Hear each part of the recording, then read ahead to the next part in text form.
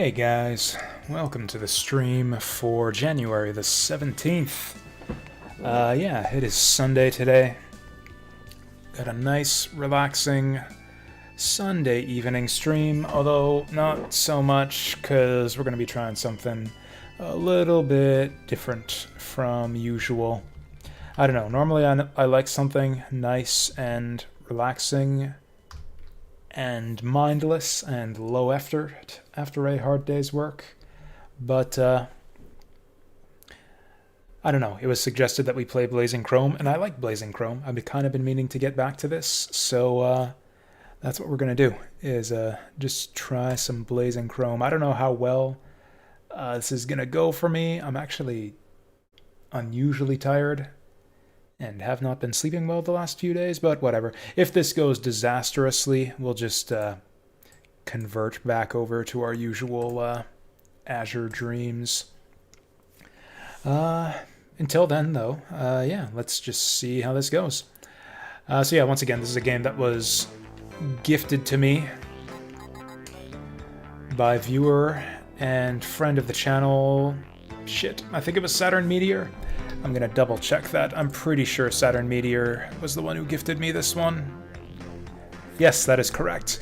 I streamed this game a few weeks back now, I think it's been. I just did the kind of standard normal mode playthrough though, or actually, so normal mode is the hardest difficulty that's available by default. You have to beat the game on normal to unlock hardcore. And sure enough, the main difference between normal and hardcore is limited continues. So yeah, normal's got a save system, unlimited continues, and fairly generous checkpointing system. Actually, I'm gonna adjust the volume a little bit more even. There we go, that's a little bit better. Let me know if the game audio is too loud. But, yeah, I don't know. Hardcore style, limited credits style, even 1cc style is more the way I like to play these types of games. It kind of feels like you're... I don't know, like you're not experiencing the game to its fullest otherwise.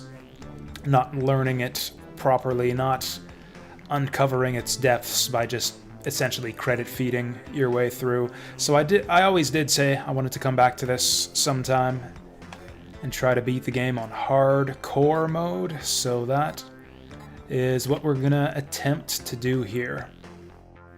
I messed around a little bit in hardcore difficulty on the first day that we streamed this game, when we did our first, right after I did my first normal mode clear, and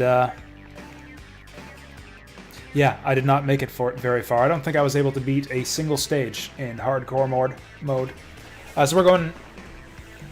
I will make use of the continues that hardcore mode gives me. You have 3 continues in hardcore difficulty. So this isn't going to be like a full-blown 1cc run. You know, you gotta beat the game in 3 credits before you can beat the game on 1 credit. I think we'll just go through the stages in order. I don't think I was even able to beat the first one. The first time I tried hardcore mode. What were the controls for this game again? Lock facing. And I guess I don't have any other weapons yet. Whoa, okay. Just press the button, yeah, to get that melee attack. Melee attack seems to be a big thing in this game, actually. Like, a lot of the problems I had with this game the first time through, just in terms of difficulty, would have probably been resolved if I had just done more melee attacking. Biggest problem is a lot of the time with your default gun. It just takes so long to beat the enemies, and there's so many enemies. Like, yeah, these guys are a little bit... Not exactly bullet spongy, but even the most basic enemies in the game take a few hits. Sometimes there's just so many of them running at you, you can't kill them all in time. And I think that's where, yeah, the melee attack comes in handy. Doi doi doi, Brawler level 2.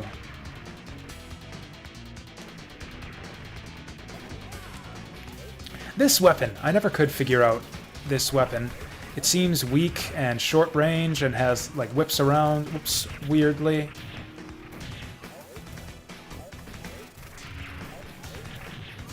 It kills these guys. It deals with, actually, these like little chuds pretty effectively. Oh, that guy didn't damage me. Okay, so I lost my shield now. Let's get careful.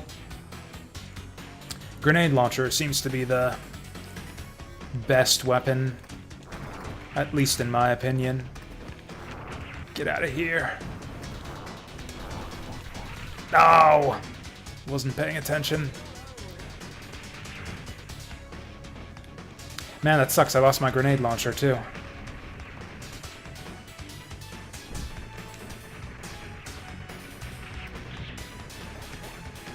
Oh, excuse you. Ugh, see, like right there, I want to shoot those guys, but I can't. Should have used the melee attack.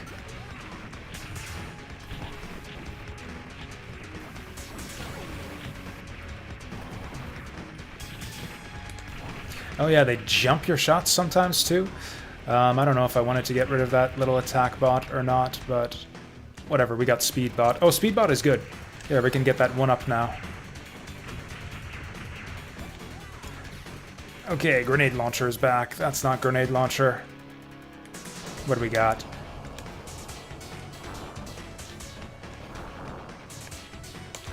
Oh wait, how does this work again? Oh, what's he doing? What's he doing? Is this new to hardcore mode? Oh, did that just blow up in my face or something? Whoa, okay, that has a bit of an AoE. Like a bit of a really huge AoE. Hey, bro. I think this is the part where we get the robot. Well, so far so good. I saw there's an achievement for taking this robot all the way to the end of the level. We didn't even get close to being able to do that in any level where the robot appears last time, but, you know. I'm a lot more experienced with this game now, so maybe we'll do better this time.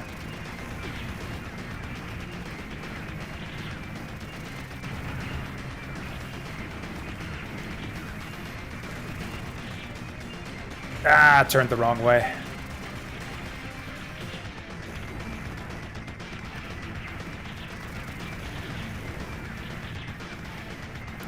Man, only one more hit. Can we do it? It looks like maybe we can't.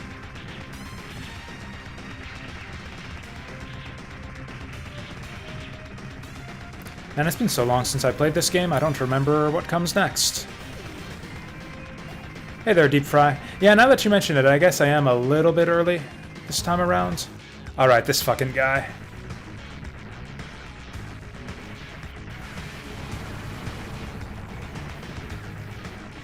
Oh, you know what? I should probably lock my facing. There we go. There we go. Work was alright. It was kind of an on and off day. It was on in the morning and off afterwards. We got some Pokemon card game stock back in. I don't know if you guys know, there's like a Pokemon craze going on with like the Pokemon CCG at the moment. Apparently it's like based on like some idiots on Instagram showing off their polls from Pokemon card packs and stuff, or something like that is what's got it started. So there's like just everyone and their kids and their brother and their mother is buying Pokemon packs right now. I get like a dozen calls a day for people asking for Hidden Fates Elite Trainer boxes. And we finally got them back in today. We got like 20 of them and they sold out in half an hour.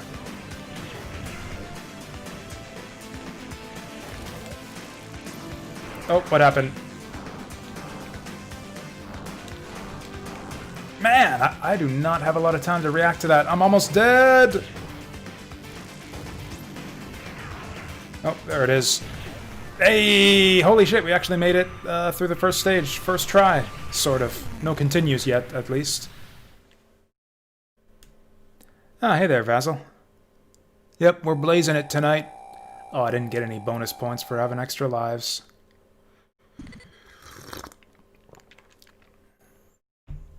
So I wonder, if I use a continue, does that put me at the start of the level or at the nearest checkpoint? Alright, mission accomplished. Okay, no replaying stages in this game. Actually, mission 2 is rated difficulty 3, which I remember being pretty accurate. Like, I remember mission 2 actually being one of the tougher ones. Maybe I will go for 3 first? Nah, let's just learn them in order. So here's what I'll do. For the sake of learning the stages, I will... basically, I'll just attempt each stage until I can kind of get it in 1 credit. So like if we game over here, instead of doing stage 1 again on our next hardcore attempt... What? Anyways, like if the hardcore run ends, I'll just resume on stage 2 and try to learn stage 2. Or maybe I should do stage 1 again, get it down so that we can like 1 life clear it. Because if I'm using up basically a whole credit's worth of lives on stage 1 every time, that's going to be not so good.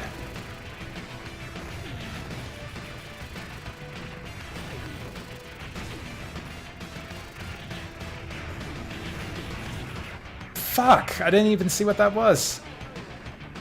Or I guess those bombs must, yeah,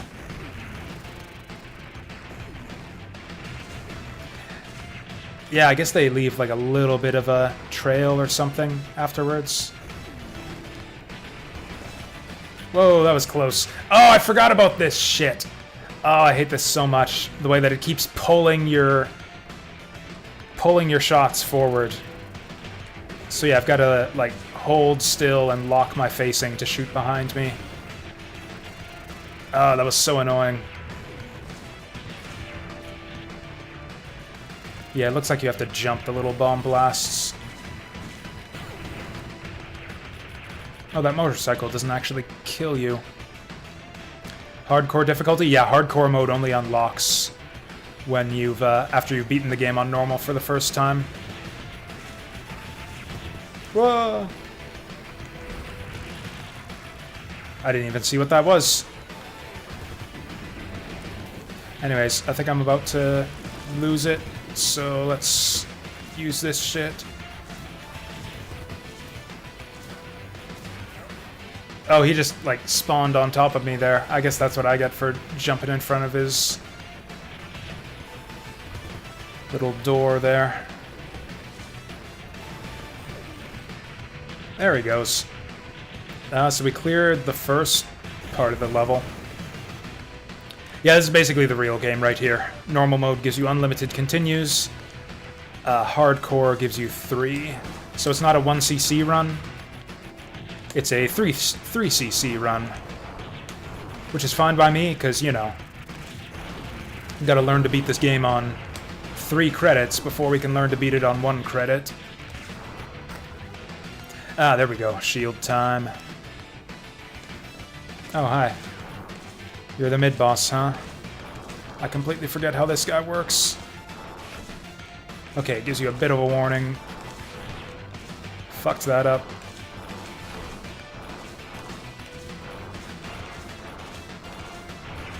Oh, he's shooting like missiles at me, but the grenades are blowing them up.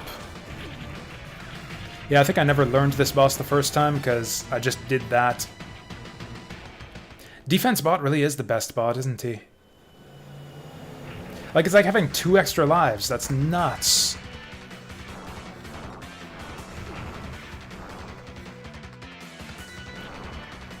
Oh, I forgot that about the little whistle on the train.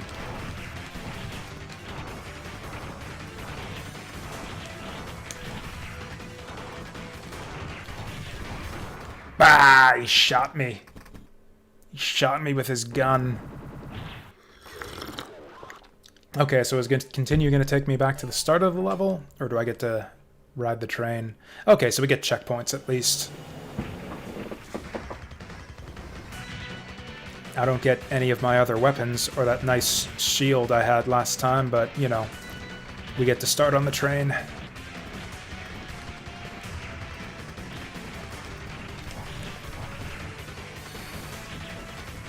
Yeah, I think... What? Why didn't the melee attack come out there?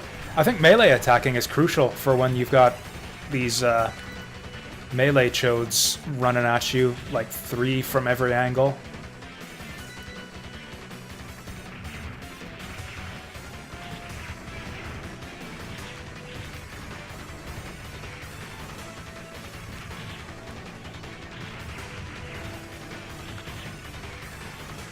Alright, that was simple enough. It's like a shooting gallery. Oh, hi there. Give me something good. Oh. Oh yeah, I keep forgetting about this roll, too. I never used the roll. Hardly at all our first time through the game. Gotta be looking for opportunities to use that. Speed bot. I always seem to die after it gives me a speed bot. Yeah, like that.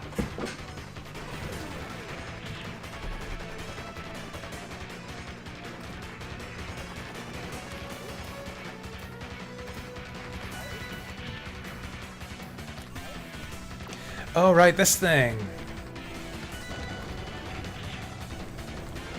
I can't get up there, can I? And now I'm dead. Come on, surely there's got to be some way up there. Fuck! That was dumb. That was a bad death. If I remember right, the trick with this game was to actually take it slow because the enemy spawns are not infinite. Like, it seems like the enemies are just running at you endlessly from all sides, but I'm pretty sure that every enemy spawn is triggered by scrolling the screen forward.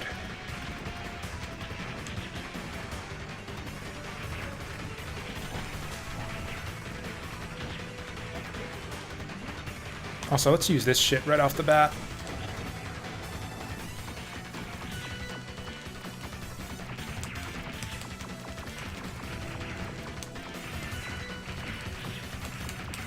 Now it really is a shooting gallery. Beam, beam, beam. Beam, beam. Oh, you can just jump up here. Oh, wait. Oh. Oh, nice. 3 for 1. It's gotta be worth an achievement. Maybe if you get 4. Actually, I saw there are achievements like that in this game for, like, killing 4 enemies with 1 grenade. That kind of thing.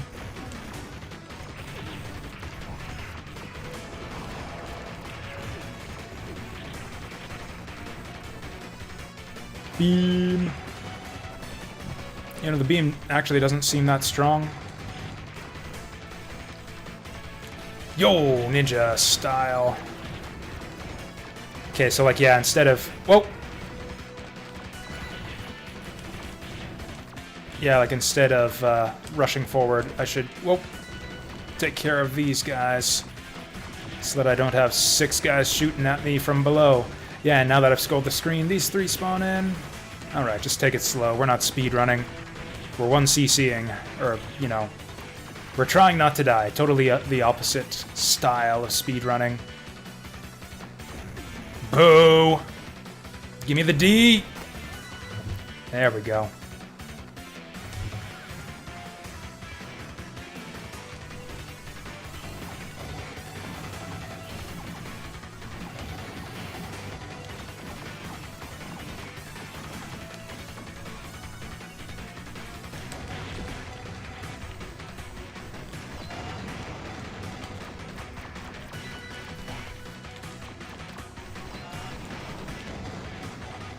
Well, that didn't quite work.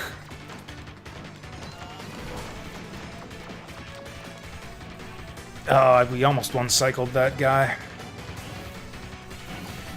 Oh shit. Throwing me the curveball here. I like the low ball.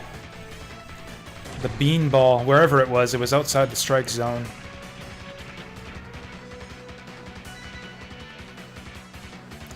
I might completely forget what comes next in this stage.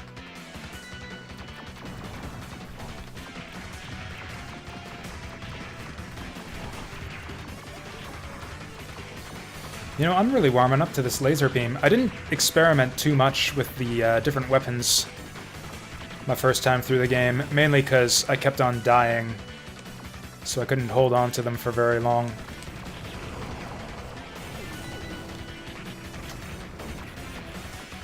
Oh no.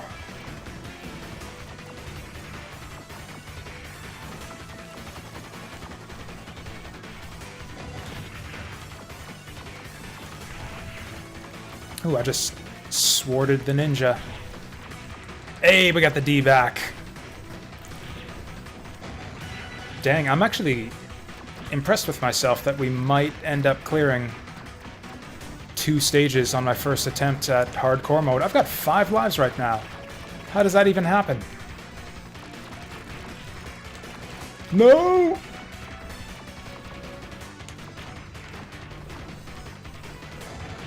Get over here, nerd.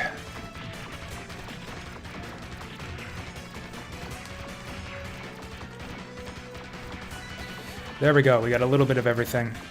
You know, I kind of wish that there were a weapon that... Whoa! Shit! That's what I get for fumbling around with my weapons. I should have rolled under that. Well, so much for my 5 lives.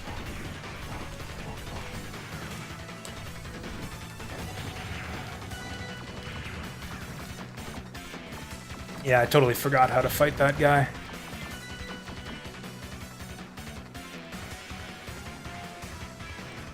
Is baseball a thing in Canada too? Like, it exists. Like, we actually do have Major League Baseball teams.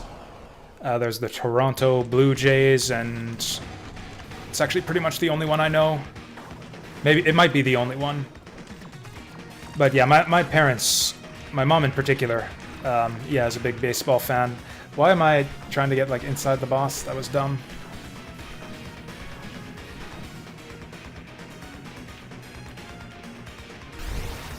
Oh, what's he doing?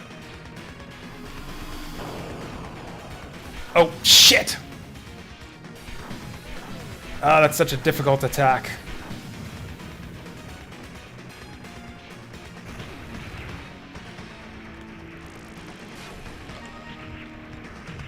Oh, there's that. Whoa, whoa, whoa, whoa, whoa, whoa. 3. Okay, this is gonna take a while to kill this guy, I betcha, with nothing but my default weapon. This fucking attack, though.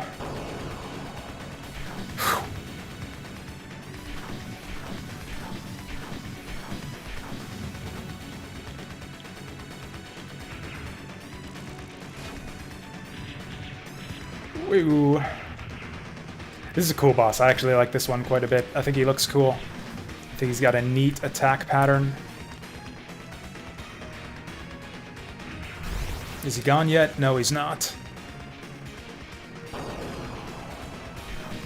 There are a lot of similarities between... No! Oh, I got one more. Thought that was my last one.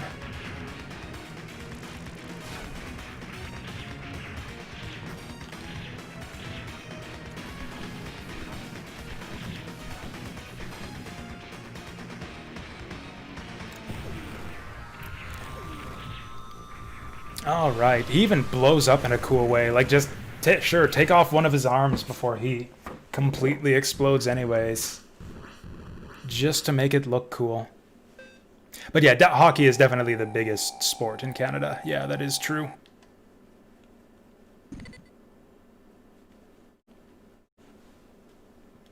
In fact, I remember there be... Yeah, I remember... Like, I don't follow sports or anything, but I know there's always, like, big... Or at least back in the day, when I paid attention to, like, the Olympics and stuff, there was always, like, a big competition between, usually the Canada, US, and, like, Swedish and Russian hockey teams. Dang, 2 levels? 2 levels down in my first attempt. I've actually lost track of how many continues I have. Oh, this level. Okay, I remember. I remember this. This is like the hardest level in the game for me. Except there was a crucial mistake that I made last time.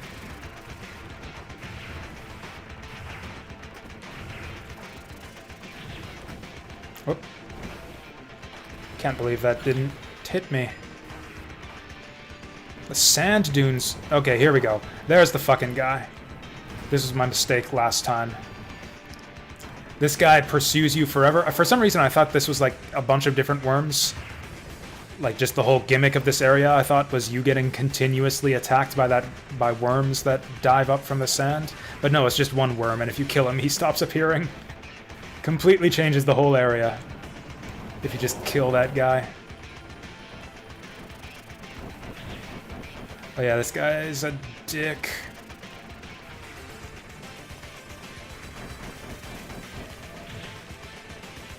Woo.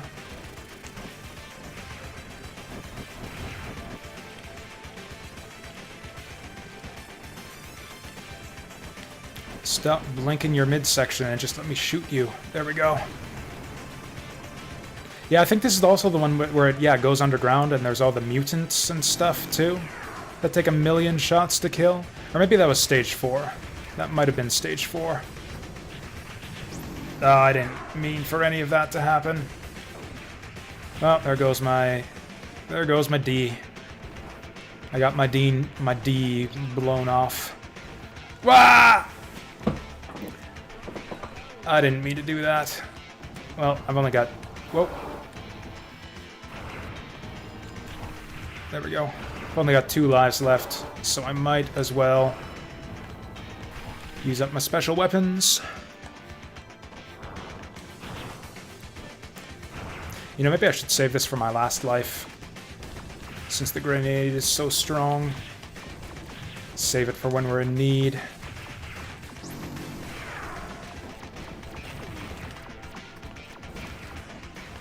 Whew. You know, I think this would be a super difficult game to speedrun, I think, because... Ah! I forgot about those guys doing that. Okay. Grenade everything. Grenade everything immediately. Oh no. D! No!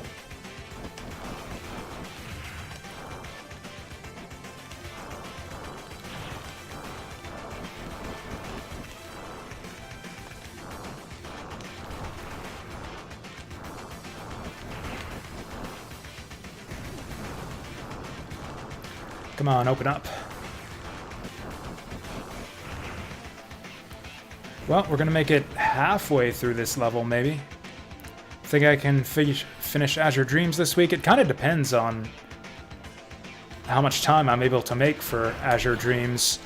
Like, honestly, I think we could do Azure Dreams, like, yeah, in the next few days, if I play it. But we're not playing it tonight, at least. I mean, we might play it tonight, depending on how disastrously these runs go. Oh, hey, I think I just got a... Whoa, that was close. I think I just got a 1-up right there. I didn't want the attack bot.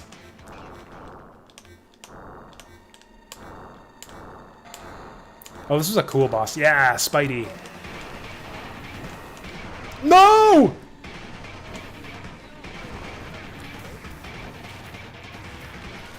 Well, game over. I don't know if I have another continue or not. I think not.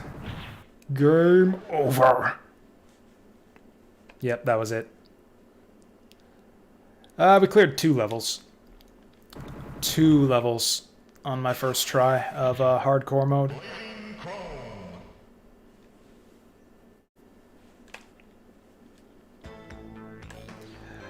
Oh yeah, so there's the other character too. Yeah, the punchy girl. I don't know about the punchy girl.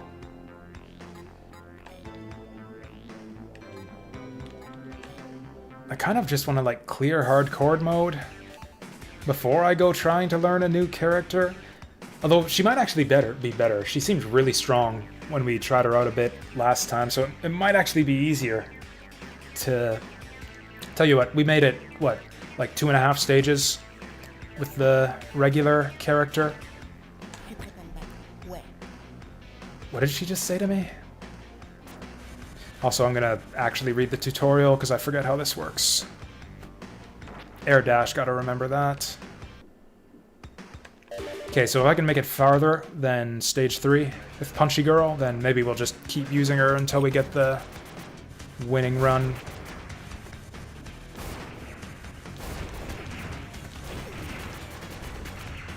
I mean, it's certainly a lot easier to deal with big groups of enemies with Punchy Girl. Okay, that's not at all what I wanted to do.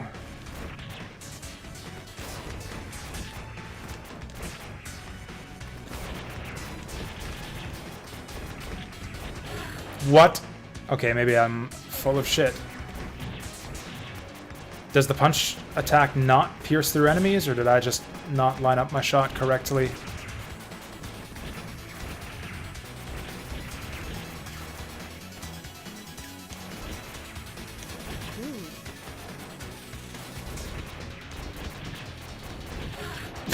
Too slow. I knew it would happen, but I was too slow. So this is going disastrously so far.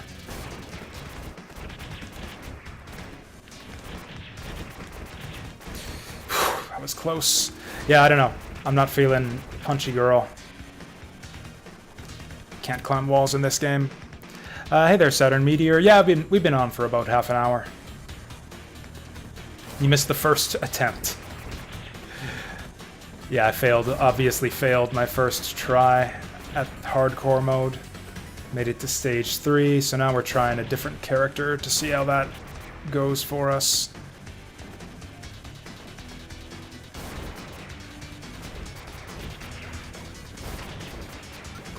Damn it, I should have waited.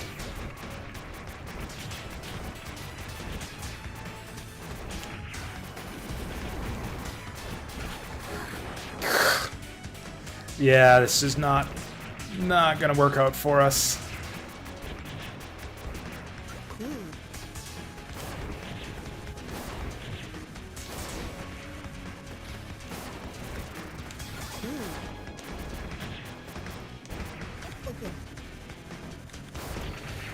Yeah, I don't know when air dash is helpful. Oh.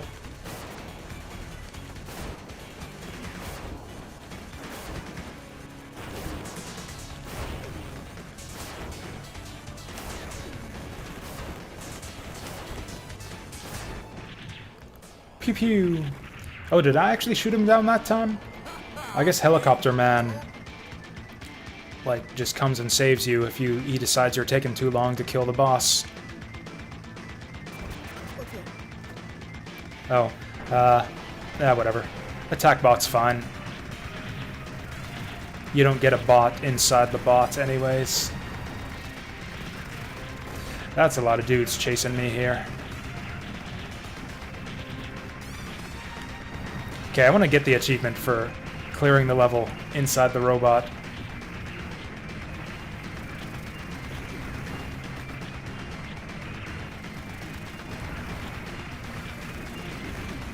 This will be my moment of redemption. We're not gonna die for the whole rest of the stage.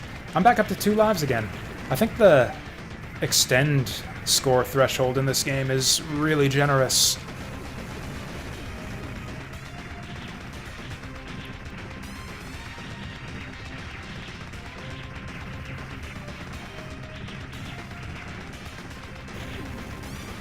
Give me the D! Actually, I guess I should wait for it to cycle to see if D is an option.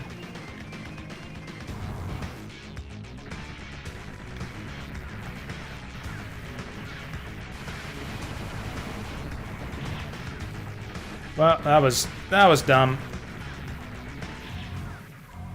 Still got some health left. It could happen. It could happen. I think it's just the boss after this.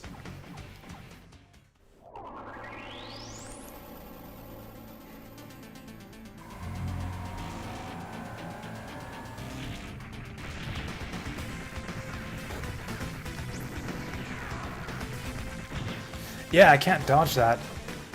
Fuck! I forgot which character I was playing for a second.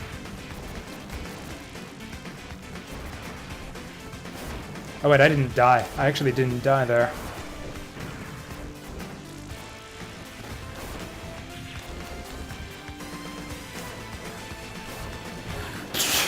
I thought he would shoot upward at me there.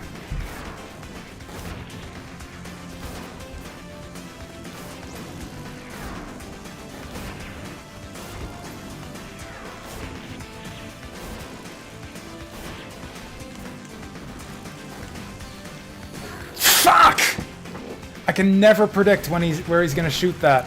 He gets me every time with it. I should just react to it.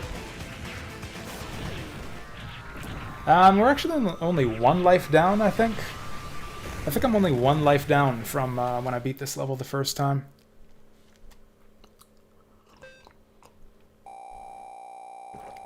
Oh wait, no, I'm 1 life up, actually. I had 0 lives the first time we beat this one. She seems... Punchy Girl seems like she has potential. I, keep getting mixed up with her, attacks for some reason.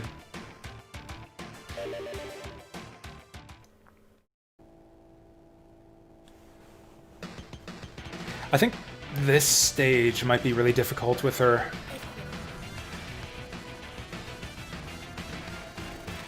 Because, yeah, the enemies are really coming at you from the corners of the screen. And she can't really reach the corners.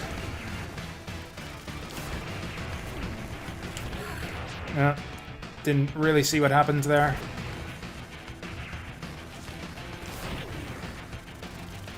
She's super strong. Like, she's got awesome attacks. Oh, you know what? I'm clearing out the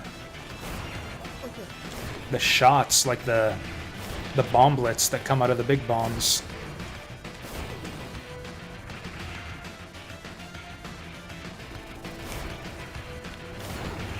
Yeah, I just gotta make sure... What?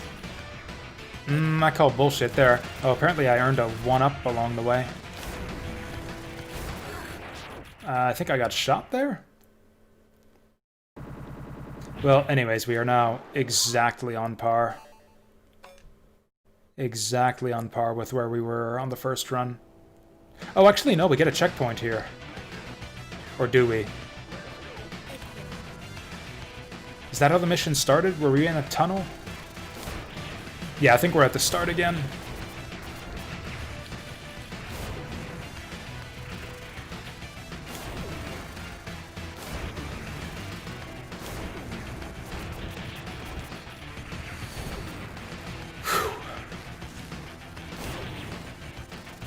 My tiredness is catching up with me. I'm having trouble focusing on all the enemies. Oh.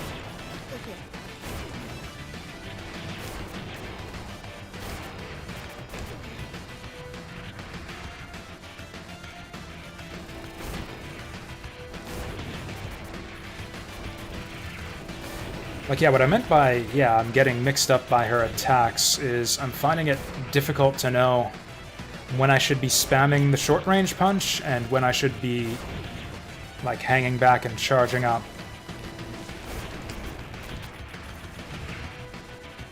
On the plus side, she doesn't really have the problem that the other character does, where you can't shoot backwards properly.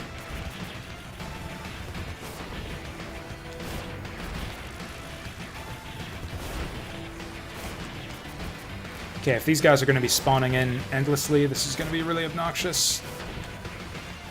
Looks like it's not endless. So that was a lot faster. Yeah, the awesome thing with the melee characters is you don't need to rely on weapon upgrades. I've got a super strong shot no matter what happens.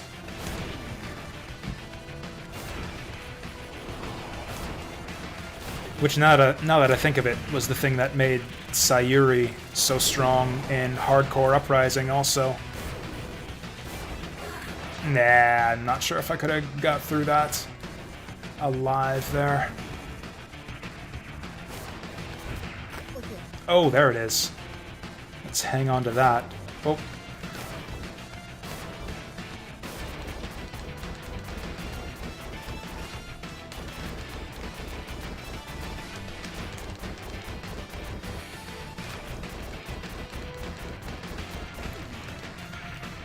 So that was easy.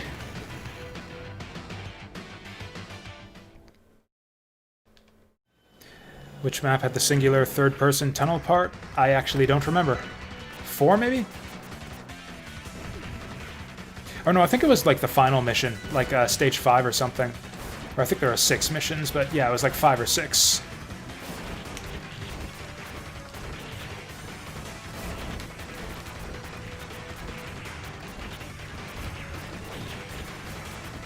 Yeah, they're really weak. Ah!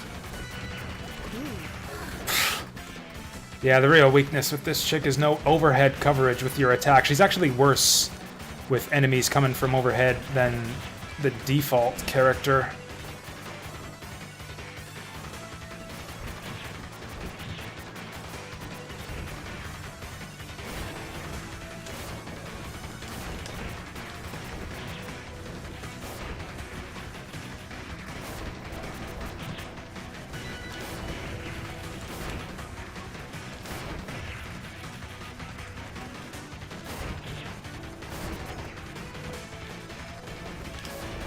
There we go, 2 for 1. Kill this guy.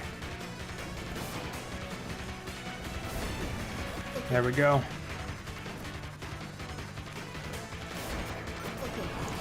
Got speed here. That's not exactly what I would have chosen, but beggars can't be choosers.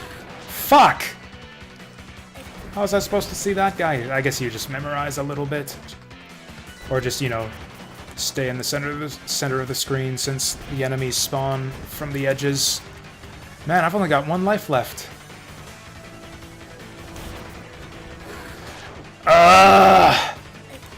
That keeps getting me. Because I don't expect that block to be tangible.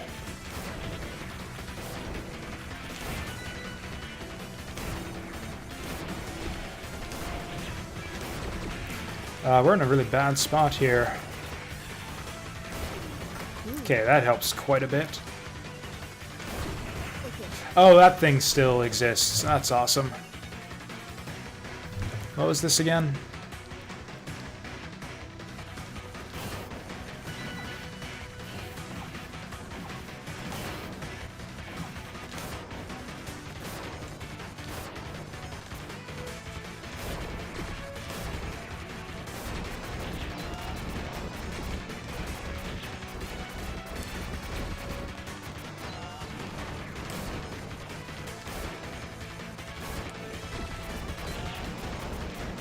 Get him! Ah! I wonder if it's possible to one-cycle this guy. I can never seem to do it. So that was simple enough to dodge. I was 1 hit short.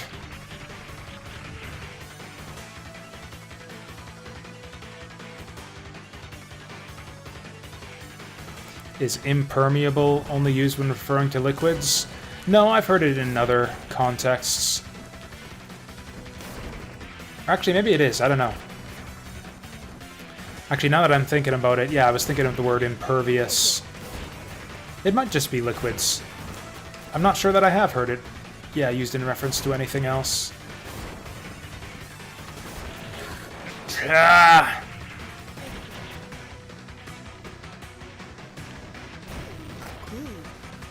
Okay, so we're definitely doing worse than we were on our first run, but not by much.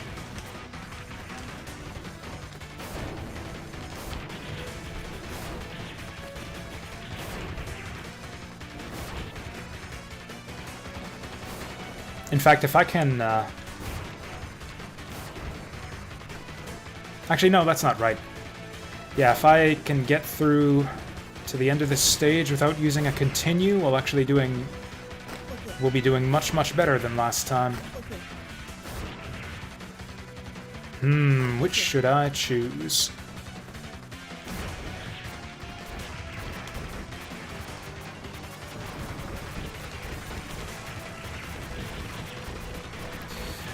So this is crazy. That's what I get for moving forward too quickly. I'm getting game over. Right away here, it's gonna happen.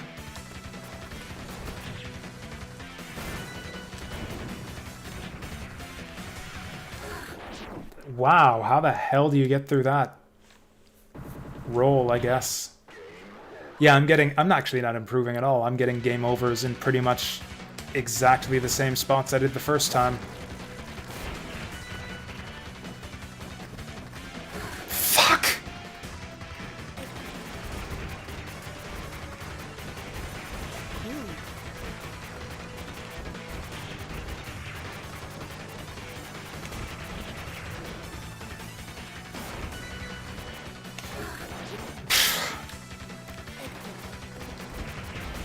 Yeah, I don't know about the punchy lady.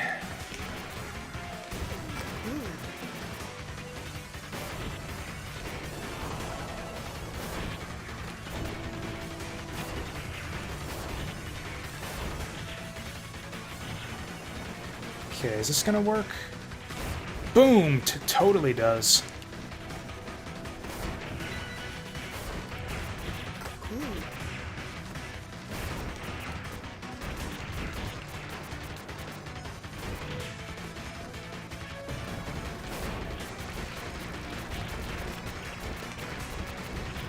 You know, it really is like these running, like, scythe hand guys that are the biggest challenge I have with this game. No matter which character, which level, they just run at you at odd angles.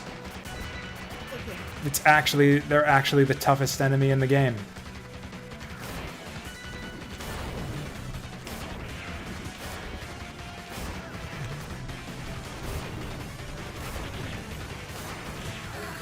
Ah, I rolled in the wrong fucking direction.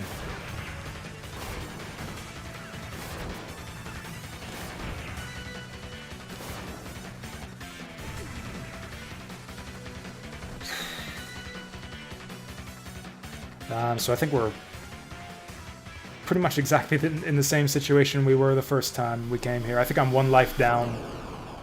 One life down from when we first fought this guy.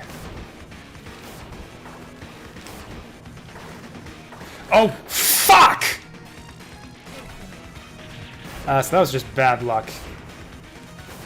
I think the way he aimed those was just borderline undodgeable. This should be a much quicker fight.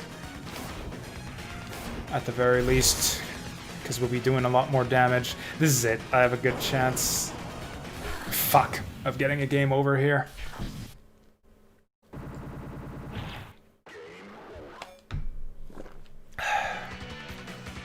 This is frustrating to be not improving at all from one run to the next.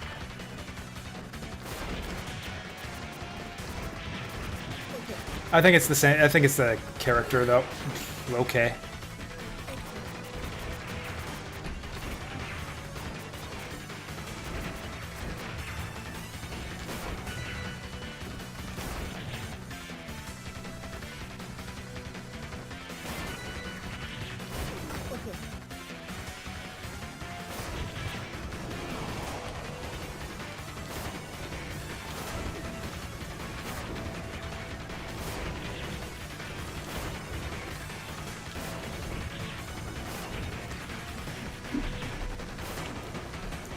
Alright, we can do it. Boom.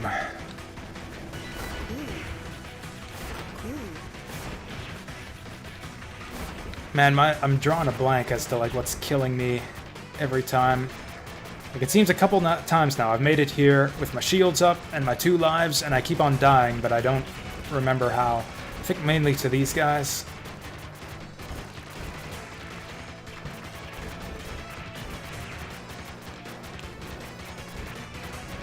Fuck. I just got impatient there.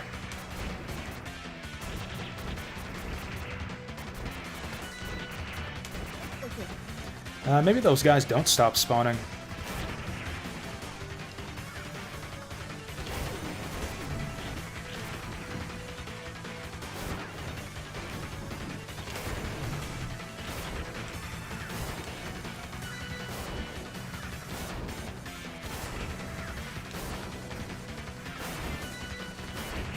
There we go. Anyways, I think, yeah, in terms of actually, I guess impermeable also means, like, unable to be torn or pierced through. Because, yeah, impermeable can refer to, like, an impermeable vest as well, like a bulletproof vest. I think usually knife-proof is what impermeable is used to refer to.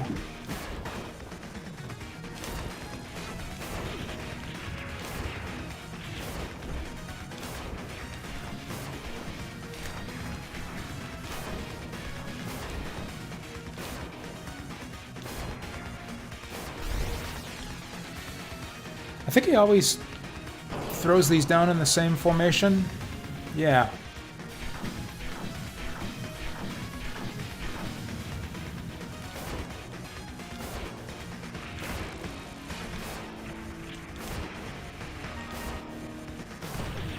Oh wow, that was so much faster.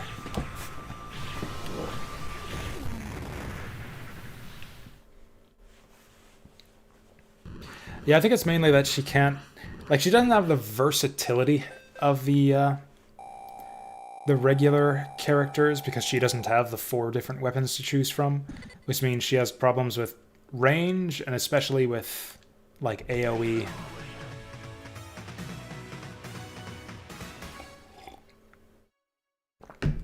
Like, she doesn't have the grenades, things like the grenades or the energy whip to help her with, like, being surrounded by enemies.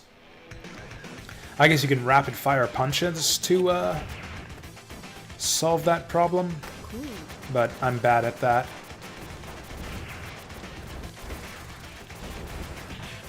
Okay, so you got a biggest pro tip with this level is kill those fucking giant fly guys immediately, because otherwise they just spit on you. They don't even spit on you, they shit on you. They poop little green blobs out of their butts directly at you at very fast speeds.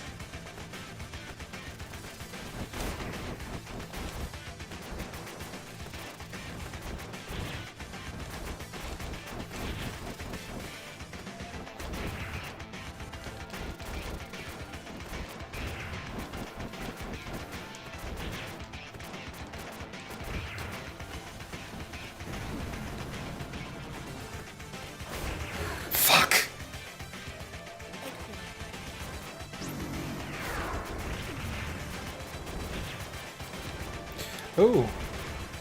Sneaky bastard. Okay.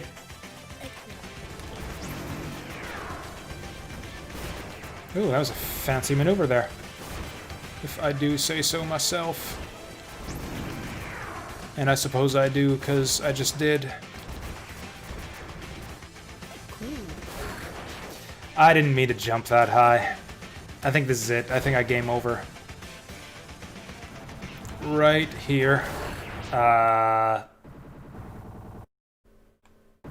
was pressing left, but I wouldn't move for some reason. Maybe you can't move while charging on the hang wire? I don't know. Like, I saw that guy coming a mile away, and I was pressing left, and it just wouldn't move. Yeah, we'll go back to the main character. If I don't make any progress on this run, I think we'll just switch over to Azure Dreams, because that would just prove that I really am too tired.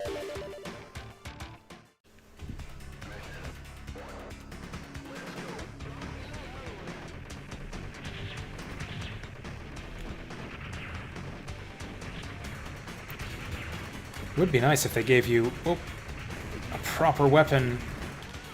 Oh! Why bother? Why bother? Oops.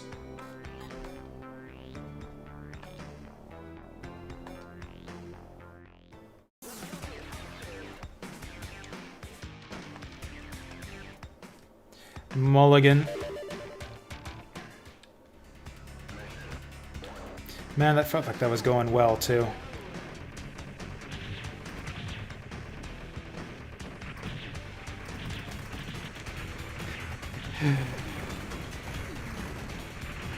As frustrating as it can be sometimes to, like, not have the firepower to, just pound through a line of enemies like that, it really is satisfying when you do manage to, get through them. Like, I don't know, some people, you see this as a common complaint in video games, enemies being bullet spongy or something. I generally don't find that to be a problem in games that I play. Like, or rather, games that get criticized for having bullet sponge enemies tend to be ones that I like. It makes combat, I think, feel more satisfying when the enemies put up a bit of resistance and it takes a little bit of effort to put them down.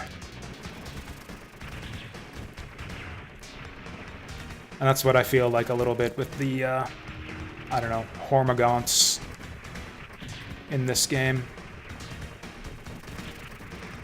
Isn't that basically what they are?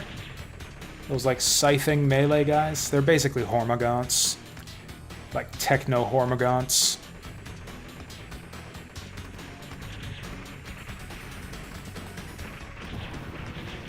Cyber Hormagaunts.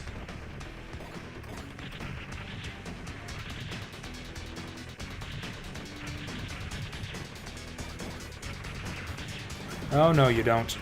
Oh, no, you don't. Fuck, fuck, whoa!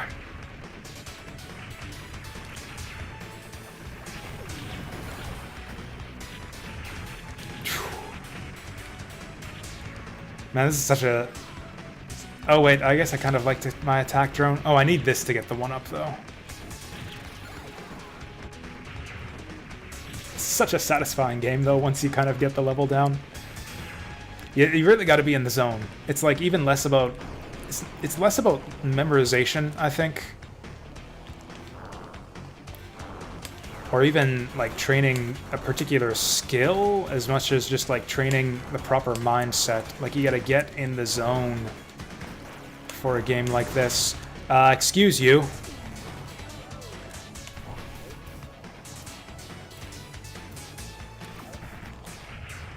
He saved me. Whatever, we're still doing a lot better than last time.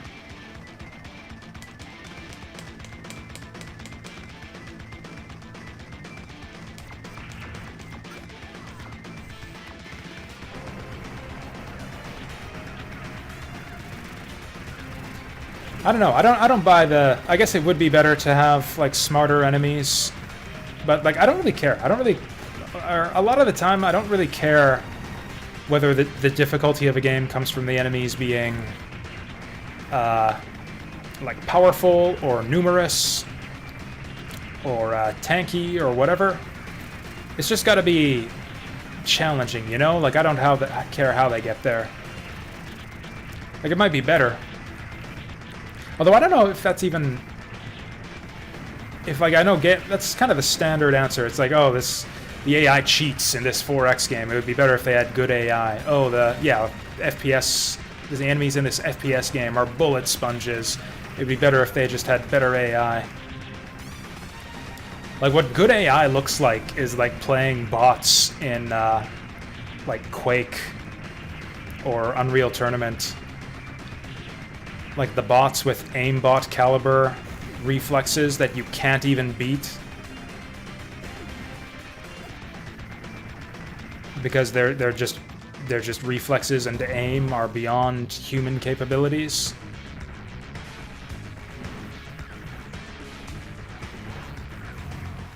Well, that was nice.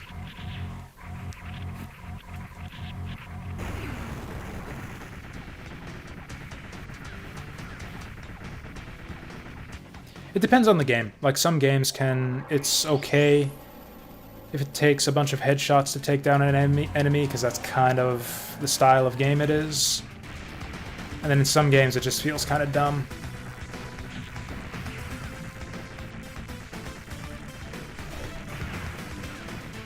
Like, if he shoots that purple bullet from this range, I can't really dodge it. Oh!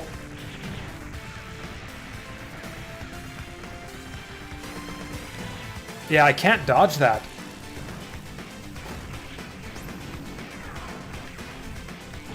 Oh, I didn't realize I had the stupid... Oh. Didn't realize I had the stupid chargy laser.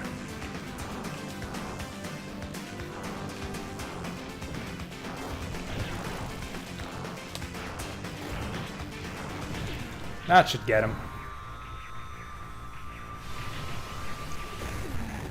Ah, we were so close. Yeah, I gotta figure out how to dodge those purple shots on the boss. I can't save the mech until I learn how to dodge those.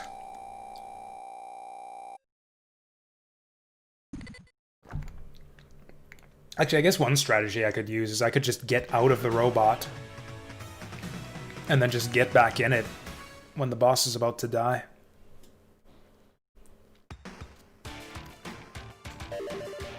Okay, if I can get through the first segment of this level without getting a game over, that'll be progress. Ooh, grenade! It's gonna be great to have grenades for this first part, too. Oh, never mind.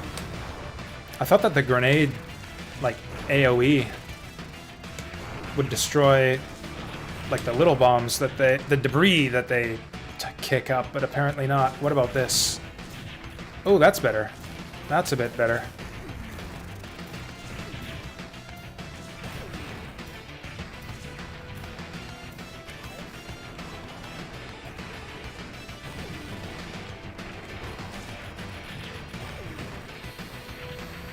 Okay.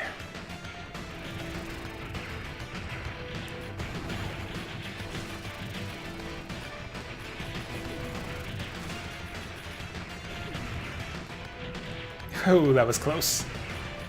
That bomb almost dropped on my head.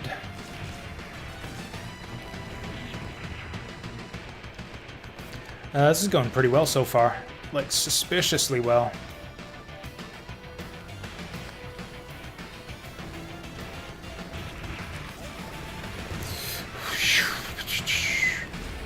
Oh, you can't, of course, you can't roll when you're on a motorcycle.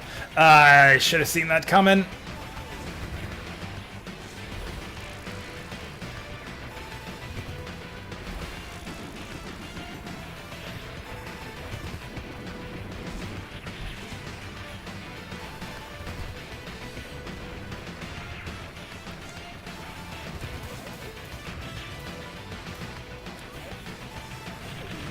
There we go. The plasma whip is awkward, but it does have its uses, I'm finding. Like, if you're in a situation where you can use it safely, without screwing yourself over, like, it's just extra damage, so there's that.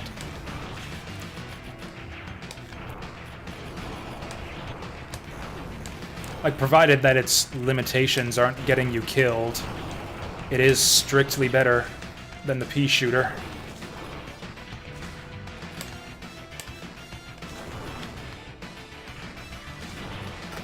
Oh, that's nice. Actually, I think I'm going to use it against this guy.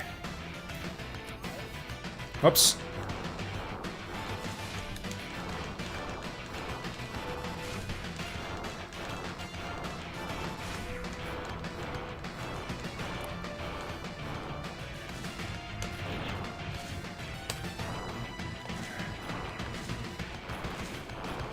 Oh god, I haven't even seen him do this before. Okay, that was close.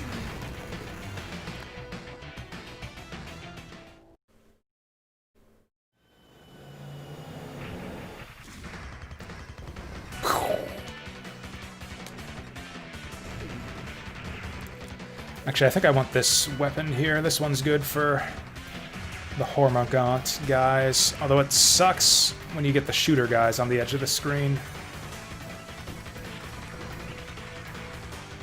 Whatever, I guess you kill the Hormagaunts and then go for the shooters. Also, they run at you if you leave them alone. Ah! Well, that's that's energy whip awkwardness getting me killed there. At least the only weapon we lost was the energy whip.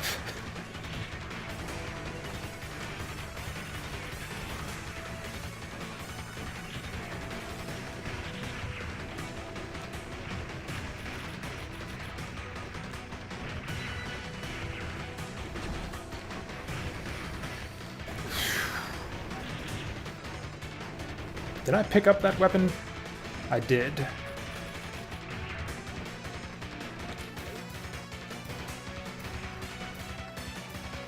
Give me a better one? Actually, no, I need this to get a 1-up.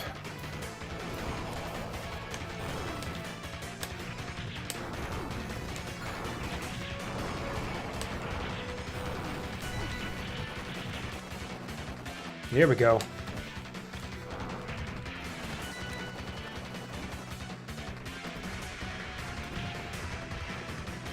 Hey there, Fritzy. Welcome, welcome. Yep, we're on the train heist stage. I don't even know like what kind of mission we're on here. It's like Contra Hardcore gave you those mission briefings. This is a bit bad.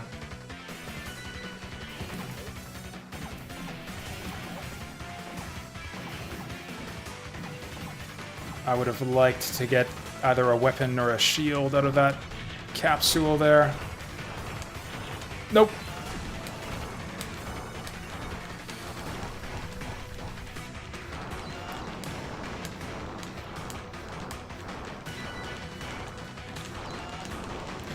Get him! I can never one-cycle this guy.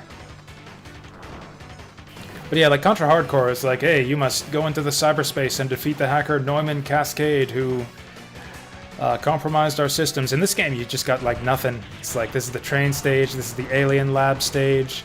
I mean, you can fill in the blanks. You can imagine any sorts of reasons for a lady with a gun to want to shoot stuff in these places, but yeah, I don't know if the game actually gives you any reason why your character wants to be here. What's the story of this game anyways? I don't even know.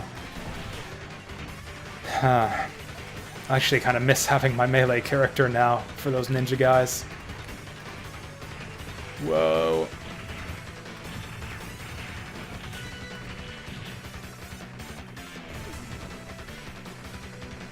Attack would not have been my first choice here, but we'll make it work.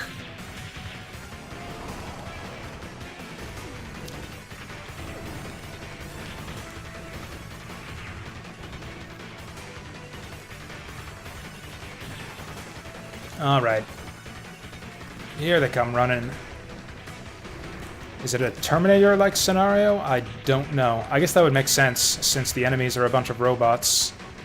Although, aren't some of the playable characters robots, too? Maybe they're good robots. Maybe he's actually the Terminator.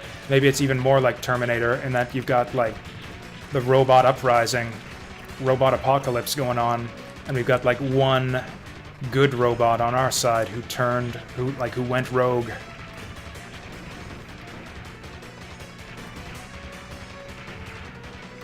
Single paragraph in the manual. You're probably right, and I bet you that... Actually, I don't know if this game has a manual. It does have a strategy guide that, like a PDF strategy guide that you get for free. Ah! I fucked up the distance there.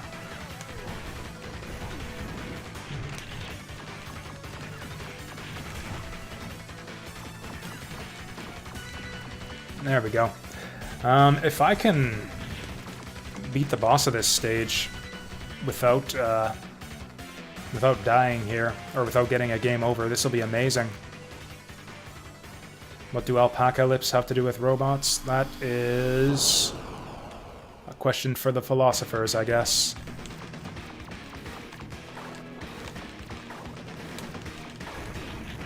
There we go. You want to get the head out of the way as quickly as possible. Oh, I found the safe spot for that attack.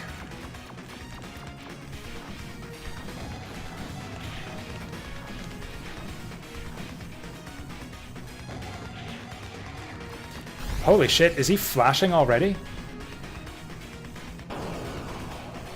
Oh! Go away from the light! I think we might still win this without dying. Holy shit, we two-cycled him even with the gun lady. I guess having the laser weapon this time helped with that. And we got a 1-up. Yeah, this game is really generous with the 1-ups.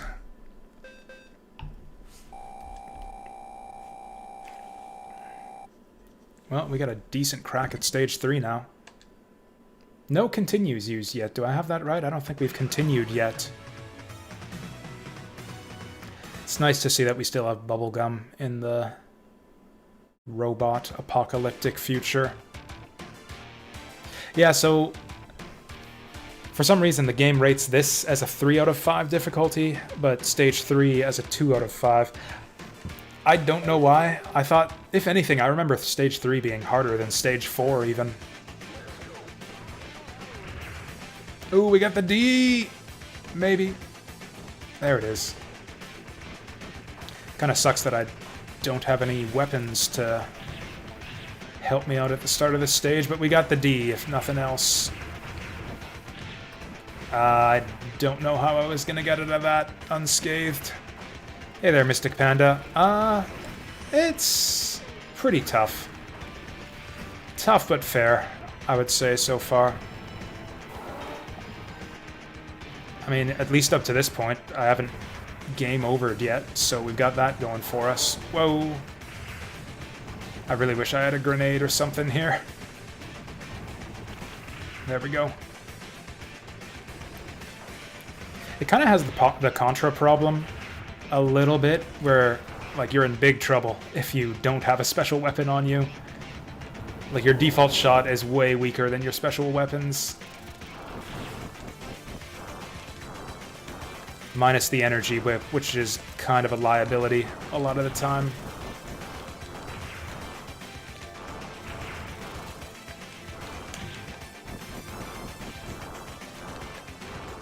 Come on, open up again. There we go. Oh, this game has like all kinds of cool visuals for sure. I actually can't quite remember what the final boss was like in this game. It's been a few weeks since we played it. I remember it was super cool. I remember being really, really impressed with the final boss. But I don't remember specifically what it was. Hoi.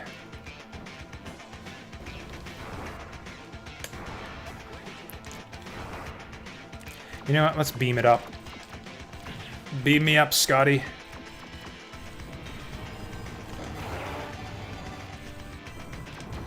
I've decided that our girl's name is Scotty in this game. Ooh, slash the worm. Oh, there's two worms. Man, these guys are tough to deal with. You know what? I think we got... Actually, no, I don't think we have Hormagaunts in this stage. Just cyborgs. Okay, that was like some... What? I didn't see anything hit me there. Oh, that's the grenades he's lobbing at us. I think that's what happened.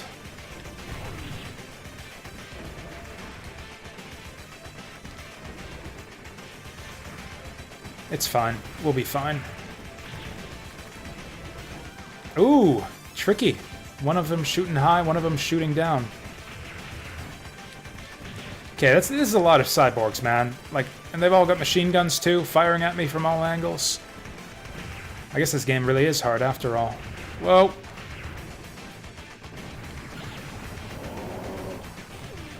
Give me the D. There we go. Now we're in business. You know, I think I just want to focus on mostly taking down one of these guys. There we go. There we go. Now it's a fair fight. Okay, I think laser beams are definitely our best DPS. Oh, right, I remember the final boss now, or at least I remember the bit where it like pulls you into cyberspace and then you gotta fight your clone. And you got like the... Yeah, like the cyberspace things coming out of the background at you that you gotta dodge. Kind of like the Mad Hatter fight from Batman and Robin on Sega Genesis. Yeah, I remember that part of the final boss fight. That was really freaking cool. Actually, I'm gonna not risk, well, losing my lasers, because I'm gonna want those for the boss. Oh, do I just get it back for the boss anyways?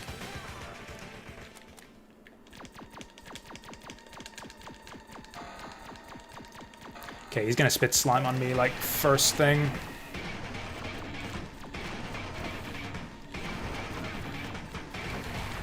Ah!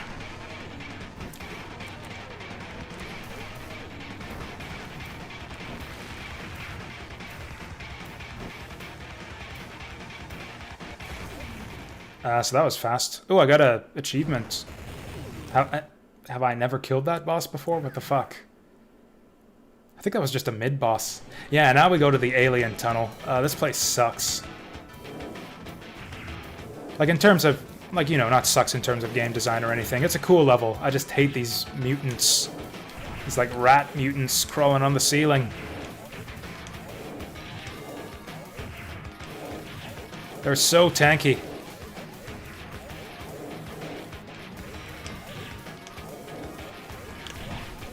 And they don't stop coming. And sometimes they don't stop before they charge at you. We're gonna get our first game over here.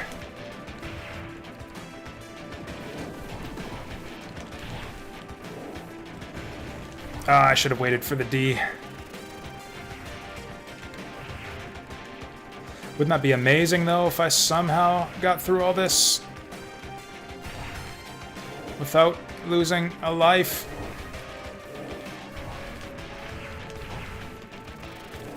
Okay, judicious use. Ooh, we get the robot. Okay, let's punch it up. With Punchy McPunchbot here. Whoa.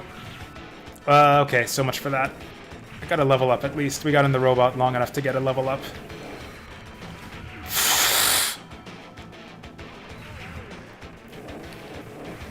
And yeah, now we're fucked because you can't shoot these guys fast enough with the pea shooter.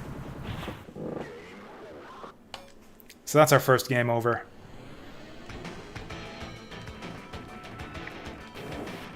Yeah, I agree that the pixel art in this game is really impressive. It really is like on par with the Genesis classics, like mainly Contra Hardcore.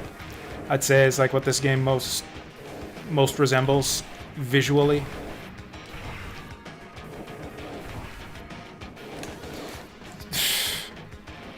Didn't give me the melee attack there for some reason. But like I don't think it's even feasible to fight these guys without the melee attack here. Like I think that's just the only way you can kill these things. Okay, now we got double shots, so that helps us a fair bit.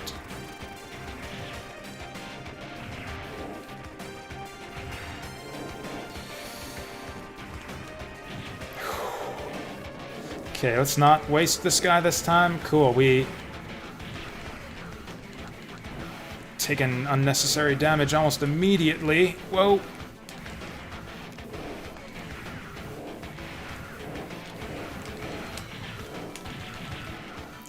Did you hit me there? Whoa, what? Okay, there's an achievement for taking... So there's an achievement for taking each robot in this game to the end of the level. So yeah, there's got to be some way to do it. Some way to actually keep that thing all the way through this section. Damned if I know how to do it, but it's apparently possible. Get out of the way! Oh god. Oh god, why? Oh, and I need the... Oh hey, that sword's actually really fucking powerful. I need the robot to get through here, though. I hope Energy Whip is good for whatever this boss fight is, because I don't remember this boss fight. Oh, I remember this boss fight. Oh, it's not Energy Whip, it's grenades. Okay, yeah, I completely forget this boss fight. I'm gonna have to basically... yeah, spend a continue here to remind myself how this one works.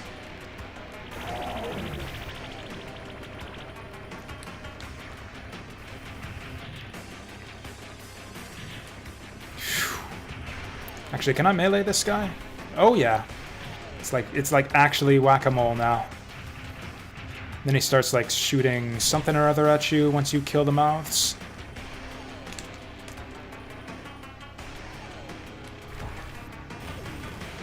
There he goes. Yep, that's the thing. That's the thing we're looking out for.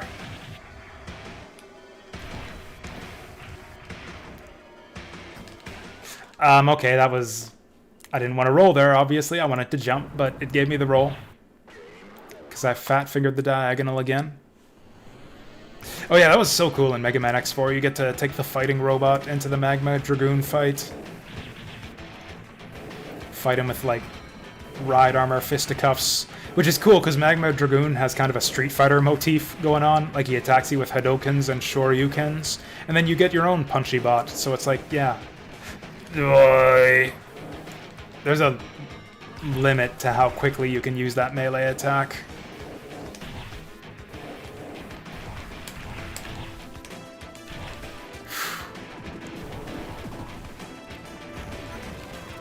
I don't know, it feels kind of unfair to me that they start you in this level with no weapon pickups against all of those wall hugger mutants.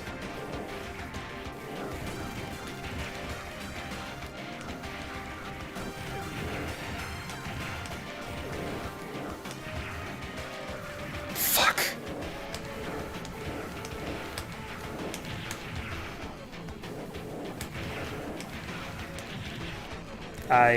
It didn't look to me like I got hit there, but whatever. Give me the D! We got the S. Well, at least we got something. Actually, I don't even want the S. I want the... You gotta be kidding me. You've gotta be kidding me! So he's just invincible. He can just hang out inside the wall where you can't shoot him. Oh, that's damage there. Cool. I'm not even gonna make it to the boss this time. I need to practice this boss, and I'm not even gonna make it. Yeah, I had a lot of trouble with this segment my first time through the game. I don't understand how to get through here if you don't manage to maintain either a special weapon or the robot armor.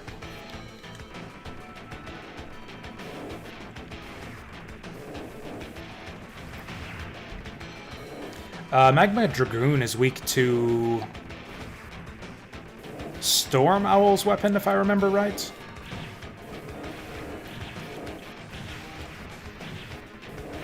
I think you can actually, like, loop him endlessly with it pretty easily. It's a tedious fight, because it takes him forever to, like, kind of drift down from when he gets hit with it, but... It is an intense fight, though. One of the more difficult ones in the series, I do agree. To do it Buster only. I don't know if it's the most difficult. Most difficult would probably be some bullshit from X6, like Mijinian or something like that.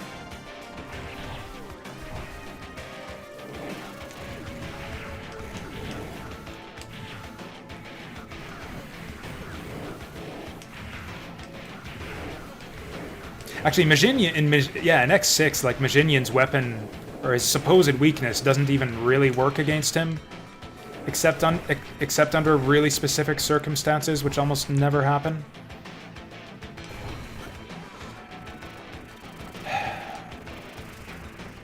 Okay, maybe we can just use the speed to outrun these guys. No, we can't. I don't understand how to get through this segment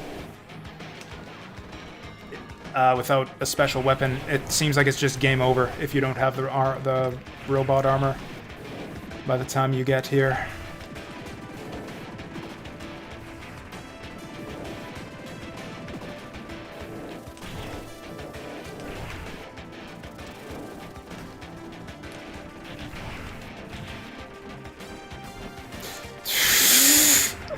That keeps on happening. Getting the roll when I don't want it. I remember complaining about that a bunch my first time through the game, too. I really wish they would just give you the option to put roll on circle button or something.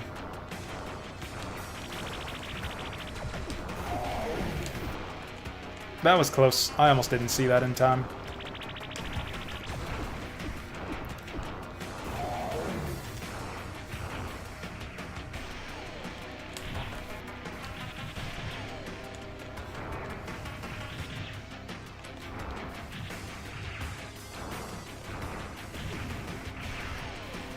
Oh, that thing's destroyed now, I think.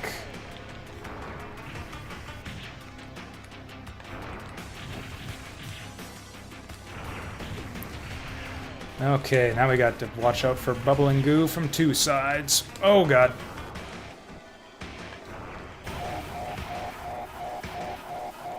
Was there another step to this? Oh, fuck. Oh, I forgot about Robo Spider. What's he about to do? Ah!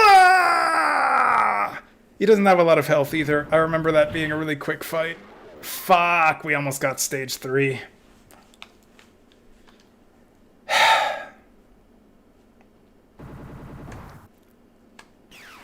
Well, okay, we're going to start doing what I said in the first place. I think I've got the first 2 stages pretty decently learned. We're going to do our next run and just start in stage 3 so I can try to figure out how the hell to get through this consistently.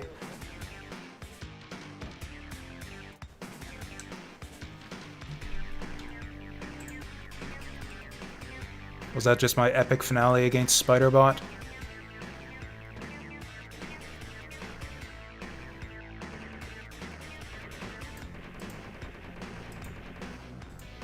Oh. Yeah, that was fun. That was a lot of fun right there. Getting surrounded by mutant wall clingers and stuff. Oh, I still gotta clear the whole desert segment too. Yeah, this is the hardest level in the game, or the hardest of the first 4 levels at least by far. I don't know why they rate this at a 2 out of 5 difficulty.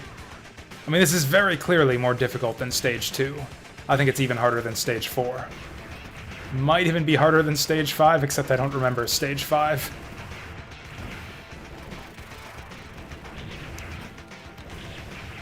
Oh, I got hit. I didn't even notice where. Mr. Panda, thank you for the follow.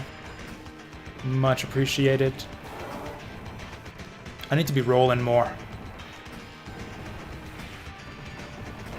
Okay, I was rolling maybe too much there, actually. That was an unnecessary roll.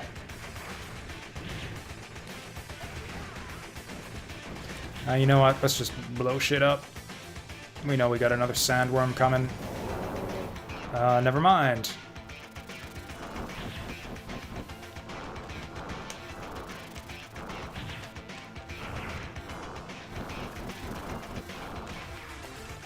Fuck! When it says locked and loaded when you come back from dying, it sounds like the Ninja Turtles are talking to you. I hate that so much.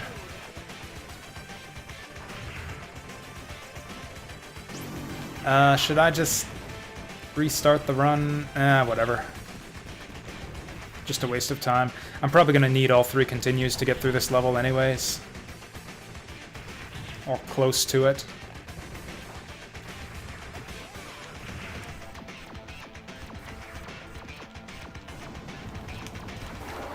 Whoa, that worm jumped a long way. Whoa, there we go.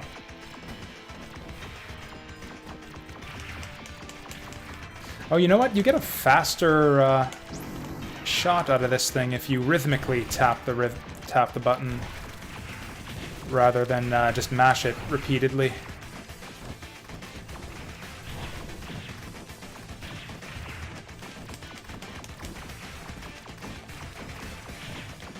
Well, other than that bullshit with the boss, I think we got the desert segment.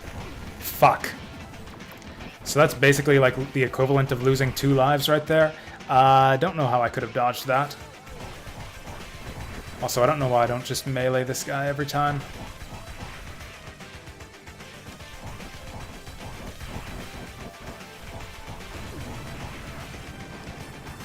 There we go, that's a lot better. If I can just get to the underground segment, then we can just start... We can just, you know, start spamming continues and learn the level. Whoa.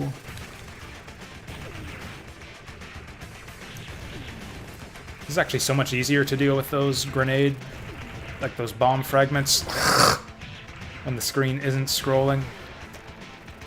I'm gonna be amazed if I get through this spider boss without dying.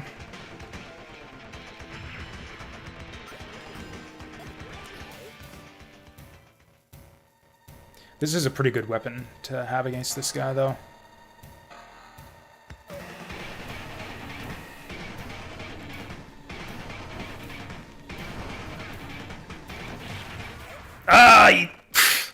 I'm distracted by the roly-polies, and I can't see him charging up the green spunk.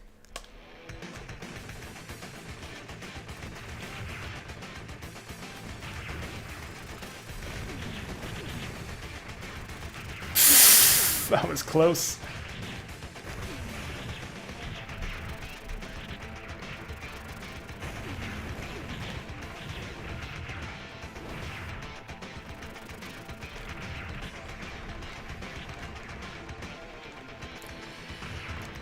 Well, it sucks that I have one fewer life to... Actually, I guess if I get through the spider boss without dying this time, hopefully, it'll be just as if we beat him the first try.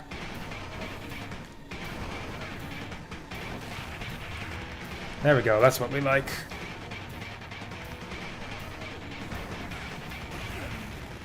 Yeah, that guy's super easy, super easy.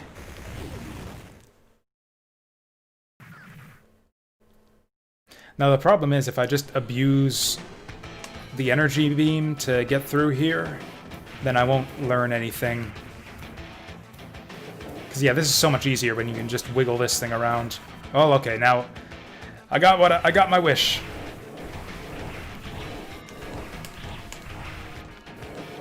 Gotta learn to do this naked now.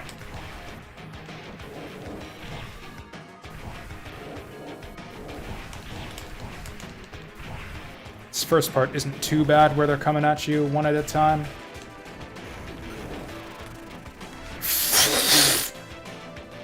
Okay, yeah, when they jump at you like that, that's just horse shit. And now I don't have my attack buddy.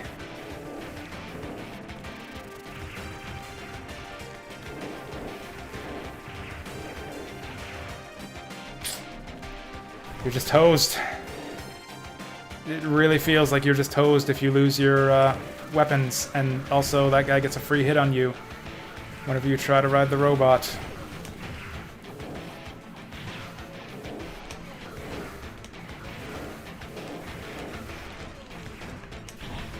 And I don't understand how to use this robot. Like, it can't punch fast enough. It cannot punch fast enough to kill all these guys. Unless the robot has like a secondary capability that I don't know about. Like, I kind of fumbled my way through this, basically spamming credits through here my first time through the game, and it still looks really unfair.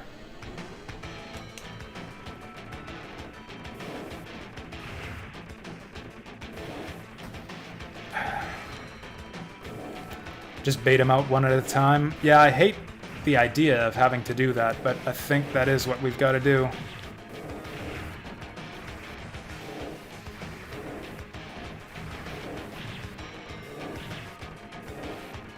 Like, you can hear when they're about to spawn in.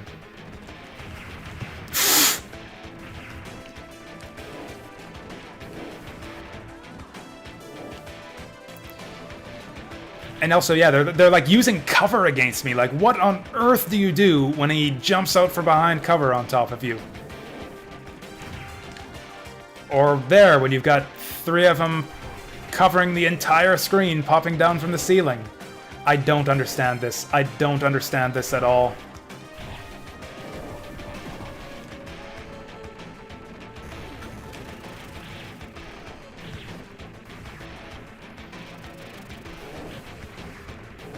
Like, it makes sense when you have a weapon of some kind. Like, I've got double attack power, now I can shoot them down consistently as they're jumping at me. Fuck you. Fuck you. He's gonna... Watch this, I'm gonna jump on the thing and he's gonna kill me. Oh, never mind, never mind. He's not that clever.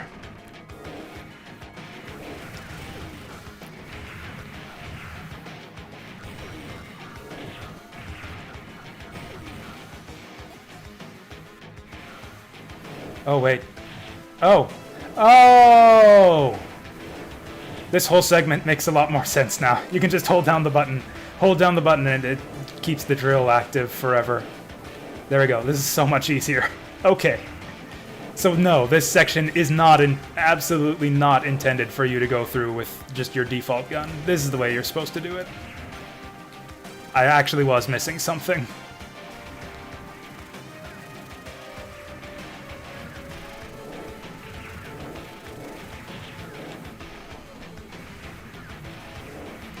Although I might still fuck this up yet.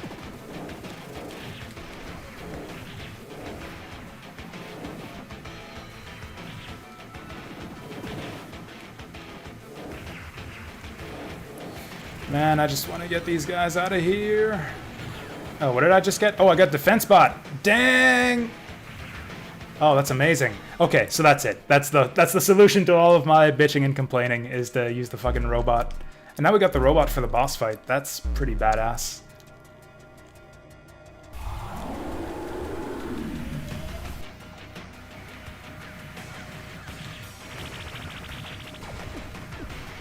Also, this is a relatively easy boss fight. I think we might be able to keep the robot for this whole fight. Like, even the boss seems easier with this thing. Might be tough to dodge the goo balls inside the robot.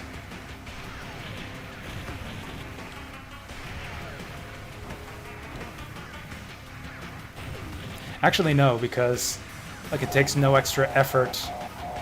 Okay, we do have to kill the spider, though. We do have to kill the spider. Actually, how do I even hit the spider with the robot? Get off of me. Oh, I've got the defense bot too. We're fine. We're laughing.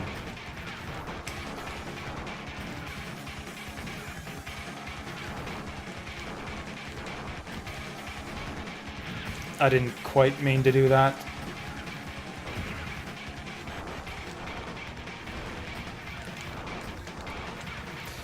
This is annoying me.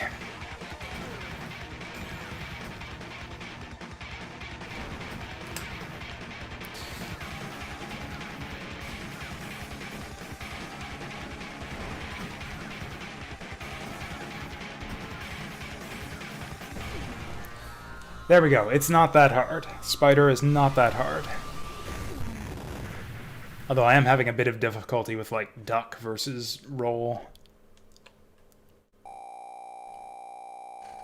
I'm gonna lose all the time points, aren't I? I don't exactly have that level down yet, but now that I understand how that robot works, it's a big, big help. Like, the way that the animation with the robot works, it looks like he's punching. I didn't realize that was supposed to be a drill. I thought you were supposed to just punch repeatedly. Oh, this is the stage with the good music. I mean, every stage is the stage with the good music in this game, but this is the stage with the great music.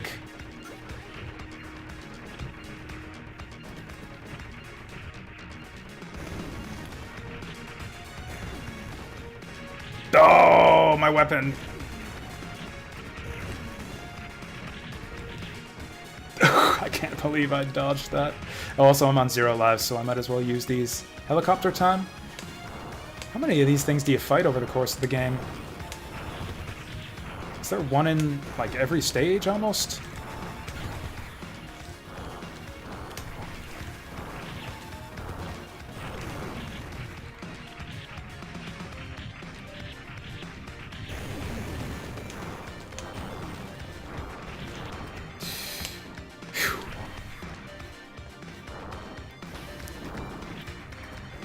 Oh, I have Speedbot.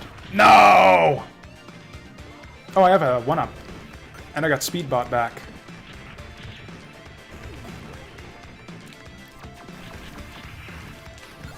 One up.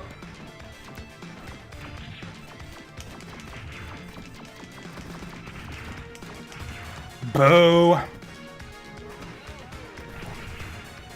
Am I even gonna... Oh, and then there's a mid-boss already, too. Do I have any continues left? I think I might have one. I think it would be nice if I could get to learn this stage a little bit.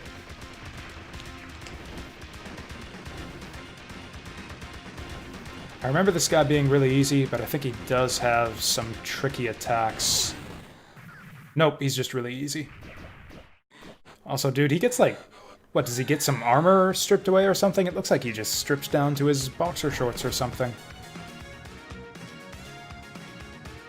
His little robot undies. Like Mega Man. Did I make that exact same observation the first time we played this game? I just have like vague feelings of deja vu that I somehow ended up talking about Mega Man's robot underwear when we played through this game the first time. I don't exactly remember the context, but I think it might have been that boss fight.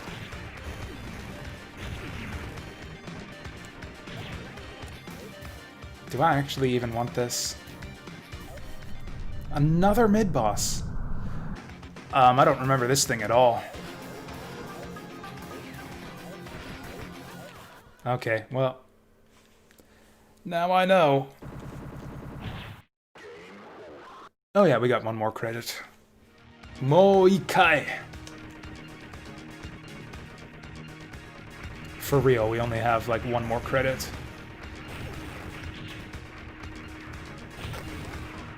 I think we're gonna do the same thing on the next... Whoa. Fuck. On the next attempt, I'll just start in stage 3 and see if we've learned anything. See if we've learned anything.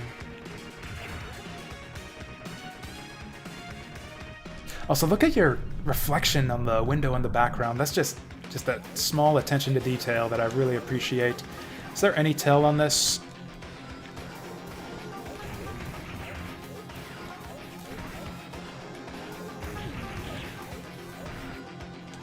Blah!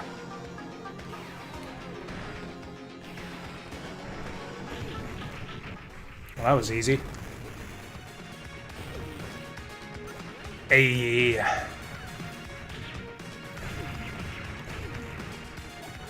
You know, someday, like when I become a man, like when I become really, like, manly and awesome at this game, we're like gonna never take the defense robot ever again. It's gonna be like all A and all S all the time. Honestly, not even the S. Like, we mainly want the A, don't we? Actually, no, A is kind of survival as well. A is also kind of for wusses, like how the best defense is a good offense.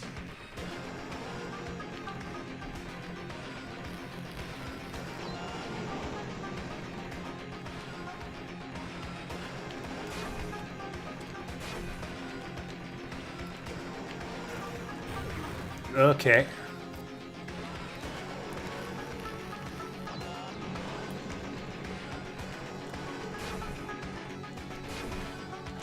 Ugh.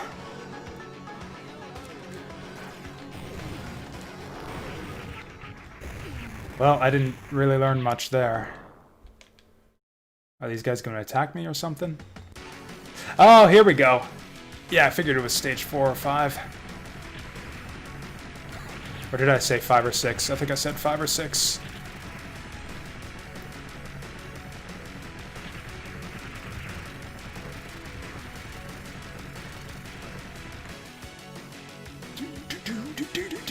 I remember this segment going on way longer than I would have liked, but I also remember it being not that hard, so maybe this is lucky for us.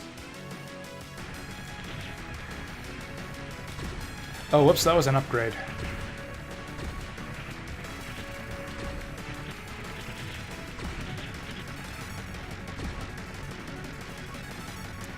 Give me that. Oh, nice, we got extra bullets.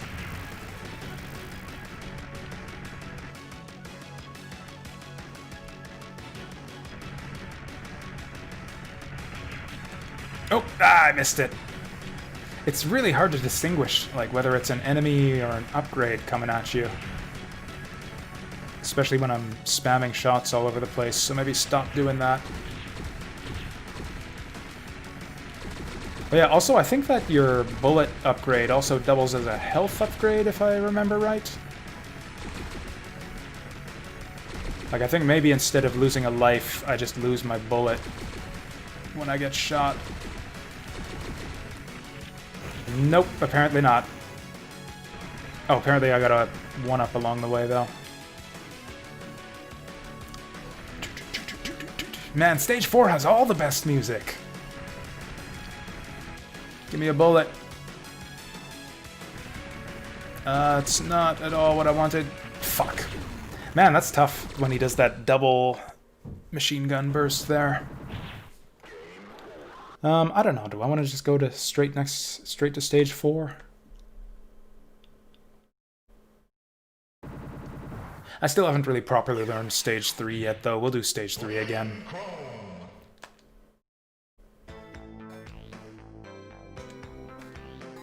Also, are you guys hearing the music all right? I think I'm going to turn up the music just a little bit. It feels like it's a little bit quiet compared to the sound effects.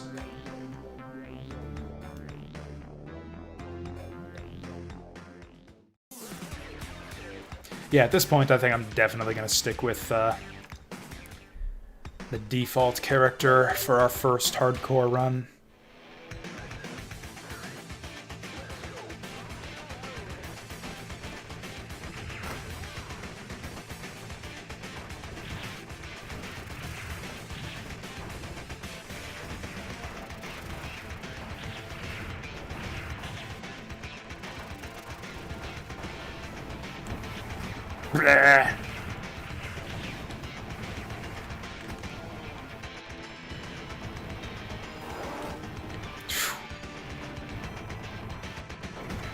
Ooh, that guy takes a lot of hits. At least with my crappy machine gun. So maybe I shouldn't even fight that guy until I get my grenade launcher.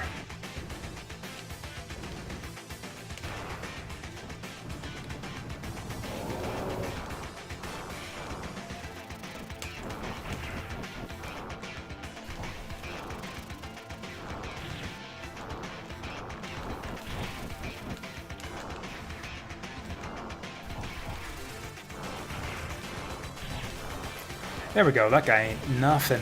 Does he just not spit at you if you blow him up? I was shocked at how quickly that guy opened fire on me. Yeah, apparently I haven't learned Stage 3 at all. Stage 3, what stage is that? I don't think I've ever played this stage before in my life.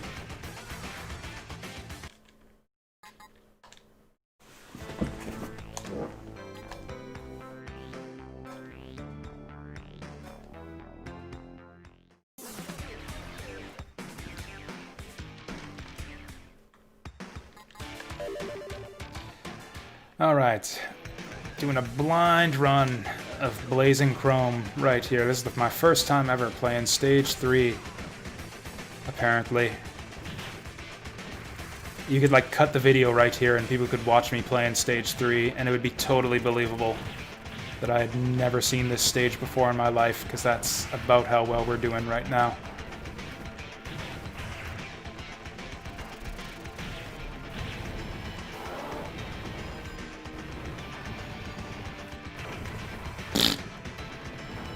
So we lost our whole defense shield now. It's basically the equivalent of losing 2 lives.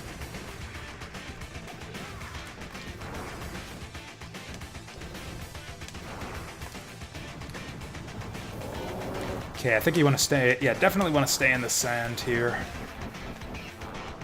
So that you get a little bit of advance warning for the slime shots.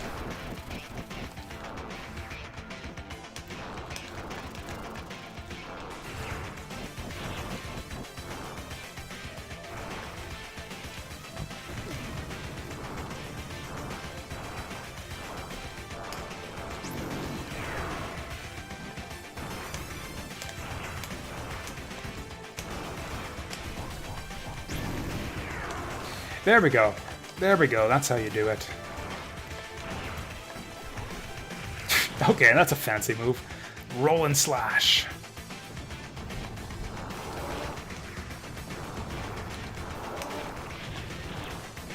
Didn't even see that guy there for a second. Like, that might have looked like a skillful jump. It's like, oh.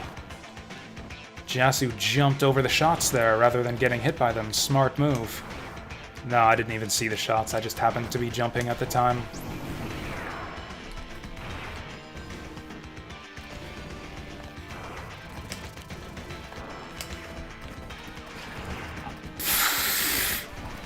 That's not a total disaster. This segment is not that easy. It's like borderline acceptable, I think, to take damage in this segment. What happened there was not acceptable. Not even on the borderline. Fuck. I'm actually getting worse at this part of the level. This is actually going worse than when I spent all my time complaining about the underground segment. This is a bad place to be.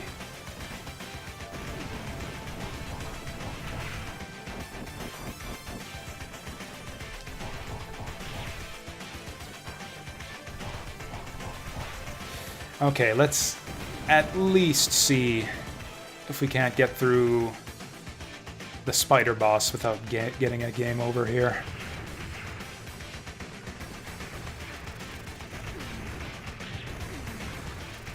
Fuck.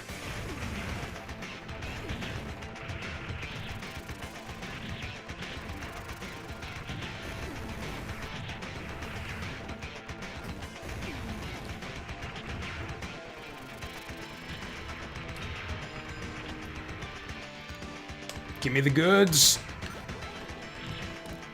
You know, I was thinking at the outset of this area, oh no, if I, they give you the attack bot for this boss, that means I'm gonna have to give up my shield. That's dangerous. I was like, it was a pure optimism for me to think that that my shield was gonna last until the boss here.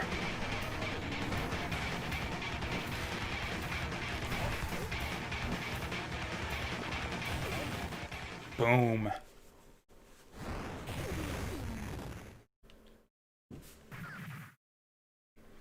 Apart from losing the shield, this is actually going really well.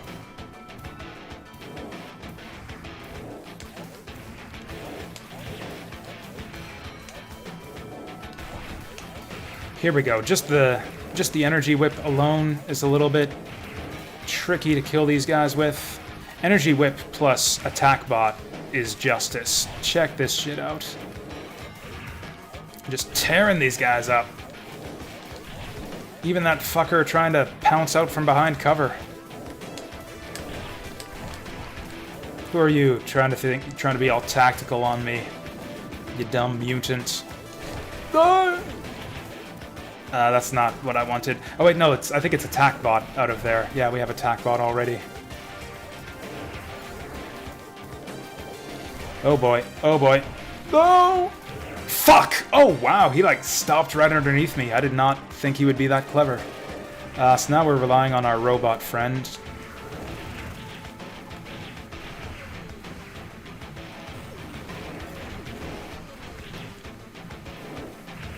I brought this guy to the boss with only one thing of health remaining last time. If I can get him there with 2 this time, that'll be pretty sweet.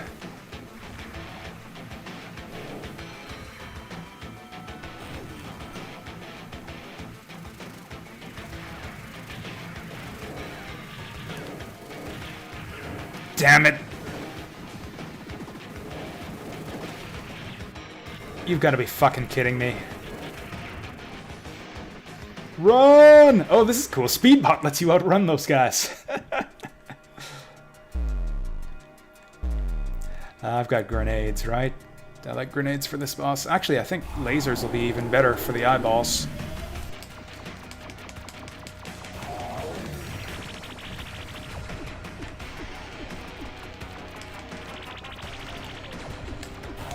Fuck!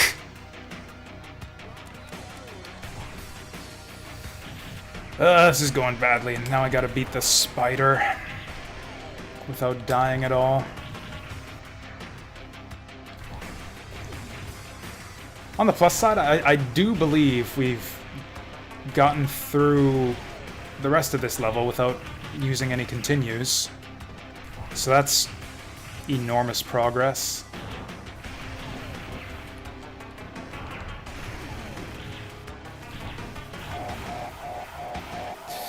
Here we go. I think this guy gets faster as you drain his health.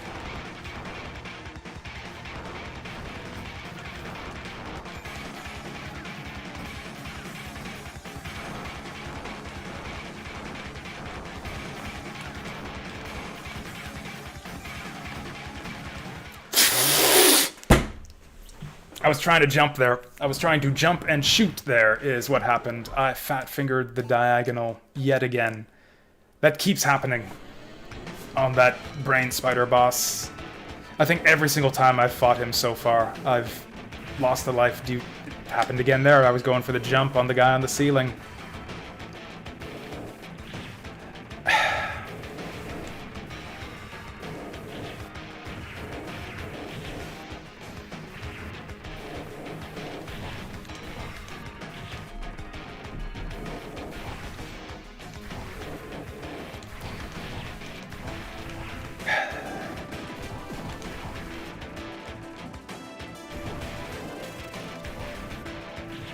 What? Oh! Timed that wrong. I wanted the attack bot. This is actually a big problem.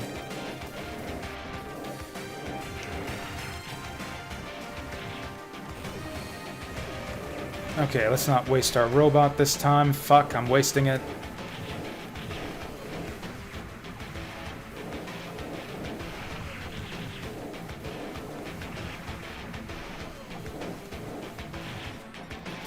Oh, that's a big waste.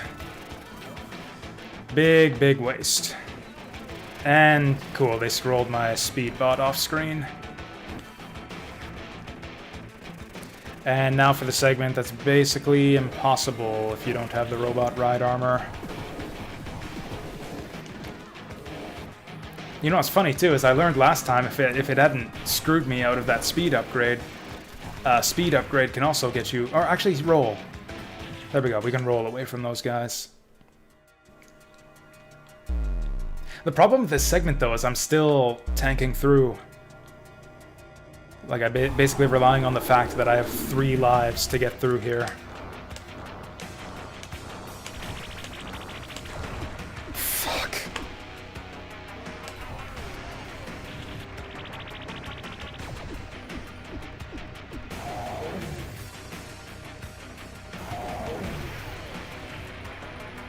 Cool, so we're doing this with the pea shooter.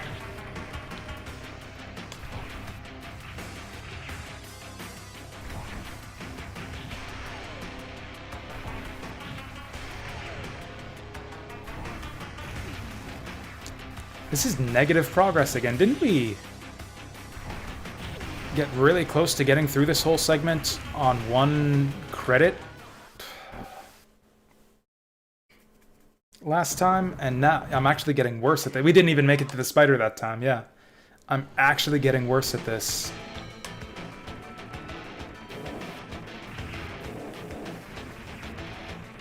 Which is maybe the sign that it's time to pack it in. Oh, advanced strats. Maybe that's the way you get through here. With just your pea shooter.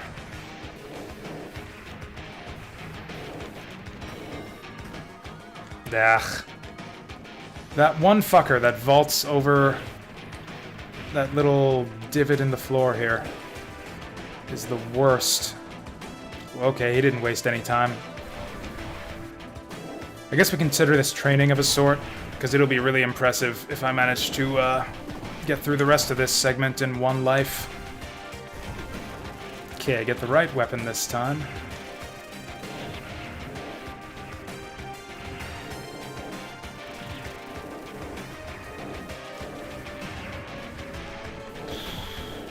Get in, robot! There we go.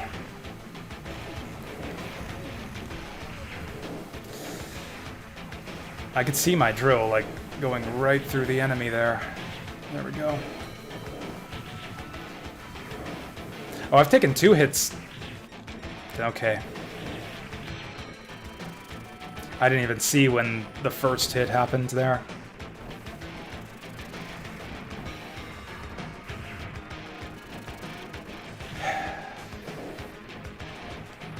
Yeah, we're getting worse and worse here. This, like, last run we didn't even make it to the spider. This run, I think we might not even make it to the boss.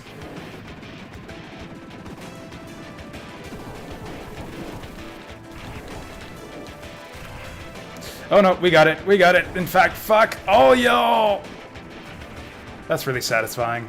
Really satisfying to carve them all up like that.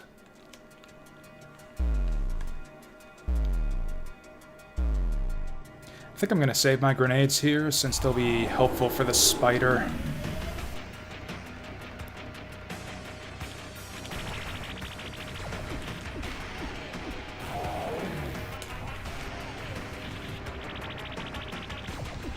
Fuck! Why did he have to spawn out of that one?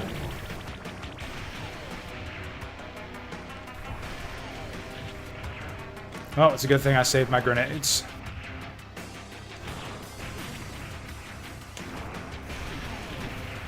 Or maybe not. Maybe I would have killed the eyeballs quick enough to not get hit there if I would have used grenades.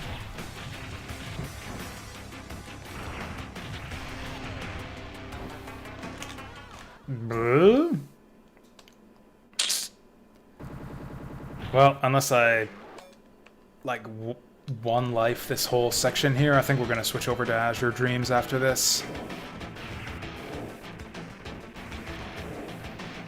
I was optimistic after those first couple attempts. We cleared the first 2.5 stages on our second attempt. And then, yeah, I'm just getting, like, just cold-cocked. But, well, okay, we're not going to one-life it.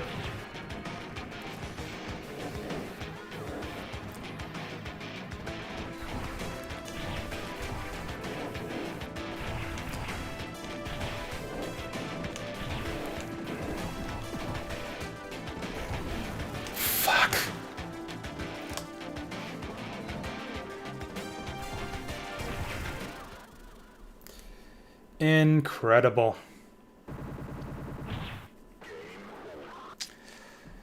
I really want to try that again, but no, I'm just tilted. We're getting worse and worse at this. Man, that's pathetic. I can't even, like, maintain focus on this kind of game for more than 2 hours straight. But it's all good.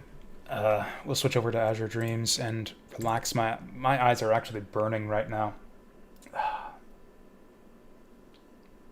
Blazing eyes. Okay.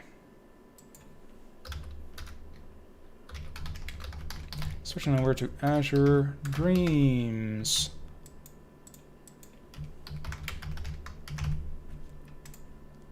I guess other than... I guess stages 1 and 2 are going great so far. I feel really good about the first 2 stages of this game. Oh, also, if everyone hasn't left me already,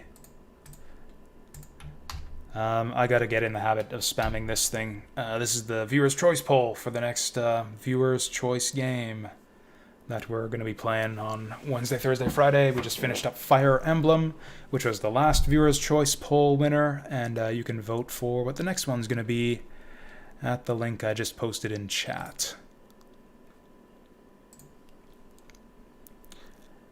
And yeah, I guess we'll be starting that up probably this Wednesday. I don't know, we've been seeing low... I don't know, there's a lot of people, a few regulars I haven't seen in a while. I might like keep the poll going until I, you know, have seen everyone and make sure that they've all had a chance to vote. Or maybe I'll just say fuck it and play whatever wins on Wednesday. Where is my... There we go. Catch all the monsters. We have got 8 monsters remaining to be caught in Azure Dreams. And I've also got to remember to change the YouTube stuff, since I forgot that last time.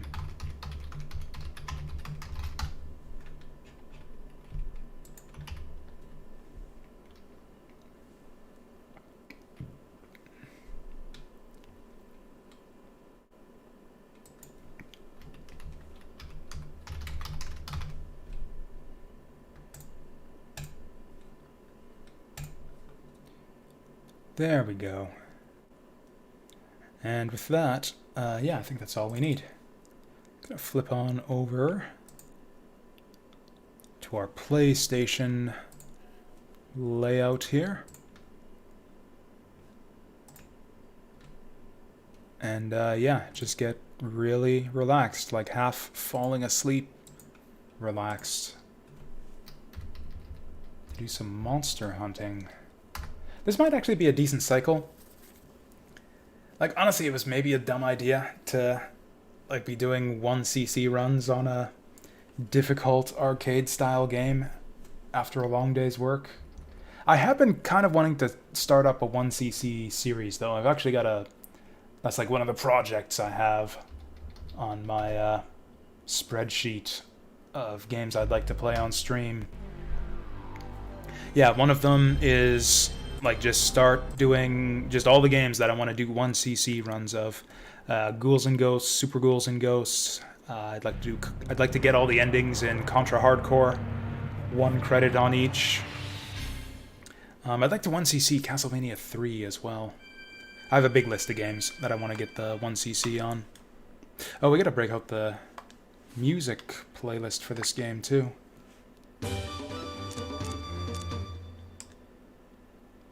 Actually, you know what we haven't listened to in a while is the good old VG Jazz playlist. Why don't we put that on?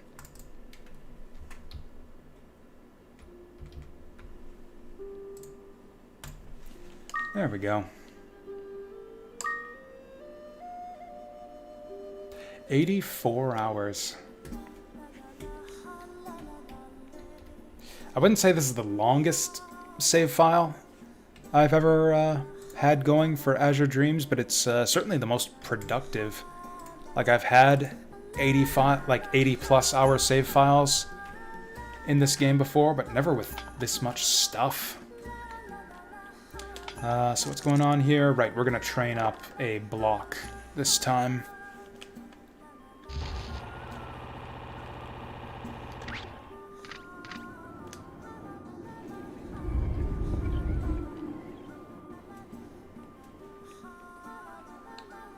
I mean, what's exciting about this is that we're kind of within striking distance of just finishing the whole challenge run, potentially within a single stream.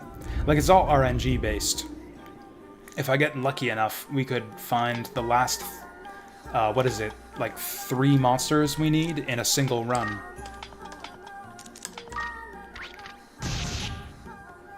That was kind of funny. I didn't realize that bomb traps had that much range. That guy's like 4 spaces away.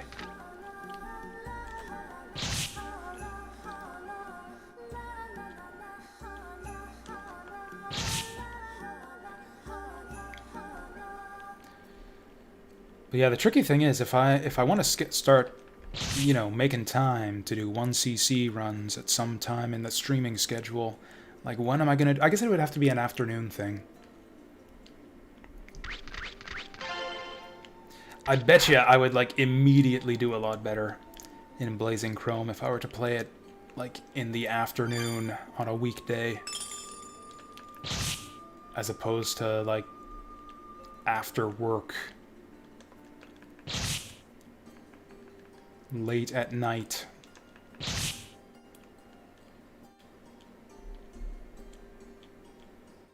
That was fun, though.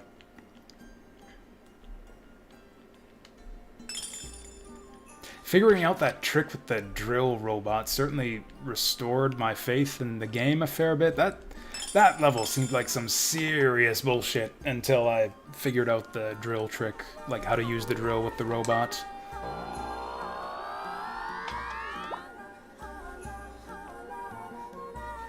And level 4 is even cooler than I remembered.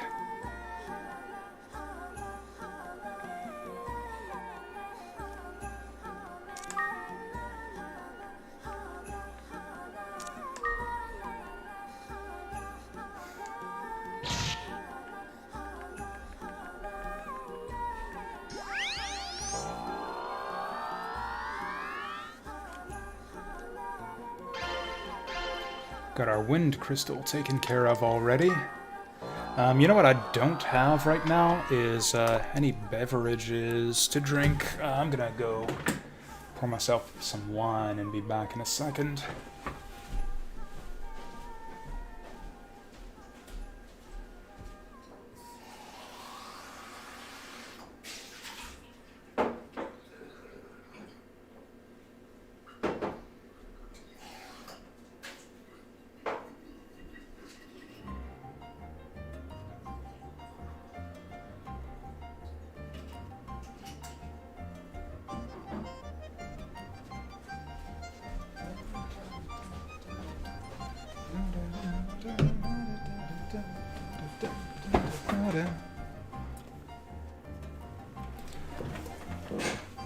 So, in terms of remaining monsters, let's break out the spreadsheet.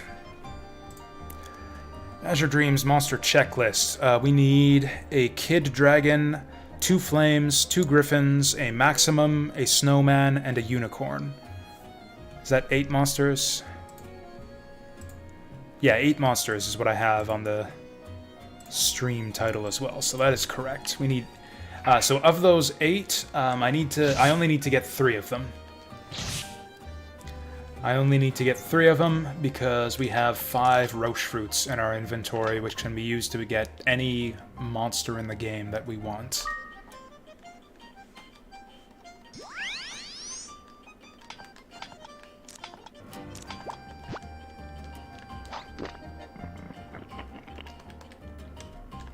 Do I even care if this is a Mazar seed or something? It isn't anyways.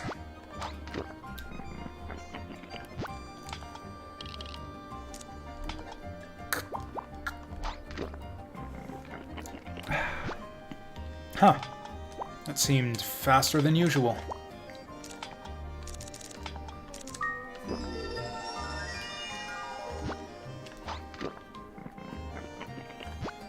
I might actually keep this. Never mind.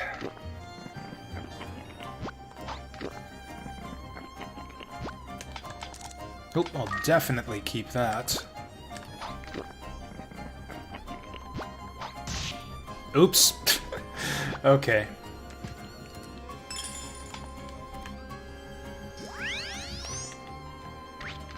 Man, I'm even sleepier than I thought. I'm making dumb mistakes in Azure Dreams.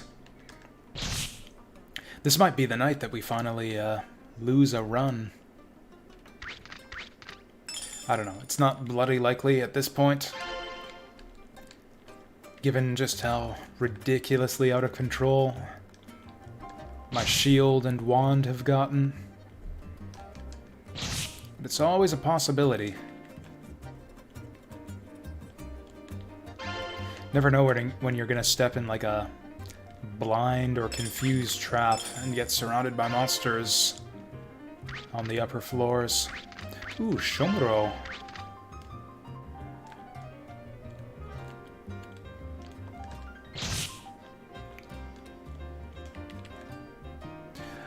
We can just get out of here.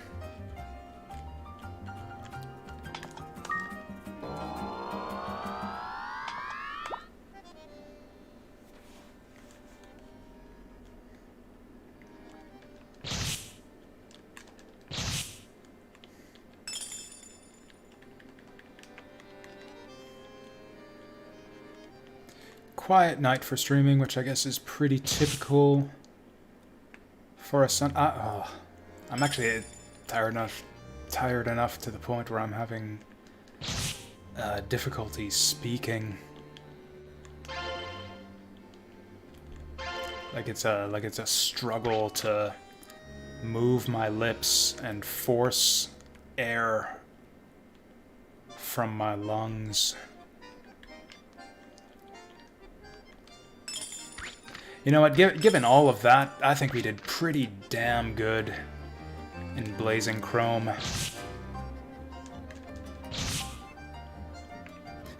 Yeah, we'll see. We'll see if we have to pack it in early. I was actually kind of thinking the opposite. During Blazing Chrome, it's like, gee, we could like play 2 games in one evening, get some Blazing Chrome hardcore attempts in, and do a bunch of Azure Dreams. That's the thing, is once I get playing this game, I always get in the mood to marathon it. No matter how tired I get, because it really doesn't take that much just mental acuity at all. When you're this ridiculously grinded up. Oh, you finished Spiro. So did you like just hold your nose and power on through it, or did you end up liking it in the end?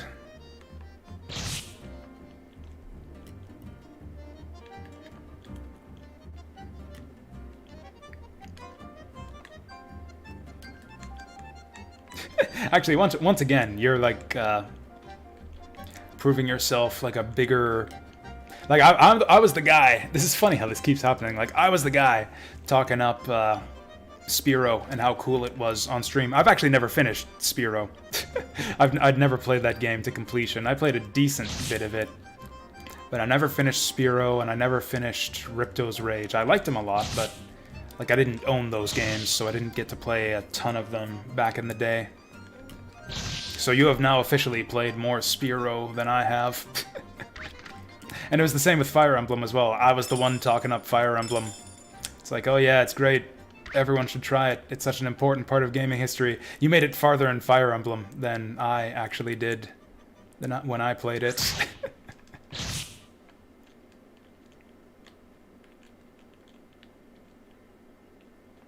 Puzzle elements of the jump pads. Yeah, I don't think I even played far enough to see any of that. Like, I definitely played far enough for the game to get modestly challenging. Like, I died sometimes, but yeah, I never saw anything, like, very difficult from what little I played of Spyro.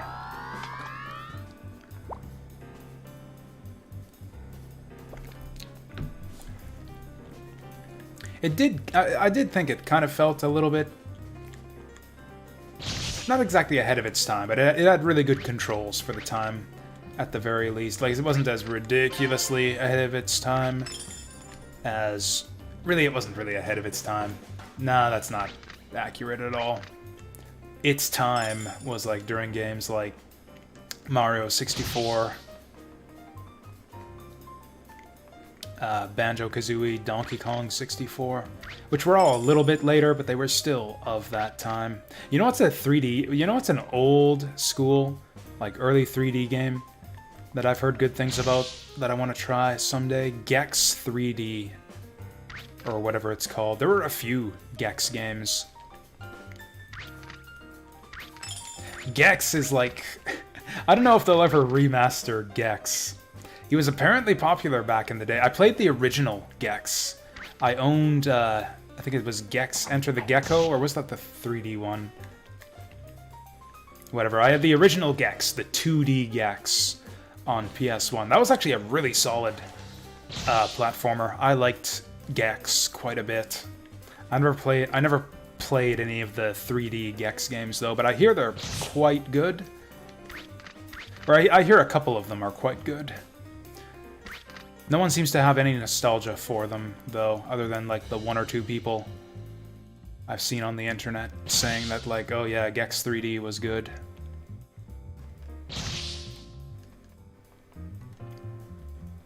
I don't know if all of the games were good. Like I said, they made quite a few 3D Gex games. I know there was a video game Donkey episode where he made fun of one of the Gex games.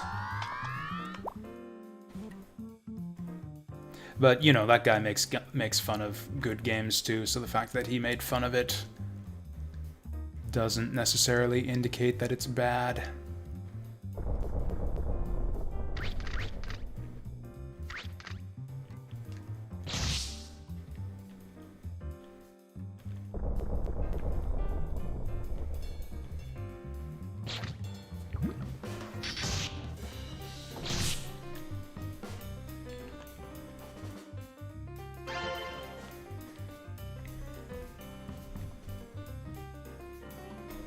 You know, ooh, another Shomuro, two Shomuro seeds in like the first 2 levels. That is unusual. Also, yeah, we're at the point where I don't need to be looking too hard for eggs anymore.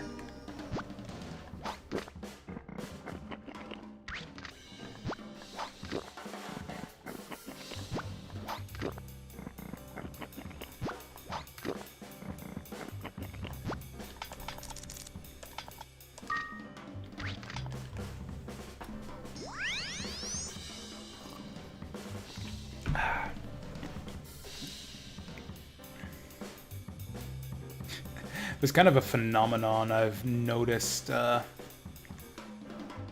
with myself while streaming, and it's while streaming this game in particular, where it's like I just keep racking my brain for what are different things to talk about.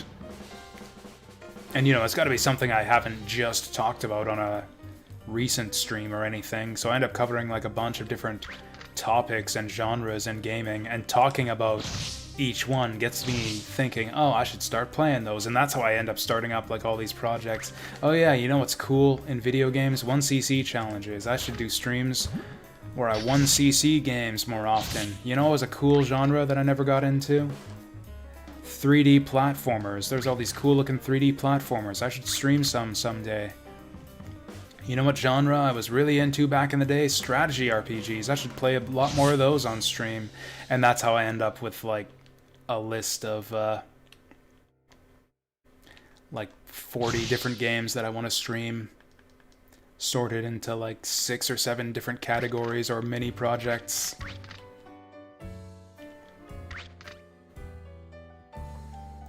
PS1 platformers don't hold up the same as RPGs. I agree with that.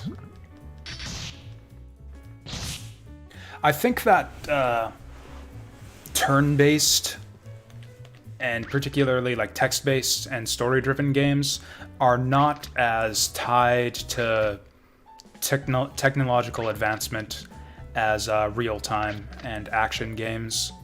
I think that might be part of the reason why there's been kind of a general trend, I think, away from turn-based games.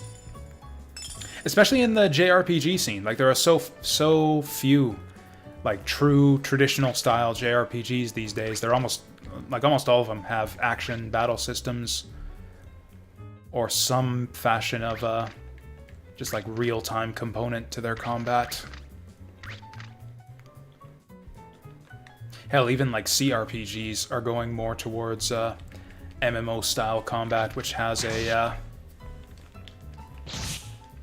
somewhat of an element of real-time decision-making in it as well.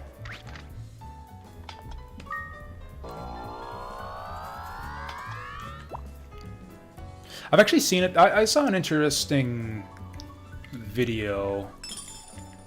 I actually can't remember who it was. I think it might have been Stardust, actually, back when he was trying to start up a gaming channel, was talking about how like the whole concept of turn-based games in general are kind of outdated. Like, games were turn-based due to basically limitations of technology in the first place, and now that like, yeah, real-time and action type games are more where the mass market appeal is. And now that we've kind of got the technology there, and not just the technology, but like the design tropes as well. Like, we know how to make a like solid, like kind of cookie cutter 3D action game. Like, all the design patterns are there. We know how to put that kind of game together. I didn't agree with the basic point, but I thought it was an interesting argument, at least. He had better points. The way he argued it was a lot more effective than I am making it sound, but yeah, turn-based games certainly are becoming a lot more niche these days. Is that even true? I'm not sure that's even true. The turn-based games, I guess if you look, like, really, turn-based games are a pretty broad category. Like, that includes card games like Hearthstone and stuff, which are certainly not terribly niche these days.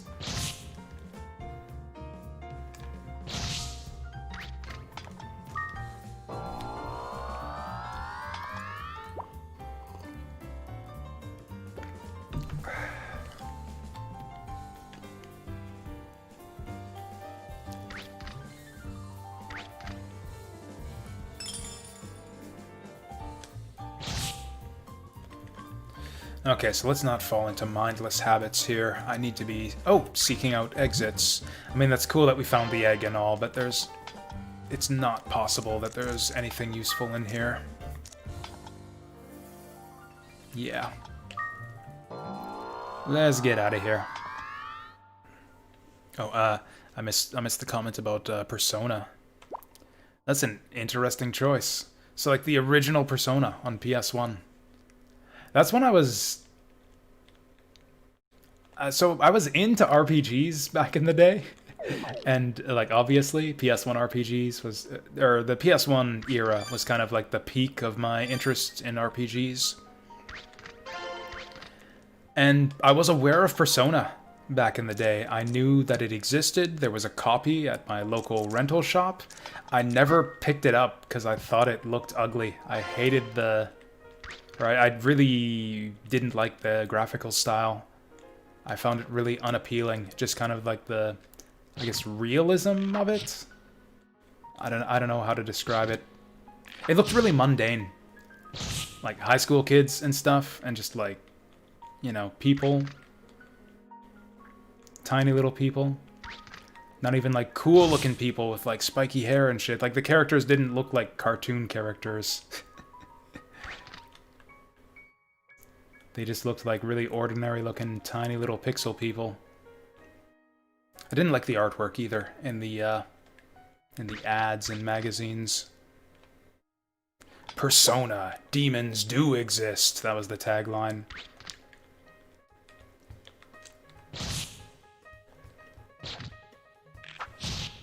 Yeah, it was a very early PS1 RPG, which is why it didn't... yeah, it doesn't really... although, really, I don't know. I'd have to look up screenshots to be sure, but I think that the sprite work in Persona is actually generally... like, even lower quality than a lot of the stuff you saw on the latter-day SNES RPGs. Like, I just remember thinking, like, yeah, seeing Persona, and it's like, oh, this looks worse than Chrono Trigger, worse than Final Fantasy VI. Like, maybe the sprites are higher resolution or something, but, I don't know, it just didn't have the personality, the charm of the 16-bit classics that I liked. Yeah, and the modern setting was, it is, to me, nowadays, I find that interesting. I find it cool and unique that they would set a JRPG in, like, a modern-day type setting, but at the time, to me, it I don't know, seemed really mundane and uninteresting. It's like, what do I want to play? Why do I want to play as, like, some dumb high school kid? Some dumb Japanese high school kid with his dorky little school uniform. When I could be a badass soldier with a giant buster sword that's like twice the size that I am. That was like my philosophy of gaming back in the day. It's like that, like kind of like the whole point is escapist fantasy and to be a badass and that kind of thing. I remember getting into an argument with a couple people on a forum back in the day.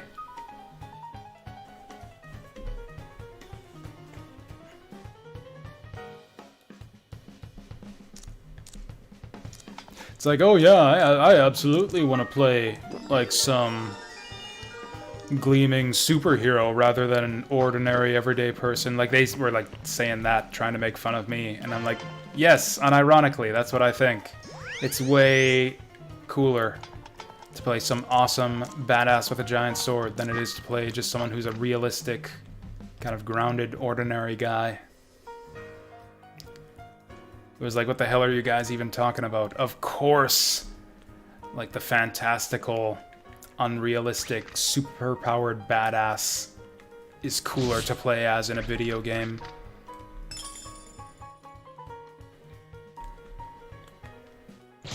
You know, I might still think that, now that I reflect on that. I'm not sure that I've actually changed that opinion at all.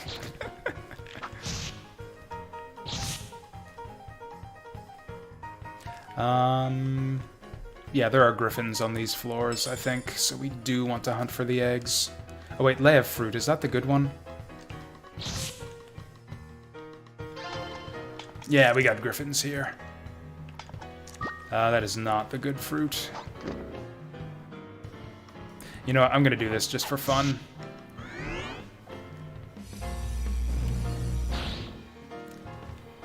Like, I used that Leia fruit, I might as well use it, you know? How long is this gonna take?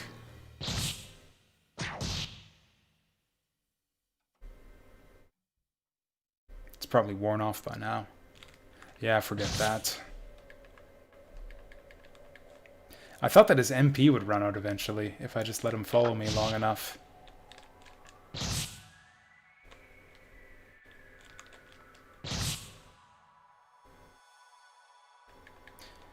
Go through all Atlas RPGs. That is, that's quite an undertaking, isn't it? Like, that's a lot. Like, honestly, just the Persona series. Like, Persona and Shin Megami Tensei is a lot. Like, what are you classifying as an RPG? Like, just the traditional RPGs? Or would you go through... Or actually, I guess this Gaia isn't really an Atlas game. The first one was published by Atlas, but the others were published by Nippon Ichi after they made their own North American publishing house.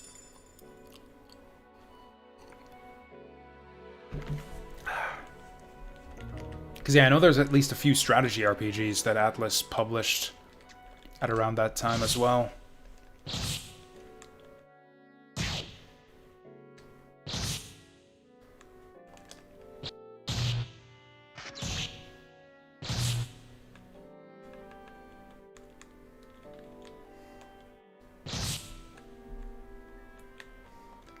Oh, is this one of those tiny floors with like 2 or 3 rooms? Yep, that's it. 2 rooms.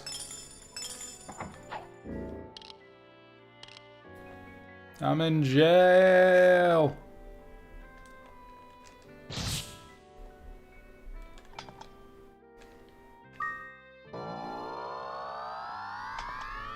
I mean, I guess it's not the biggest possible undertaking.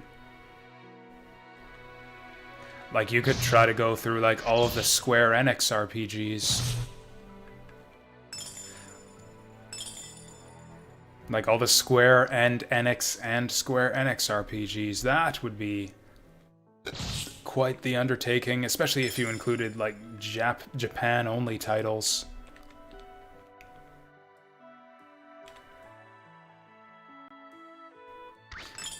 And I mention that because that's kind of legitimately a thing I've thought about doing a few times in the past. I probably wouldn't do all of them. Like, I'm not that interested in the NES games. But yeah, going through and playing stuff like the old school, like Star Ocean, the original Star Ocean, the original Super Nintendo Dragon Quests, and was the Tales series NX back in the day? I feel like it was. I feel like at least a few of them were published by NX.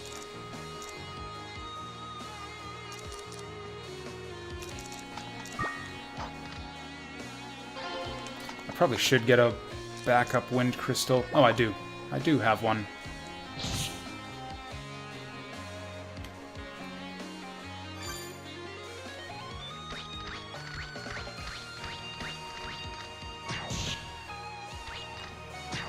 Oh god, this guy does extra damage to me when I'm a frog. This sucks. There we go.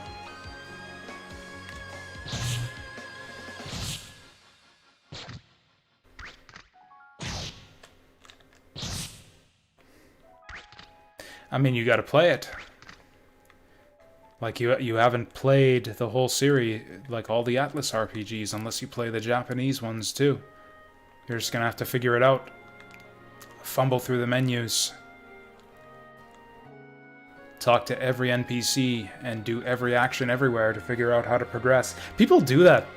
That blows my mind. There are people who, like non-Japanese speakers, who played Japanese RPGs back in the day, not understanding Japanese. They used to have, like, there are some guides on game FAQs you can see, where it's like, guide to playing the Japanese version of whatever game. Where they would just tell you what all the menu functions do. And where to go and what to do, because they figured it all out.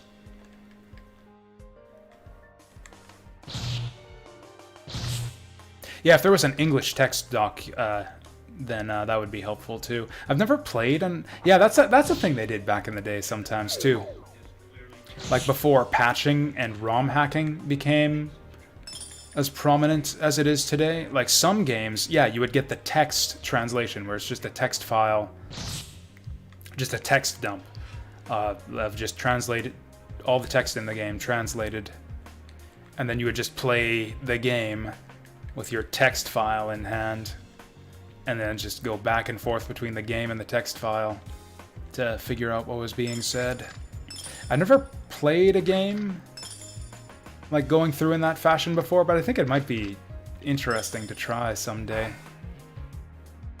There's actually a game I have my eye on at the moment called The Hybrid Front, which currently doesn't have an English translation.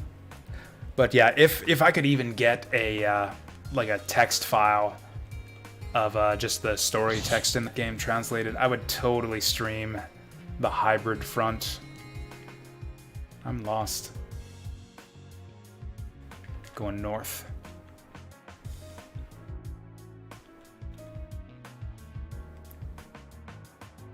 I'm super lost. Oh, top left.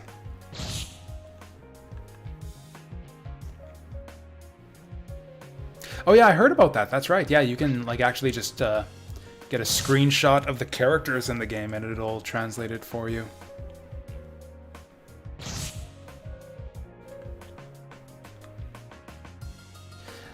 I don't know how good. I've actually generally known Google Translate to be pretty decent with Japanese. Like it might be different with something as complicated as like dialogue in a story. Oh, seriously? Music in Starburst? Seriously? I love mystery dungeon games. This was a mistake. This happens every now and again. That all the things which I see are false, fictitious. Where I just accidentally hit quit after we're done the dungeon floor. But yeah, I like mystery dungeon games. Yeah, I play. Yeah. Have you not been around when I've talked about mystery dungeon games in the past? What is there then that can be esteemed true? Yeah, I've played Shiren the Wanderer. I played Izuna, Legend of Unemployed Ninja. I played a little bit of Torneko. And I played Chocobo's Mysterious Dungeon on PlayStation. Yeah, mystery dungeon games are fucking great.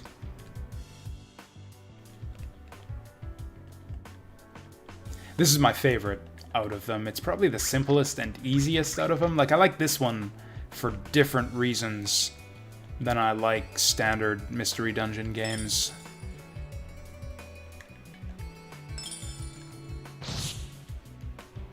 Like, yeah, this game,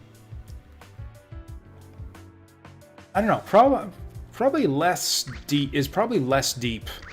Like, has less challenging and deep gameplay than a standard mystery dungeon game, just because you don't have like randomized item names. You don't need to identify items. You can grind up monsters to get through. It's mostly all the extra bits, like all the trappings surrounding the monster dungeon, that really elevate this game for me. Toho Genso Wanderer. Which one is that? There are so many Toho games on Steam. I have many of them wishlisted, but I haven't bought any of them yet because they're all so expensive. There was one I had my eye on.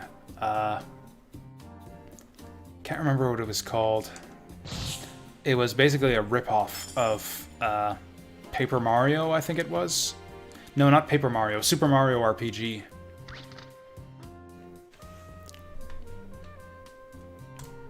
Genso Wanderer Reloaded. Oh, yeah, this looks like a mystery dungeon style game. Cool. There's like a Toho game for every genre. Like every genre, every style of game. It's like you've got Yeah, like your Toho Mega Man ripoff, your Toho Mario ripoff, your Toho Mystery Dungeon, your Toho Bubble Bobble, Toho Diablo, Toho Gauntlet. What other ones are out there? Yeah, Toho Super Mario RPG, Toho Castlevania. It's like the rule. It's like the equivalent of rule. Actually, yeah, like Rule 34. If a video game genre exists, there is a Toho fan game of it.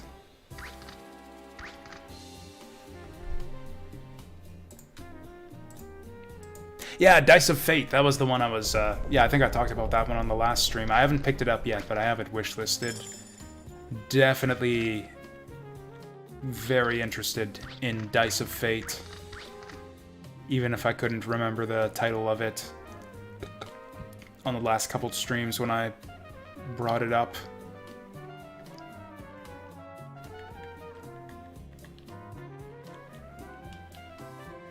Yeah, I pretty much knew this was gonna happen.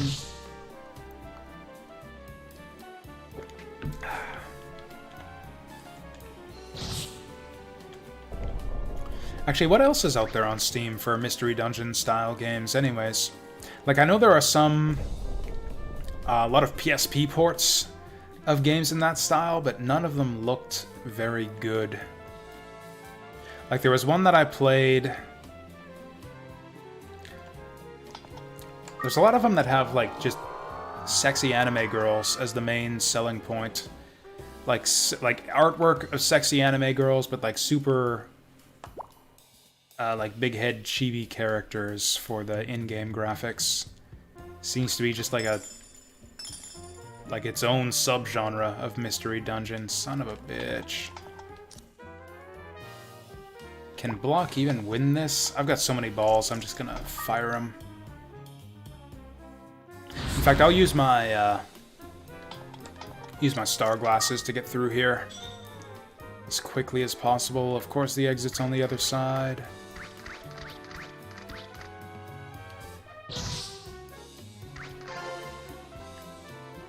Can I one-shot these guys yet? Oh no.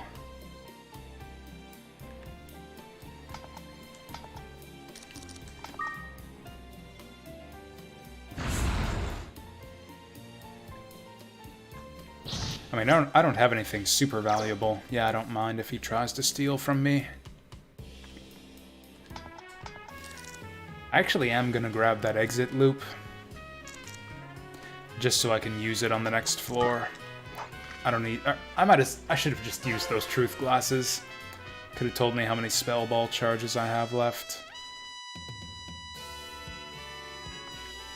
God damn it.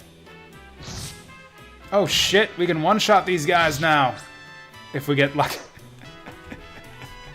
Okay, Pickett has precisely 59 hit points. We're one red sand away from being able to kill those guys consistently.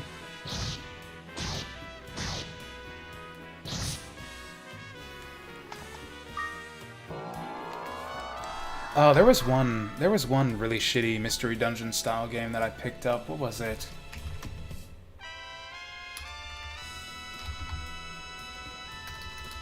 It was all about cooking. You were like searching the dungeon for ingredients for recipes or something like that. I thought the concept was cute, even though the game looked kind of like a piece of crap. But I played a little bit of it, and the game was actually a piece of crap.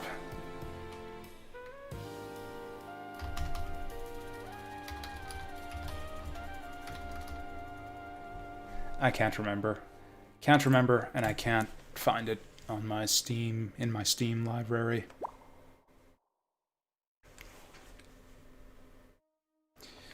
Get out of here. Is there anything on this floor that we want? Other than this flame ball? No, our next target... What is our next target monster anyways? Snowman? Unicorn. Unicorn, then Snowman, then Dragon and Maximum. We really don't have a lot of monsters left that we need. That's on the other end of the map. How dare you make me walk all the way over there?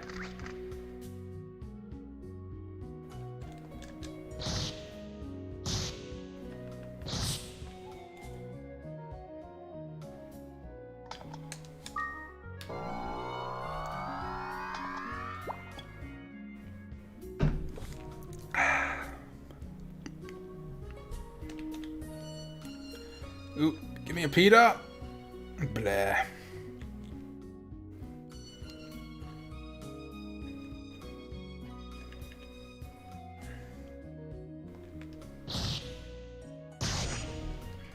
No.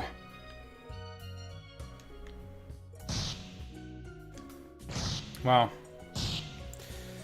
I'm on the verge of, like, falling asleep on stream here. Is that against Twitch's terms of service? It can't be.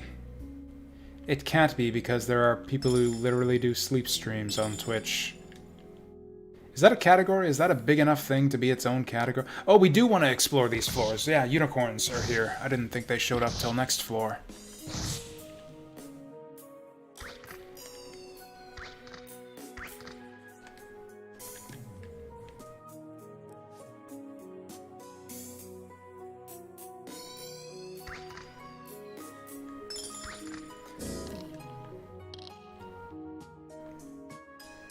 But yeah, I guess I've talked a fair bit already about Mystery Dungeon games.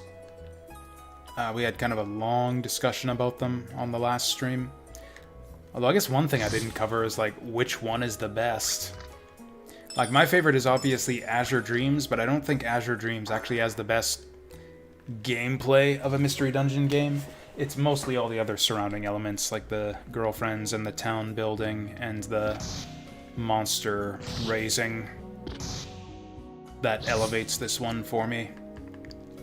In terms of pure gameplay, I think Shiren the Wanderer on the Super Famicom might still be my favorite just pure Mystery Dungeon game, taking only the dungeoneering itself into account.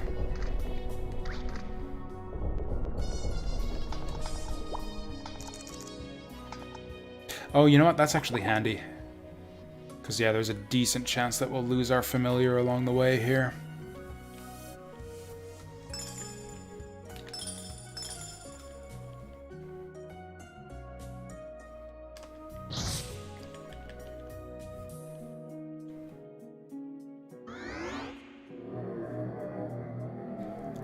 This is fine.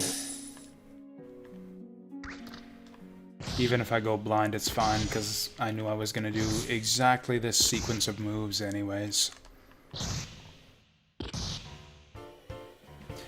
So do unicorns have, like, weird pointy hook noses, or is that just his hand? I'll have to examine the artwork once we get out of here.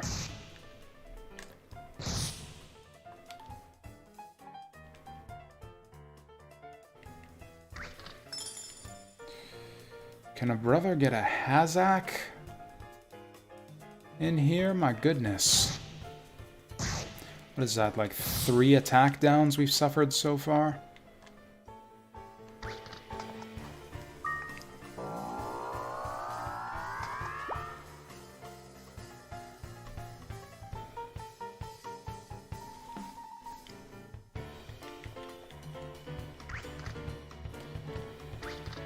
Are there still unicorns on this floor? There are. Basically, we're gonna scour every floor until we don't see unicorns anymore.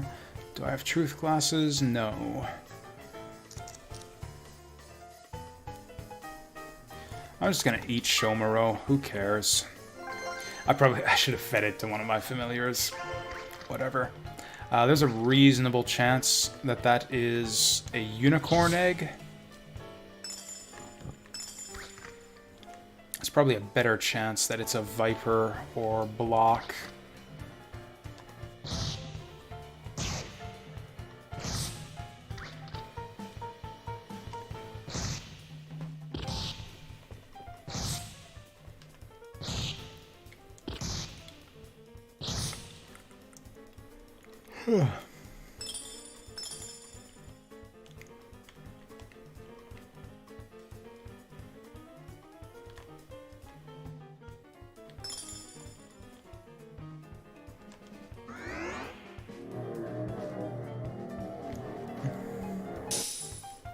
Copper coins are like the green rupees of Azure Dreams. They're completely worthless, but you just can't help but go out of your way to pick them up every time just to hear that satisfying diddly every time you pick one up.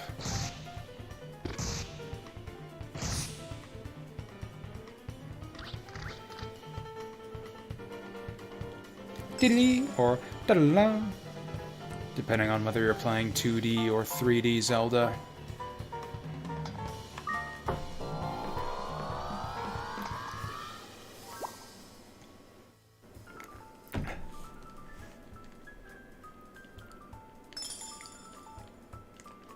Oh, I was wondering if, like, Minovas were on this floor, but no, that's just 3 copper coins right next to each other.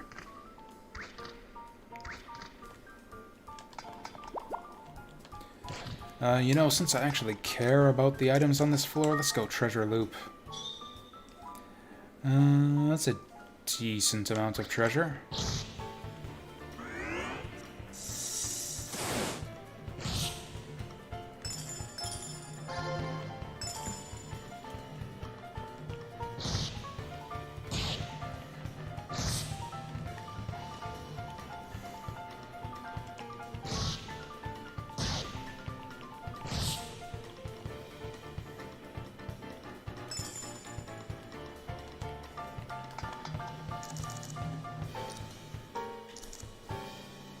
You know, I wonder if they ever had plans for a sequel to this game.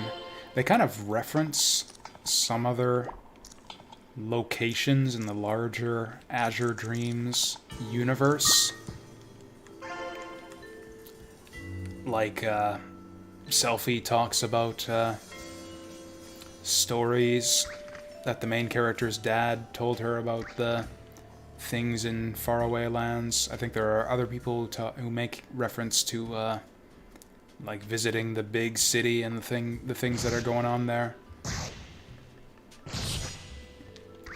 I think it would be cool to see an Azure Dreams sequel in like a bigger locale, where you get to see like a bit more like Pokemon, where you get to see like more of like the impact that monster taming has on Azure Dreams society. You get like, you know, monster tamer leagues and stuff you could be a part of.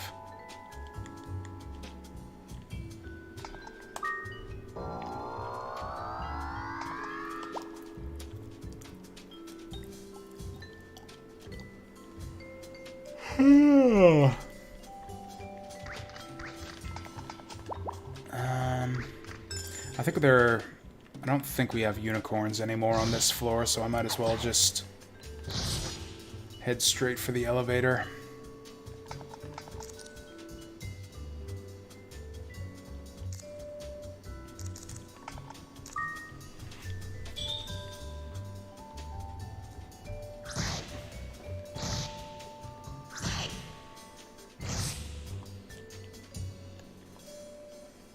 I'm not really using the loop there to collect all the treasure. I just want to know where the rooms are.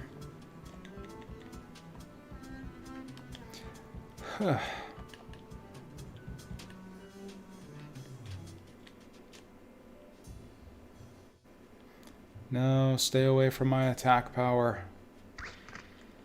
You're not getting any more points of my attack power. You freaky lizard men. Freaky mohawk lizard men. This is like the most tired I've been in ages. I must have been sleeping worse than... You know, I guess now that I think of it, I've been staying up pretty late the last few nights. Watching VTubers. You know what it is? I know exactly what it is. I've been watching Korone stream Sonic the Hedgehog 1 and 2. It's like normally I watch streams when I'm, you know, in bed and I kind of fall asleep to the stream, but I was just riveted by that Sonic the Hedgehog 1 playthrough. I watched the whole thing. Didn't fall asleep till like 5 a.m. that night.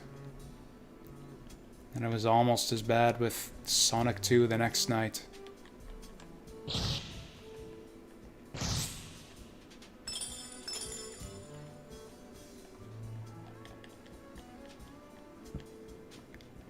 I actually watched my own Sonic the Hedgehog 1 playthrough after that, just because, I don't know. I was curious to see just how many times I've played Sonic 1 on stream here. I think it might be, other than you know, my continual favorite stream games that I'm just playing all the time. Like stuff like this and Planetfall. I think, other than those types of games, I think Sonic 1 might be my most played game on stream.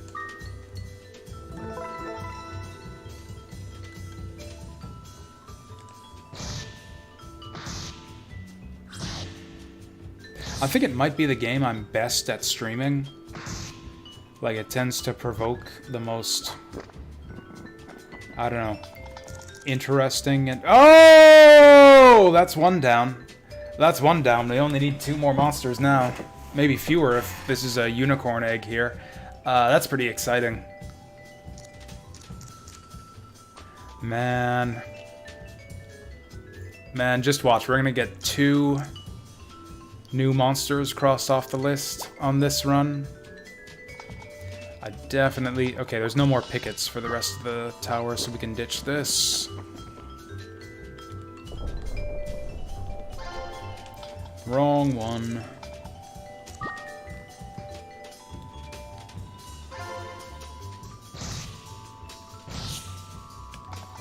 And did I pick up a PETA? I did. I'll wait till we got more stuff to feed, though. Like, depending on if we get... Oh, yeah, Snowman Egg. Snowman Egg is a possibility, so we gotta scour this floor, too. Like, honestly, that's it. If we've picked up a unicorn egg, and if we get a snowman or dragon or maximum egg, then that's it. That's the end. I do one more stream to roche fruit all the monsters we're missing, and evolve all the monsters we need to evolve. I think there will be like 4 or 5 evolutions we need to obtain, which is no problem. Or actually, I guess it's a bit of a problem. So, like, to evolve monsters consistently, I basically need to run all the way up to the top of the tower. Although, we could actually do 2 evolutions per run. I don't even need monsters to get to the top of the tower anymore, so I could take in, like, 2 monsters that we need to evolve and level both of them up to 20 on the top floors of the tower.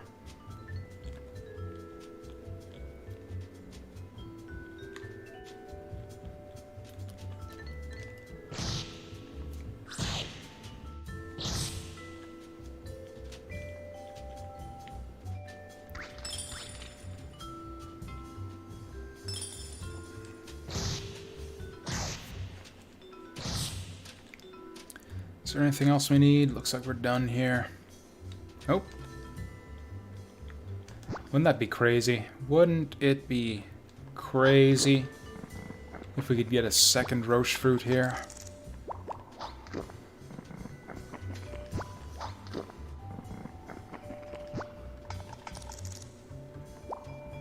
That's actually worth keeping. I'm gonna ditch...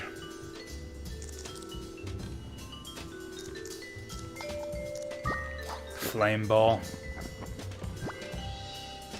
Man, how blessed is this run that a flame ball is the crappiest thing in my whole inventory. Actually, you know what? The cyclone egg is probably the worst item in my inventory. I probably should have got rid of that instead.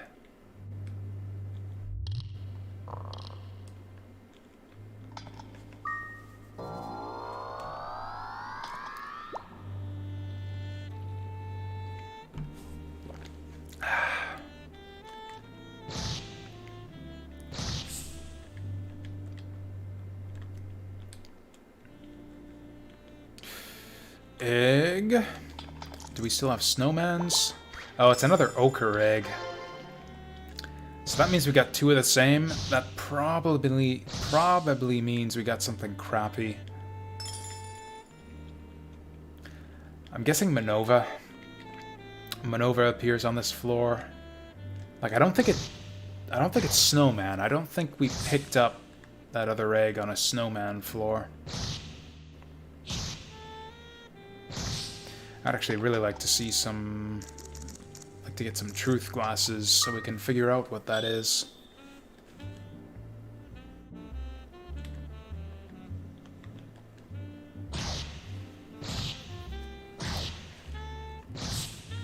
Wait, do I need a snowman? I do. I need one snowman so I can have a snowman. I had a snowman, but he evolved, so now I need a new one.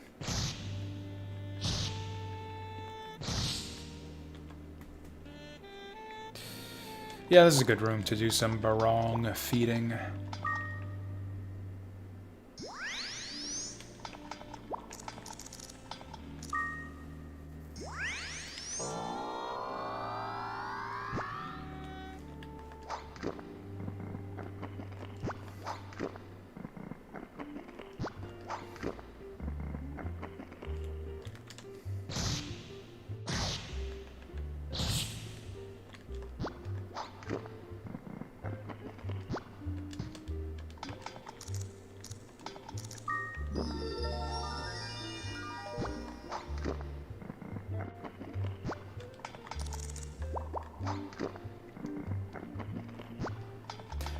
You know, just about every item in the game has a rare type, basically.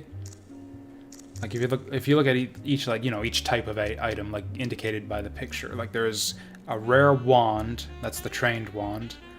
I think there's a rare shield. It's not diamond. It might be mirror. There might be another one, or maybe there's a dark shield. Then there's like the dark sword. There's the acid rain ball as the rare ball. I think there's a couple rare seeds. Roche is the rare fruit. I think alchemic and flat are both extremely rare scrolls. I wonder if... I forget which item type. There was one item type I was just thinking of where I was thinking, I don't know what the rare type is for this type of item. If there even is one.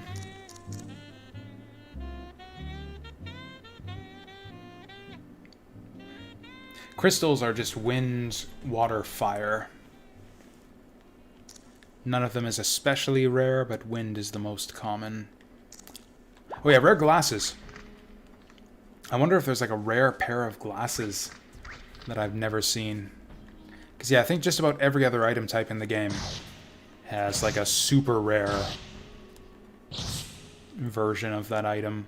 But yeah, there aren't any rare glasses as far as I know.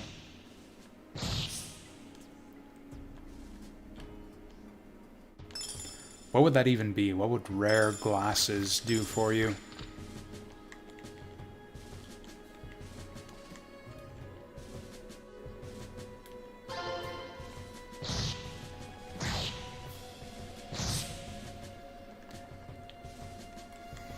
Like show you the monster HP or something? That would actually be kind of lame. We might not see snowmen anymore after this. Although we're pretty close to seeing dragons now.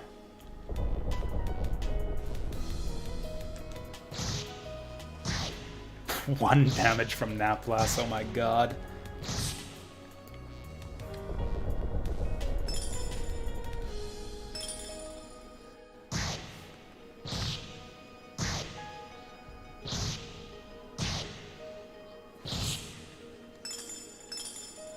Minova's here too, jeez.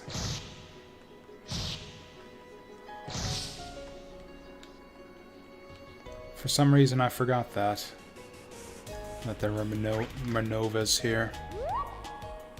Okay. Sneaky bastard, I see your game. Is that... is that 2 Minovas in a row there?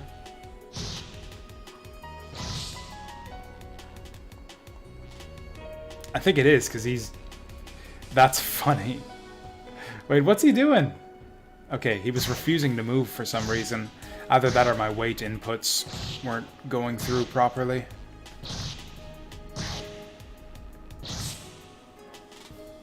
Yep, it's a Minova.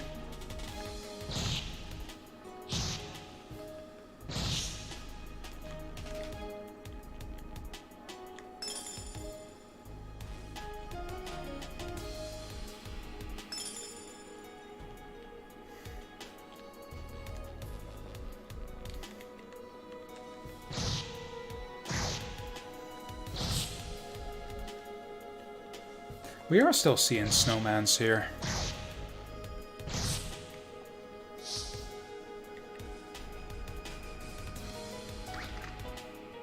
Truth? Nah. Good enough, I guess. Probably just want to use star glasses for every floor that can possibly have useful monsters.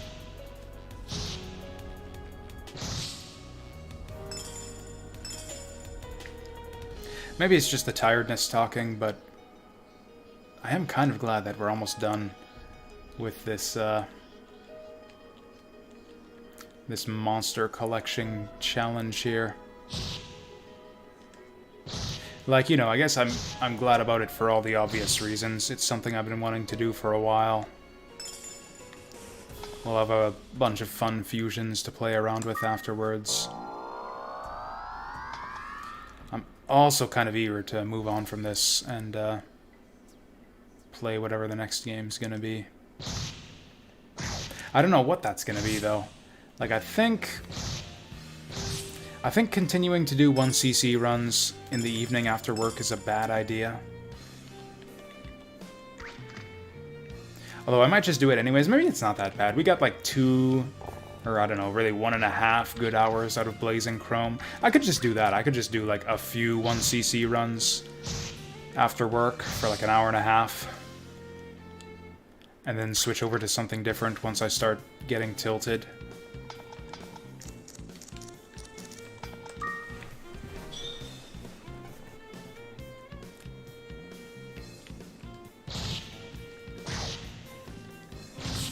Oh yeah, one other thing. I've been thinking about viewer's choice lately. Like, I'm not sure what I want to do with it. There's this weird dynamic that keeps happening with the viewer's choice poll, where the, like, frankly, the number of voters is so low that I'm not really sure how representative it is of what people actually want to see streamed. Because a lot of people will just miss out on the voting just based on whether or not they happen to be online when I post the poll link. Incidentally, if anyone happens to be here now who hasn't seen it already, this is the link to the viewer's poll. The winning title will be streamed starting on Wednesday. I don't know, I've noticed that this thing where we tend to start like viewers' choice poll kind of brigades depending on what the last game I streamed was. It happened with Suikoden for a little while, or it happened with a lot of with PS1 RPGs in general. Where it's like, you know, we did Xenogears, and then the Xenogears fans wanted to see more PS1 RPGs. That's how, like, FF7 ended up on the poll. Then we did Suikoden, and then like Suikoden games kept winning the poll because a bunch of Suikoden fans were tuning into the Suikoden stream. And then when Suikoden didn't win the next poll, none of the Suikoden viewers are here anymore, so now we're never playing Suikoden again because the Suikoden fans aren't here to vote on Suikoden anymore. Basically, the upshot of all of this is I've kind of it's kind of reinvigorated my interest in setting up some kind of system for regular viewers to have kind of a bigger say in the poll. It's a bit complicated to set up, or not exactly complicated, but it would take some effort. But I think what I might end up doing is just periodically running polls using Twitch's polling feature, and then you can spend channel points to vote on the poll. Or I think I looked into this earlier, though. Right, it didn't have the functionality I wanted. The functionality I want is you can just cash in your channel points for votes on the viewer's choice poll. That's not how it works, though. I can set up a poll where it has a fixed cost to vote, but I can't set it up so that you get multiple votes by cashing in points multiple times, which is kind of what I want.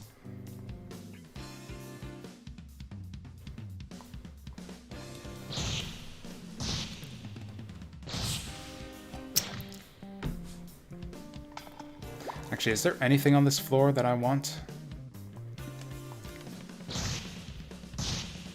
These guys are still doing crazy damage to me. I think we kill him in 2 hits anyways.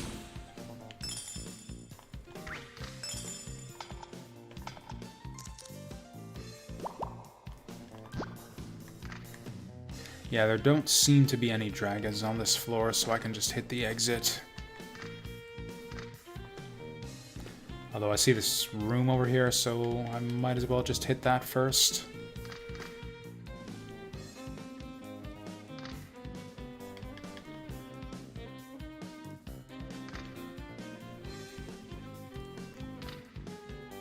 I've been thinking generally about that that kind of trend in viewership, where it's like, on any given stream that I do, half of the viewers will be regulars and the other half will be just super fans of whatever game I happen to be streaming, who will watch anyone who streams that game. I don't know, it seems like I've been thinking about like wanting to grow the channel lately and how to do that. I generally haven't been thinking in those terms. I just kind of stream whatever I feel like and whatever I'm interested in. And, you know, that's kind of working out great for me in terms of having fun with streaming. This is kind of bad. Oh, I've got my attack power weakened so much I can't two-shot these guys anymore.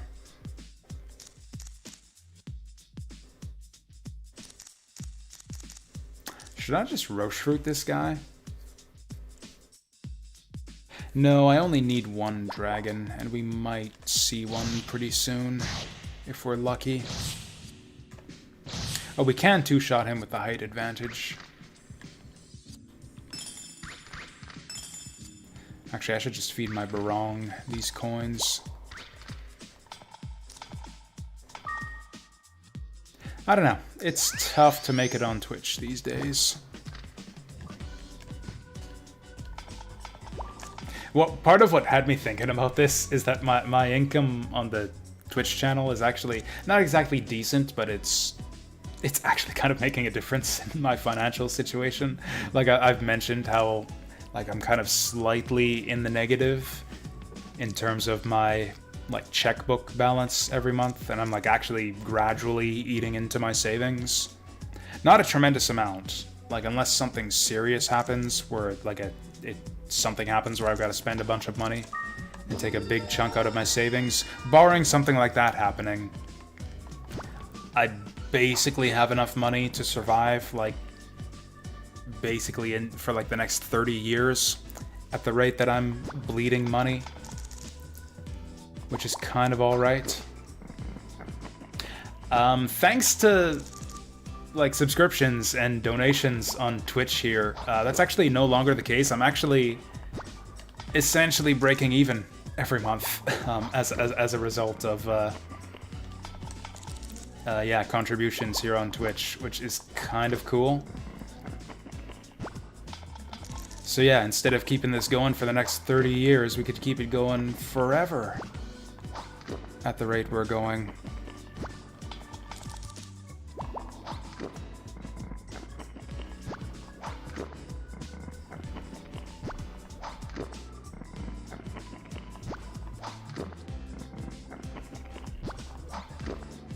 Come on, give me another roche fruit. Oh, that's good too. Yeah, we haven't seen any sands this run. At least not from Barong.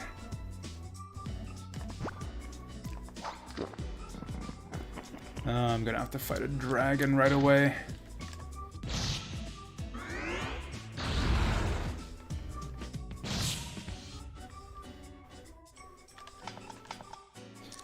What do I want to feed this guy? Oh, Mahel is crap. I don't even know why I have that.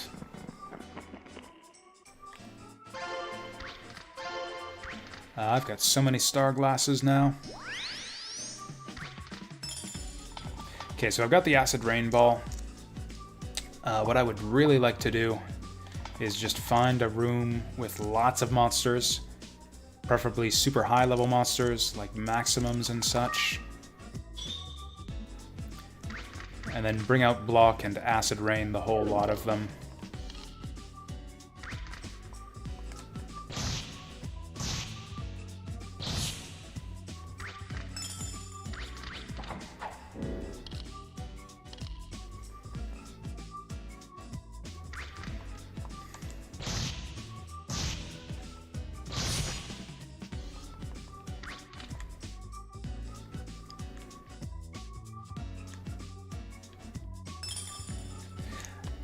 But yeah, as far as like, yeah, generating Twitch traffic, like the only thing I've come up with is to like start producing other things other than just Twitch streams. Do like, I don't know.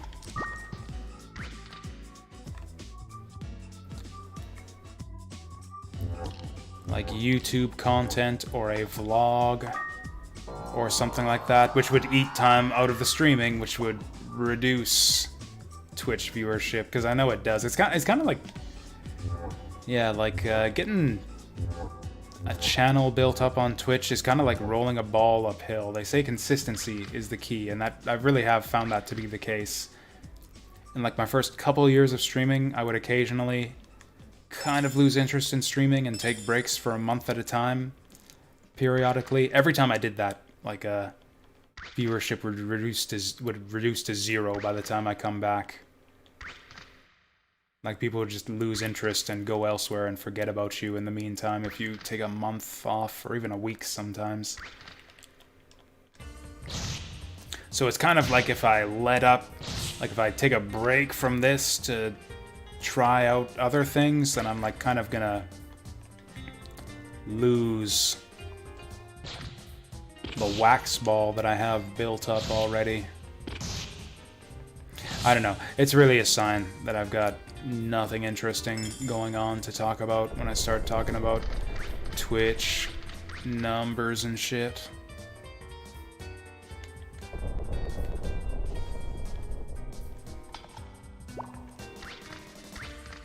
But anyways, I was thinking about it recently because I was looking at my bank account.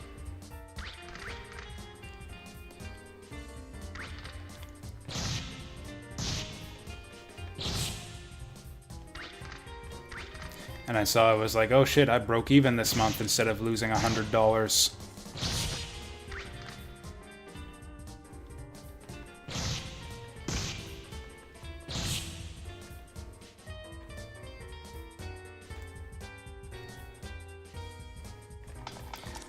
I've got so many star glass. We're not that high up though.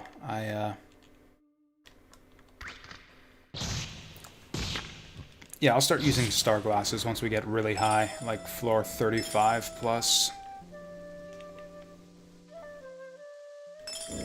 I'd be really excited if we found another egg right here. Like anywhere in the next set of floors. Although we don't need... Oh, this is dangerous. We don't need... Is Leva the good one? No. We don't need a golem anymore, so that's actually one high-level egg that isn't useful for us now.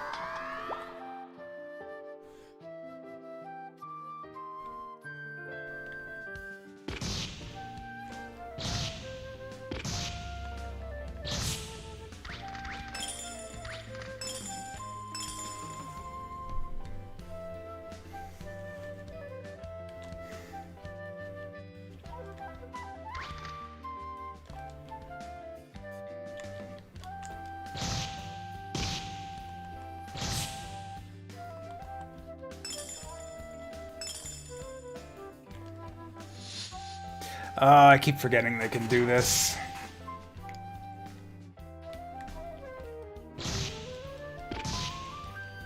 The funniest thing is when they do the icicle thing to, like, slam you into another monster. I've had that happen a couple times. The 1-2 punch where he, like, flings you down a very long hallway into another monster you can't even see. And then the other monster punches you to death. They, like, tag team you. There's the egg. This... really, the dragon is the only useful thing that can be.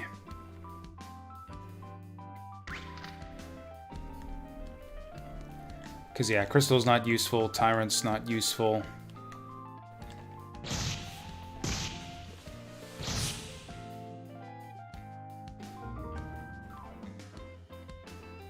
Oh boy. Actually, if I'd have stayed in that room, that would have been a good place for our acid rain ball.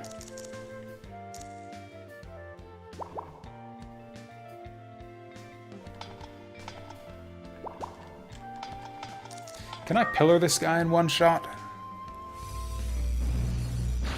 Yep.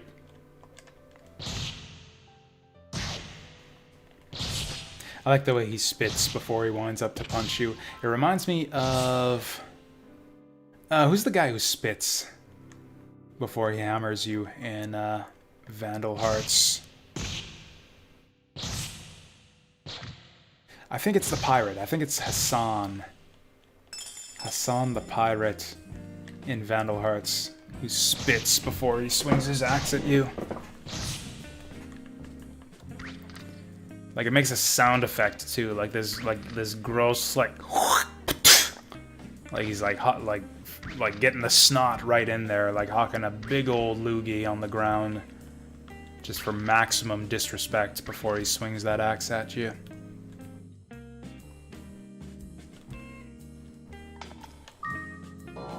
We were gonna fit, yeah, I've got my schedule for upcoming streams written down somewhere. The current plan is I'm gonna do Vandal Hearts, assuming Vandal Hearts doesn't win the viewer's choice poll, which it probably won't. I'll do Vandal Hearts once we're done with Neo. That's actually another thing I've been thinking about lately. I've been thinking of changing the format for the weekday streams. Wednesday, Thursday, Friday.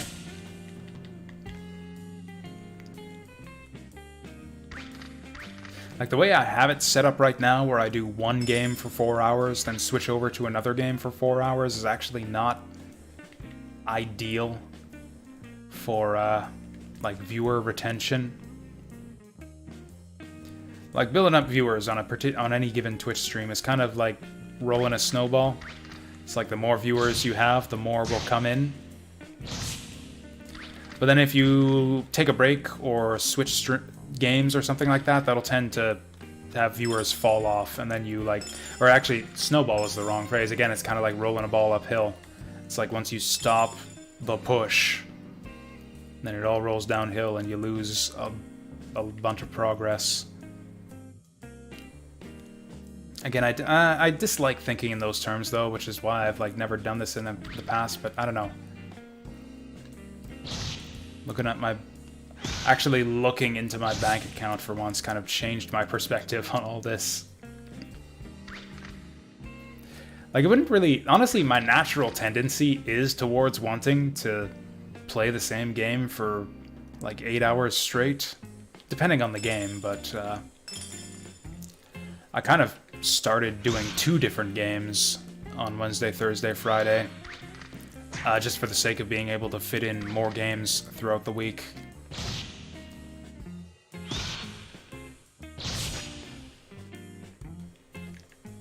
But yeah, I've seen that pattern a couple times with like the Wednesday, Thursday, Friday streams where it's like I'll be doing Neo. We start with like 0 viewers for the first hour. And the regulars start coming online, and then we slowly build up to like 5 or 6 or 7 viewers. And then like almost everyone leaves once I switch to Fire Emblem. And then we slowly build up to 5 or 6 or 7 again.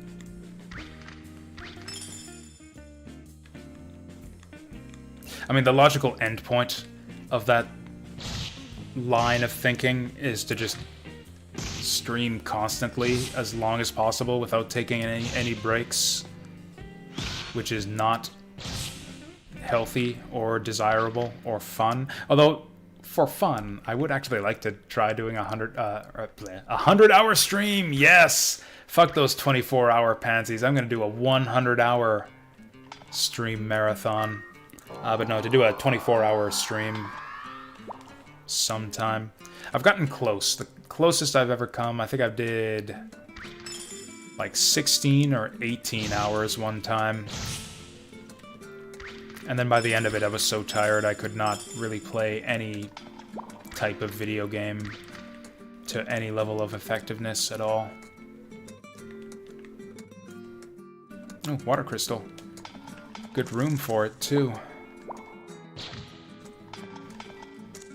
What floor are we on? 35. I think now is the time to, yeah, start using up all our star glasses.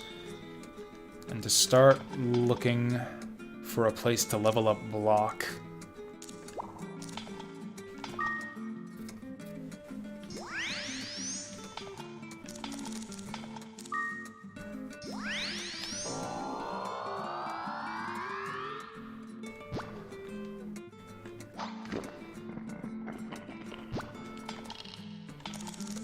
Cool, so we'll be able to keep this going a little bit longer.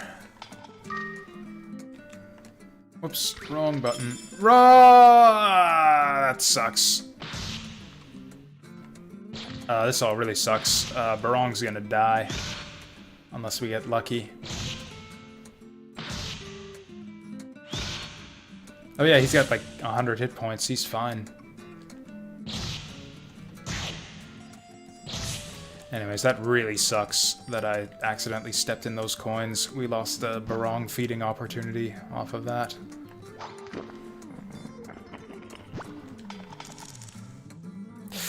I'm gonna use that. I'm gonna use that because I really want to know. I'm not gonna bother with Ochre because I know that's nothing good. Blech. Zoo? Seriously? On like floor 30, you're giving me a zoo egg?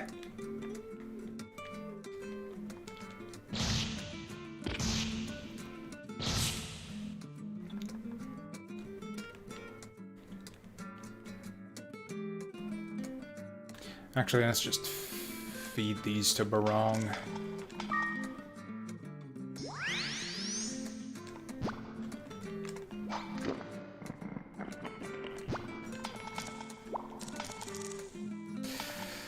Whoops. I'm just gonna use these because I'm curious. What shit did we get from the ochre egg? Oh, fuck! So that's another one off the list. We're down to 1.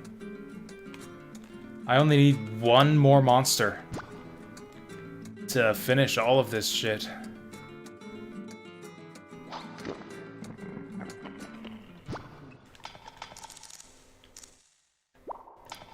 This is kind of incredible and scary. I was afraid this was gonna happen, because now that we're so close, I am sorely tempted to just marathon just for the rest of the night until we finish getting all the monsters. There's always tomorrow, because I'm gonna stream after work tomorrow too. We're definitely playing this tomorrow. I might... I don't know. I'll think about whether I want to do another Blazing Chrome run. I got excited for a second. I thought that might be a Roche fruit. But yeah, I'm definitely going to do another Azure Dreams run tomorrow. Let's see if we can't get this finished off. Like, it's not completely finished. Is it about to happen? It's happening! Oh, he doesn't get a turn right away, though.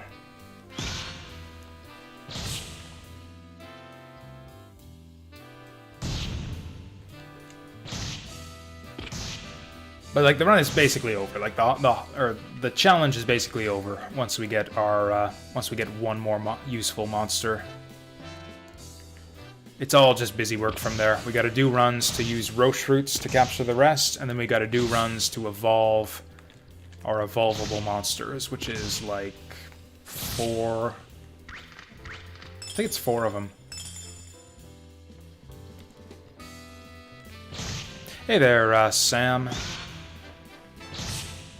How's it going? I am fine, thank you. Yeah, you just came just in time to see like a big, or right after a big exciting thing. We just got another awesome monster.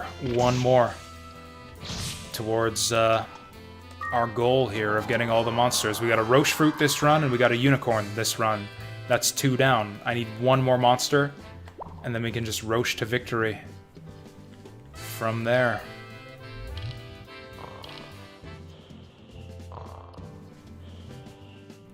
Huh, that was a long nap. It's almost like the game's trying to tell me something. Oh, I forgot about this. I can trigger this manually. You can trigger traps manually if you want to. There's almost no reason to do that. I guess triggering an upheaval trap could be useful for you if you want to get away from a monster. How have I been? Mostly good. I'm really tired. Really, really tired. I actually wasn't even sure I was going to stream today. I'm just like tired to the point of being borderline non-functional, as I kind of showed off when we were playing Blazing Chrome. So yeah, I'm not going to marathon this to the end of the monster challenge. I will definitely go to bed after this run is done. I'll go to sleep after this run. It's... Oh god. Oh god. Maximum would probably fucking kill me. Oh god. Oh god. I'm actually dead. I'm actually dead. No way. No way! Watch this. This guy's gonna one-shot me.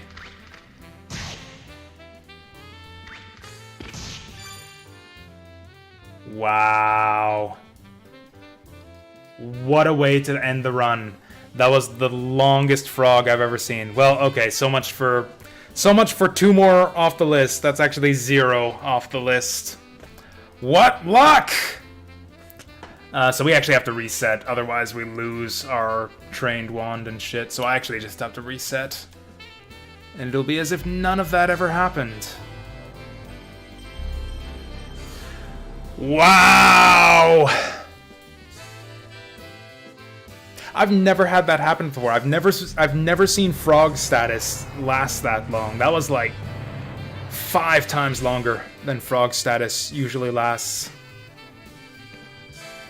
And I did not know that frog status, or I guess it makes sense. Yeah, you lose your equipment. You don't get the benefit of your shield with frog status.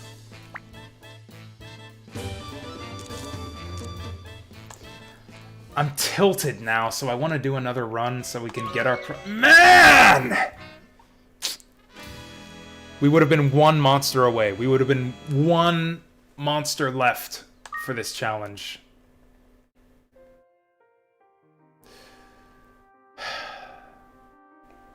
I'm gonna go again. Oh, that's actually cool. I was just talking about Gex 3D earlier tonight, actually. We were talking about 3D platformers. I'm actually thinking the opposite. I don't want to be too awake. Wait a second. Oh, fuck me.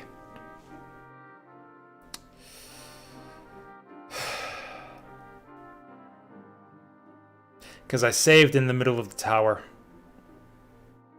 I didn't mean to. It was a mistaken input, but I saved in the middle of the tower. Which overwrited my save.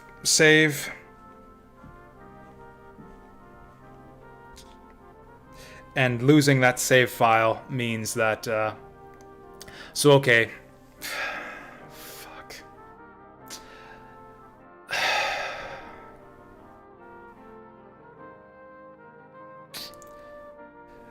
I don't have a backup either. So what happened is the reason the game has been so easy for us lately is I have a trained wand and diamond shield upgraded to like plus 50 each, which I did by stockpiling sands over the course of dozens and dozens of runs. That's kind of risky because you lose any equipment you bring into the tower if you lose the run, but I haven't lost a run until now. That's the first time this has happened. Rewind won't get me out of this, and I wouldn't do it anyways. Now, it's not actually that risky, because if you end up losing a run, you can just reload your save, and it'll be just like nothing ever happened. It's only if you're going through like Iron Man rules or something that you're at risk of losing the equipment you've built up. But at the end of every tower floor, they ask you if you want to save and exit. If you save and exit, that overwrites your save file. It's like a suspend save. And then you can reload it and resume your tower run from there.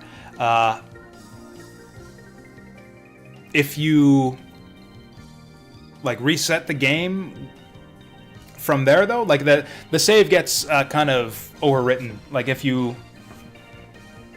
Well, I had lost the monster fruit anyways. Like we were gonna lose that, or I haven't lost the ones I've saved up. Like everything in my vault is still safe, but I lost... Basically the upshot of this is that I effectively have to keep this death. I can't reload my save because of that slip of the finger in the tower. Caused me to overwrite my backup save, essentially. And so as a result of that death, I have lost my plus 50 trained wand and diamond shield. So tower runs are going to be tremendously more difficult from now on.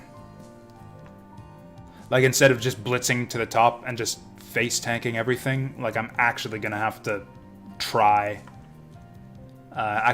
Try hard to make it to floor 40. Or honestly, floor 40 is not even guaranteed anymore. It's going to be very, very difficult to consistently make it to the upper floors now. Yeah, I've got nothing in here. I do not have a backup trained wand or diamond shield. It's not even tiredness. I didn't even really make any serious mistakes there. It was just bad luck. Like, stepping in a trap in the first place is random RNG. It is as it does. Having monsters nearby, like being in a consequential situation when you step in the trap, is super random. And having it last for that long was insane. I have never seen a frog trap last anywhere near that long in all of my years of playing this game. I can't believe that it didn't wear off in time for me to use my wind crystal. The slipped input is a really common thing. It's actually really obnoxious. It's one of my biggest problems with the interface with this game. The default option for save and exit at the end of each tower floor is yes. So like the game will ask you, do you want to ascend to the next floor? Do you want to save and quit? The default answer for both of those is yes. So if you're just mashing X, you will save and exit and overwrite your save file. So you have to make sure you hit yes to the first prompt and no to the second every time you climb the tower. It's completely fucking stupid. Like, why do I want to save and exit after every floor? But yeah, because I slipped that input, I cannot reload my old save file. I haven't lost my monsters or my other roche fruits or anything, but yeah, I have nothing.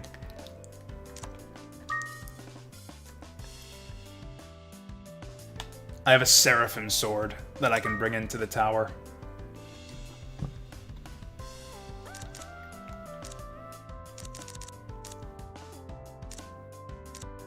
So yeah, we are going in... We've gone from going in with a plus 50 sword and shield to going in with effectively no shield. It's been totally dead today. Alright, that's not entirely true. Several regulars have popped in to say hi. We chatted a bit about various things, talked about 3D platformers, Blazing Chrome, 1cc runs, various things. I'm sure at least a few of them have the stream on in the background right now, but it's mostly just been me rambling to myself about Twitch metrics and bullshit.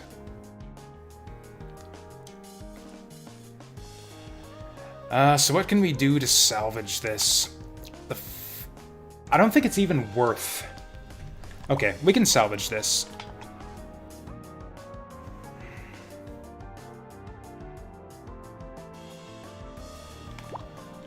I'm gonna have to do a few maintenance runs here to... So the thing is, I don't think it's worth getting another trained wand. That's going to take forever. Diamond Shield shouldn't take too long, though. The Diamond Shield is the more helpful of the two. It'll help with our survivability on the lower floors. So if I can get myself just a gold sword and a Diamond Shield, one day I'll have 200 viewers. Maybe. Like, at the rate that the channel's growing at the moment, we'll have 200 viewers in, like...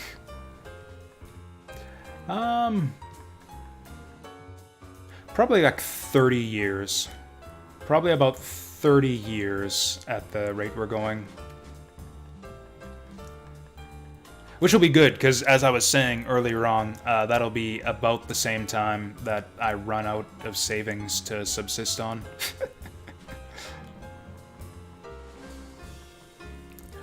Okay, so we're going to do some Barong feeding runs to get our items back. I need a shield, and I need a gold sword. And then what we can do then, this will hurt our progress a little bit. This drastically slows our progress as well. Like, there's no way. Like, God, I was on the verge of saying, we'll be done next stream. We're not going to be done this challenge next stream anymore. It might actually... This setback slows down our progress in the challenge by weeks. It's going to take me several runs to set back up again. We can no longer do Barong feeding, because what I'm going to do... I've got quite a bit. I mean, I have a full-time job as well, so it's not like I'm, like, bleeding money, like, just hemorrhaging money every month. I have a full-time job that doesn't quite cover my living expenses, so, like, I'm, like, $100 in the red every month. Sometimes more, sometimes less, depending on how much I spend.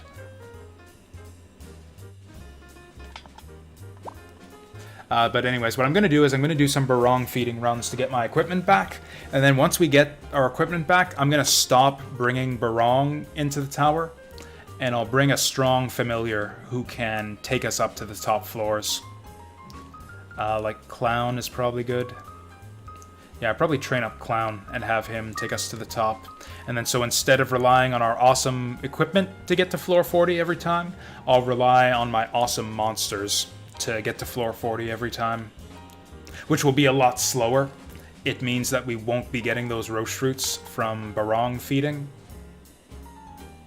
Actually, I can take 3 monsters with me at the moment. I don't think that's useful, though. I could fuse something with Clown.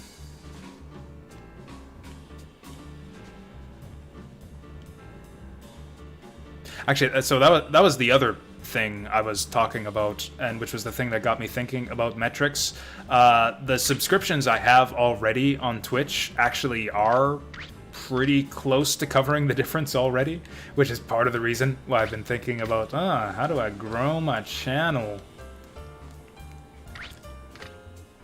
Because I was looking at my bank statement for the month of December, and it's like, I was like, oh shit, I actually broke even this month. And what did it was like the just sudden surge of generosity from my Twitch viewers around Christmas time. Like that extra like $60 they gave me in that I got from donations and subscriptions in December. Yeah, covered the difference. I'm not gonna get a super high run right now anyways, so... Oh yeah, I'll take a medicinal herb, because we actually are at risk of dying on the lower floors.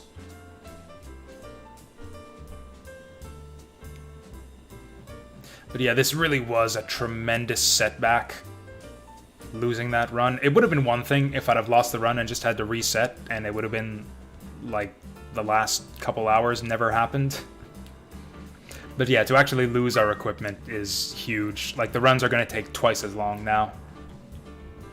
Start streaming Fortnite? No. I would rather die poor.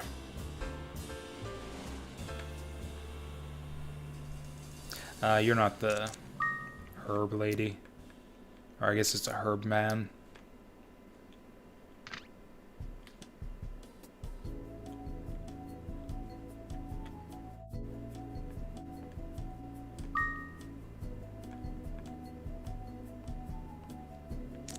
Yeah, we'll take a medicinal herb when with us, just to make sure we don't die. Oh god, Gosh can kill us now. Jesus Christ. Christ, we can't one-shot Gosh anymore.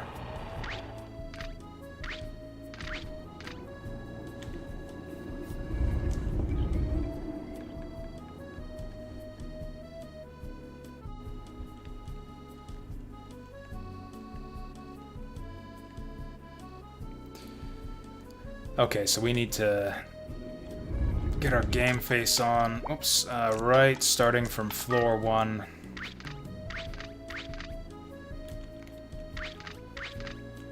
I can't believe that fucking happened. We went from 1 monster left for the whole challenge, we'll be done tomorrow. Went from that to, oh, I've lost everything of value in my possession. This run is gonna take weeks now. Can you do a dollar amount of what it'll be to stream Fortnite?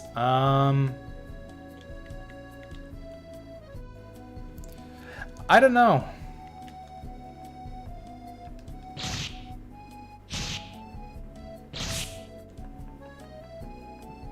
I don't know what it would cost. And like, that's the thing, is like, I don't even know if I want... I don't know if I want people to want me to play Fortnite that badly. Like, if I'm gonna play a bad video game, I would rather it be, like, an interesting, like, less... Like, I don't know. Maybe, I don't know much about Fortnite, to be honest. Like, how social is it? Like, is there...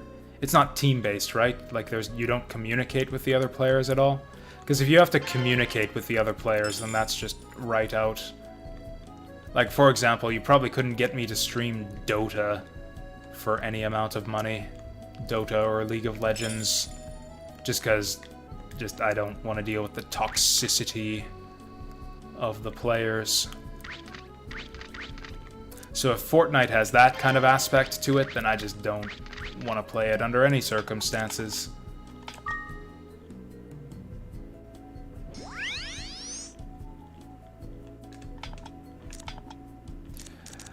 Alright.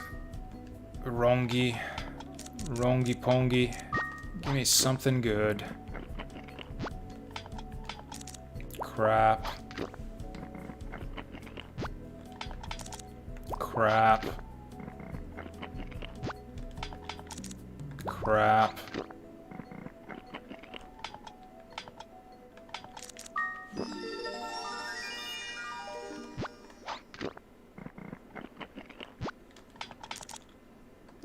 crap.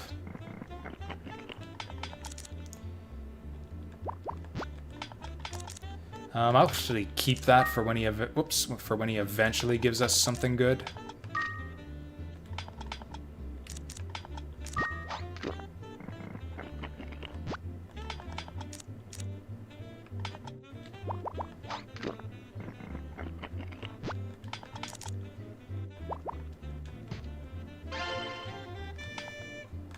Oh, you know what? Gosh, he actually is gonna kill me now because I would have needed a familiar to beat him, and I've used up all of Barong's MP. Who else did I... Oh, wait, no, I brought my clown with me. I brought my clown, so we're fine.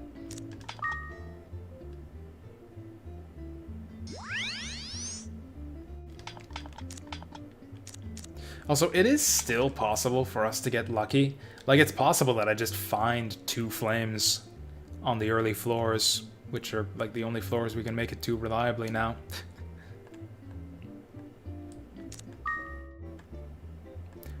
Like, yeah, if I just find 2 flames and a natural roche fruit, then we still basically win the monster challenge run. You sure you want to fight him, dude? Yeah, I bet he regrets that.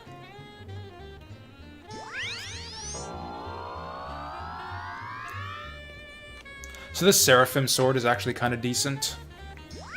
This will get us through the early floors, at least. Provided I don't die and lose this, too. Hi there, Deep Fry. I guess you missed the big event? No, we are not close to finishing. Not remotely.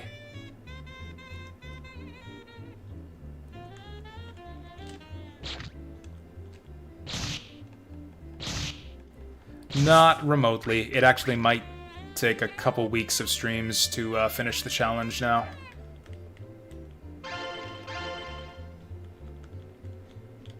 I died on our last run.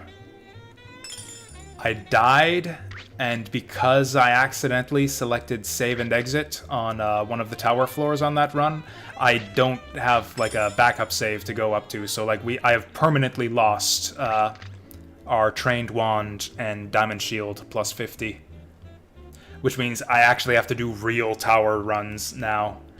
We can't just stomp our way to the top solo with no monster.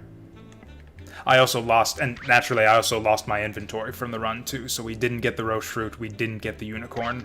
So I'm still on 8 monsters left, and I no longer have my trained wand and diamond shield to fall back on. We're going in naked from now on, which means the runs are going to take basically twice as long, and they're going to be less reliable. I will lose runs more often from now on. Like, yeah, look at this. These these flames are doing 4 damage to me now. So actually, what I'm going to do before I go to bed here is I'm going to do a couple runs to hopefully recover some decent equipment. So we can at least start building up some wealth again. It's not going to be worth it to like try to train up another plus 50 equipment set. Like, we're gonna find all the monsters. We will get all the monsters eventually. We're still pretty close to the end. It's gonna be really difficult to get to those upper floors now compared to how easy it was before.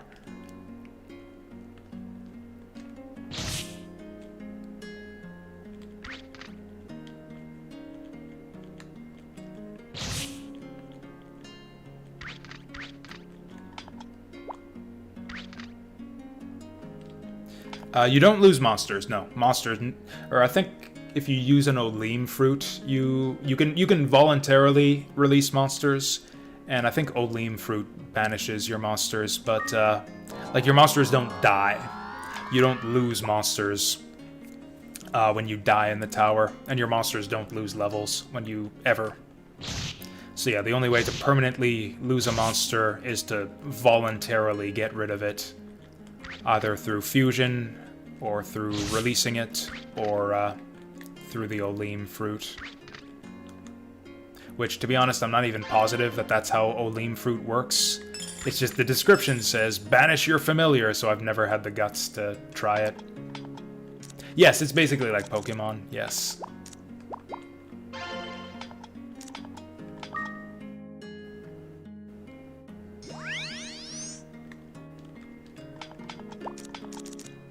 Like, this was always a possibility. Like, I was never perfectly safe, even with my ridiculous equipment set.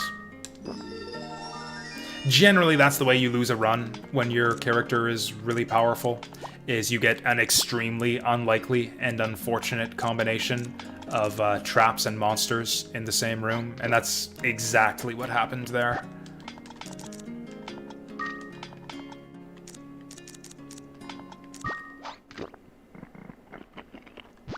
An unlikely and unfortunate combination of traps and monsters, and for the trap lasting an exceptionally long time.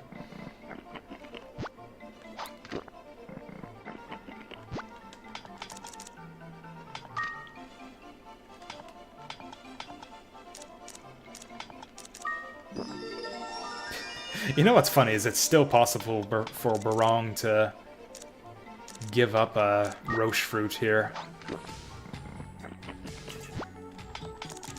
I was thinking of not streaming. Like I said, it's not that it was today in particular. It is not the day is not to blame. This was always a possibility. Like, it wasn't even me being tired that was to blame here. Like I said, it was just an extremely unlucky, just random circumstance. I suppose letting my finger slip. Really, the thing that killed us was having my finger slip on that one floor and doing the save and exit. That wasn't even necessarily tiredness, though. That happens very commonly in this game. It is actually the single thing I hate the most about the interface in this game, is the way that save and exit is the default option for that prompt at the end of every floor. Like, as if I'm gonna want to save and exit most of the time, every time I finish a dungeon floor.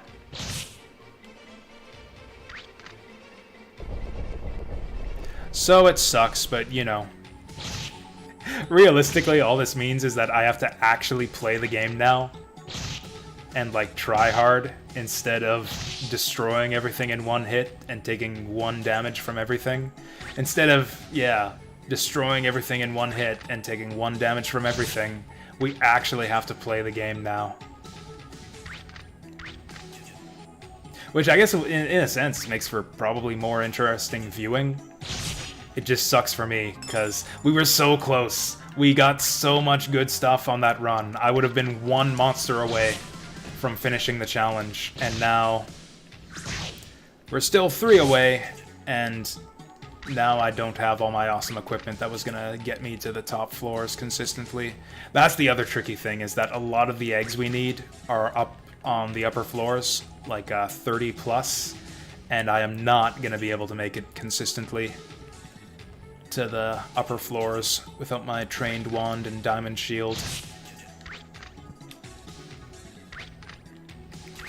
Or if I do want to get there consistently, I'm gonna have to play very conservatively, which means the runs will start taking basically twice as long.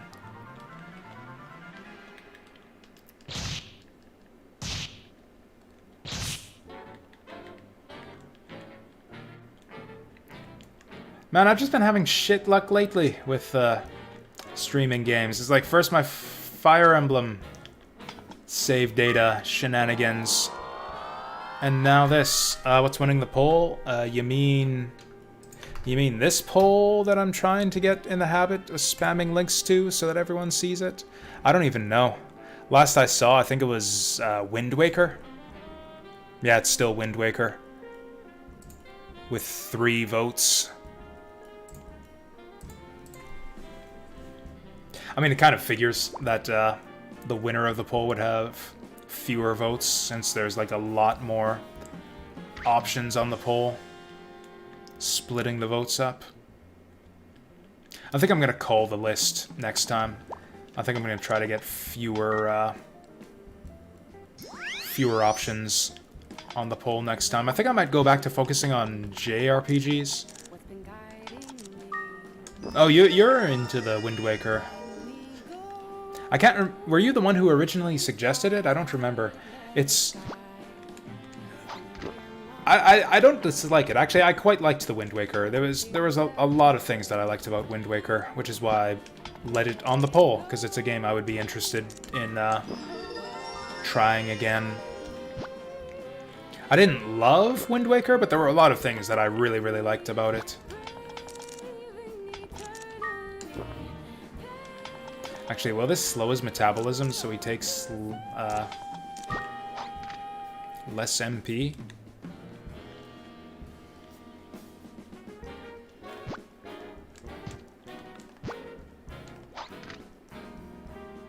Oh, his reaction speed is slowed down. He, like, can't eat items anymore.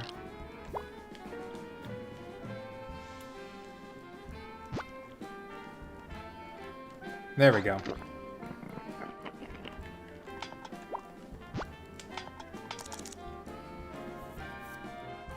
Oh yeah, Master Quest was a good one. One thing I've been wanting to do more often with streams, actually, is to, like, do... Whoops. Is to do kind of non-standard runs of the classic games that I stream. Like use mods with quality of life changes, graphic updates, that kind of thing. Just to, you know, kind of get a fresh take on some of my old favorites. Similar to what I did with Ocarina of Time Master Quest. Like, yeah, I know Ocarina already. Played it a bunch of times. I had never played Master Quest, so it was cool to check that out for a change of pace. I don't know if there's anything similar to that with Wind Waker. I probably wouldn't do anything crazy like, you know, like a total conversion ROM hack or a Master Quest style thing. Is there a Master Quest for Wind Waker?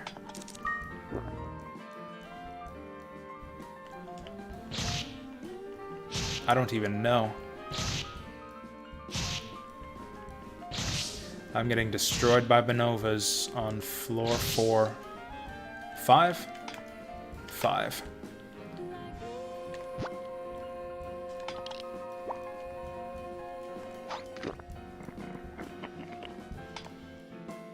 Yeah, I saw that same rumor. I'm not super gung-ho on the FF7 remake. That is a game that I don't think I need to play. I would only do it if there was, like, sufficient interest among the viewers. I have qualms about, like, getting in early on long-running series. Like, I have... Basically, I don't like getting started on media that's incomplete. Like, there is no telling. Like, this Final Fantasy VII remake thing is going to be like this big, long, multi-year, possibly decade-spanning project. We have no idea where it's going or how many more games they have planned or whether, or even if they have like a conclusion planned or know where they're going with it. Like, so much is uncertain about the future of the FF7 remake. Like, I'm afraid it's going to be a big debacle and then I'm just going to get pissed off in the end if I get too invested in it. Like I did with Game of Thrones.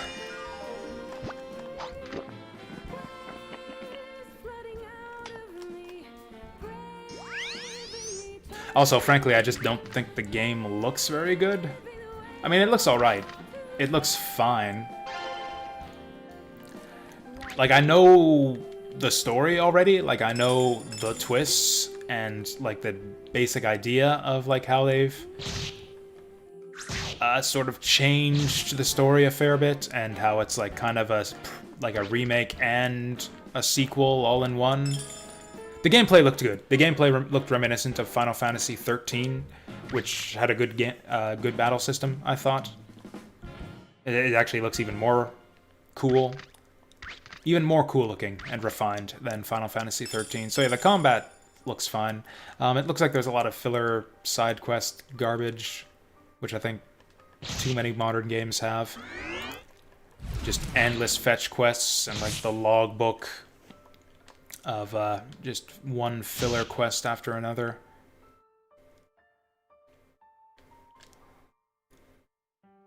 Actually...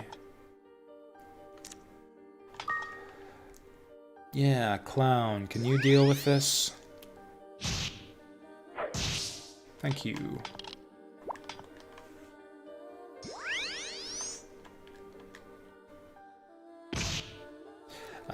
Cool. I'm gonna die again and lose my Seraphim sword at the way I'm playing right now.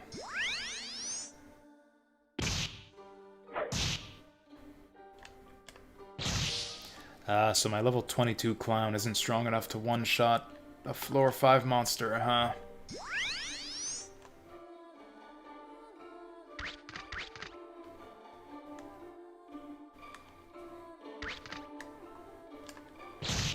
Anyways, we basically came here to do barong feeding runs to get a diamond shield. Once I get a diamond shield, like this is probably painful for those of you, painful to watch for those of you who are used to seeing me stomp all over the early floors. Like if, with our old equipment set, I would have been up on like floor 15 by now. That's a bit of an exaggeration. I'm still a bit of a slow player. Would have been up on like floor 10 by now. But I really have to be cautious on these lower floors because I don't have a shield. I haven't even found a shield on this run. Or I guess Barong probably spit one up at some point, but I probably rejected it. Once we get a diamond shield, then we can at least start, like, powering through the first 4 floors. But yeah, the Final Fantasy VII Remake looks okay. I just have no confidence in Square Enix's ability to, like, carry it forward strongly and, like, bring the whole remake saga to a satisfying conclusion. Because they fucked up Final Fantasy 13 too. Final Fantasy 13 was like a big debacle too, where it was like the same thing. Like solid gameplay, cool systems, some good elements of the story, but like the story itself was a total mess of just like hot garbage that made no sense. Actually, Final Fantasy VII Remake reminds me of Final Fantasy 13 in a lot of ways. Last time I played 12, like I didn't play 12 until a year or 2 after it first came out. And it took me like a year to play through it most of the way. Oh god. Do I have a wind crystal? I think we actually need to leave now. Like, yeah, the only reason we're here is Barong feeding. I might as well leave. I also like 13 and 13 too. I actually like the Final Fantasy 13 trilogy. I think the story is a mess. Or 13-2 had a fun story. It was kind of held back by the weaknesses of the original.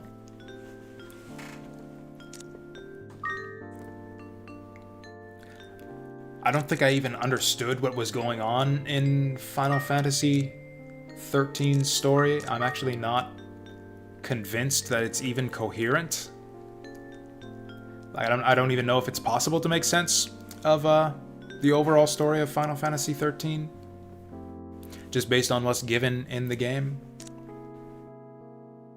And then even as little as that made sense, like the ending of Lightning Returns. I liked like the first third or quarter of Lightning Returns. That game had a shitty ending though, that I thought just undermined everything I liked about the previous games.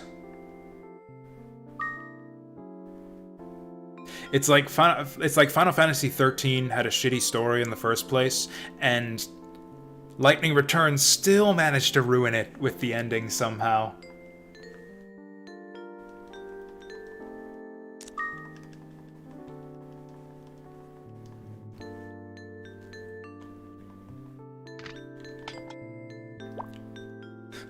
Yeah, it's like Final Fantasy 13 and 13-2 stories like didn't even make sense, and Lightning Returns' ending still undermined the whole thing and made it all feel dumb and pointless.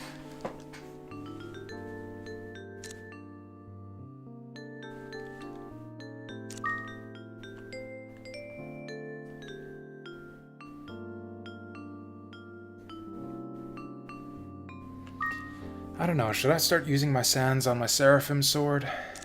That's just a losing battle.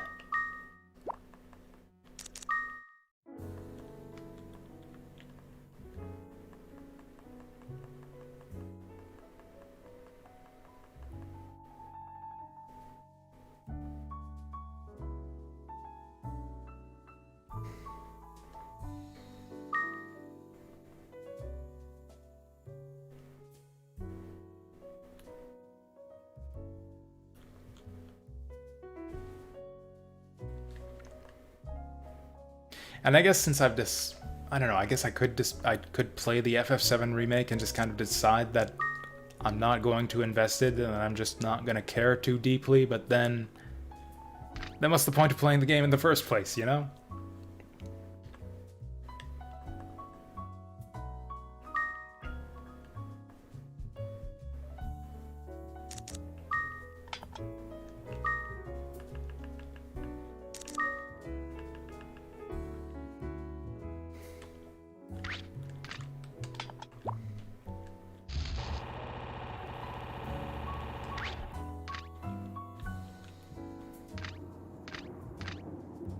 Oh yeah, there is a workaround. So if any of you guys are ever playing Azure Dreams and you want to like save scum to preserve your progress, anytime you accidentally save and exit the tower, it's time consuming, but what you should do to preserve your inventory is you should go into the memory card manager on the PlayStation, like take out the disc and start up your PlayStation and copy your in-tower save data. Create a copy of your tower save if you accidentally save in the tower, and then you will be able to retain your progress and your inventory if you die in the tower.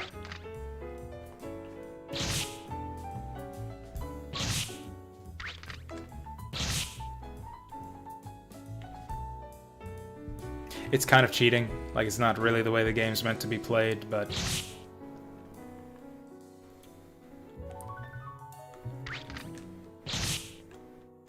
you know, it's there if you want to do it. Play the Final Fantasies in order. That would be even more arduous than playing the Fire Emblems in order, I think. The thing, too, is like with the Fire Emblem games, like it's kind of exciting to play them one at a time because I haven't played hardly any of them, so it's kind of like the magic of discovery. I've actually played most of the Final Fantasy games before. I like them well enough. The problem is I don't love most of them. Like, rather than playing them all in order, I would rather just play the ones that I like. Like, if I were to, like do a stream series, Final Fantasy, the entire series, or, you know, just the good ones. Yeah, Final Fantasy, every good game in the series. I would play 5, 6, 7... I would play 12 just to check it out. I'm not very familiar with 12. I didn't finish it back in the day, but it was very interesting in a lot of ways. I thought it moved too slowly for my liking, which is why I kind of lost interest in it multiple times. That was the cycle I went through with Final Fantasy 12. I would like play it for like a week or two and then get bored and lose interest for a couple months. Then I would get back to it again and play it for like a week and then lose interest for a couple months. So I played that game in like fits and starts, which made it feel like it was going even more slowly. There was a lot of stuff I liked about it though. It just felt very slow. Like the story moved very slowly in that game. Progression was very slow. I want to get to level 3 before we fight Gosh. Tactics, if we're counting that. What did I say? We'll do... Yeah, I would do 5, 6, 7... 10, 2, but not 10. I would do 12. Tactics. I might do Mystic Quest. I never played Mystic Quest, actually. I hear good things about it, and it's supposed to be pretty breezy. I would play 15 as well, only because I haven't played it before, so I'd be interested to try it. And yeah, I would definitely do the Zodiac job system version of 12. Just by all accounts, it is the superior version.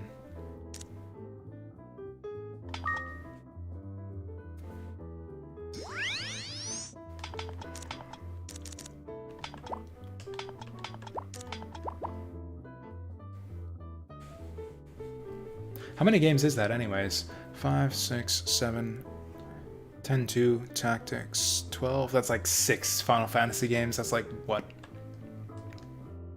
Probably a third of them if we're counting spin-offs.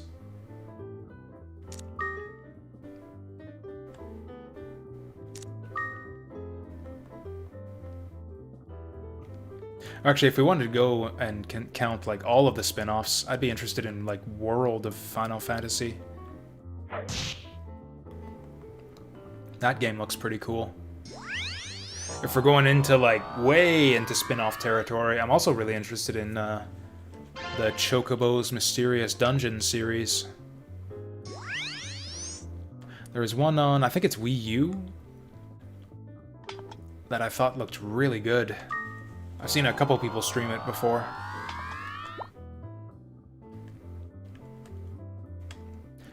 At that point, I don't know if that really counts as a Final Fantasy game anymore. Although I guess if we're going that far afield, I would stream Chocobo Racing.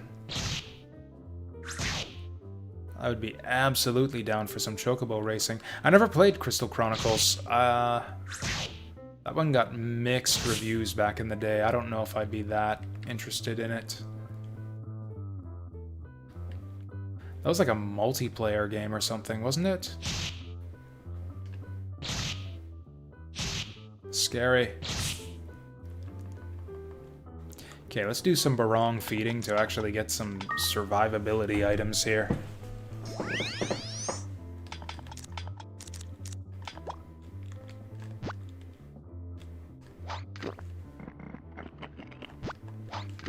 Like, just any shield? Any shields at all? All square games, that's a lot. That is quite a lot.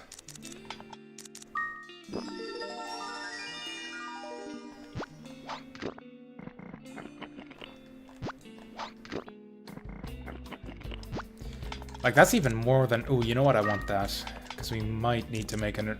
Oh, actually, I don't need that. Oh, I do have a leather shield. No! Wait, isn't leather -1, like, 0? Yeah, I'm actually stuck at 0 now. Awesome.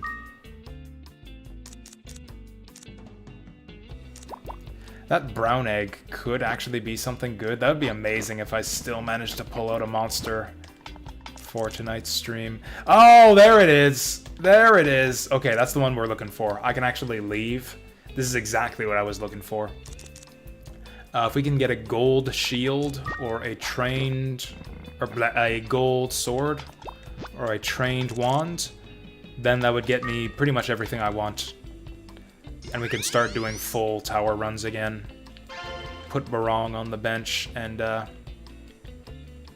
yeah, just run for eggs again. Remember that one run that I was like... that Barong spat up like 4 trained wands? And I was like, lol, that's crazy lucky, but we don't need trained wands anymore. We got a plus 50 trained wand. Trained wand? I ain't never gonna need one of those ever again. And so, like, I just threw all those trained wands away. All 3 of them. Yeah, good times. Even though we just got an egg on the last floor, I'm still gonna scour these first few floors for eggs. But I think we're just gonna leave once we get to floor 5.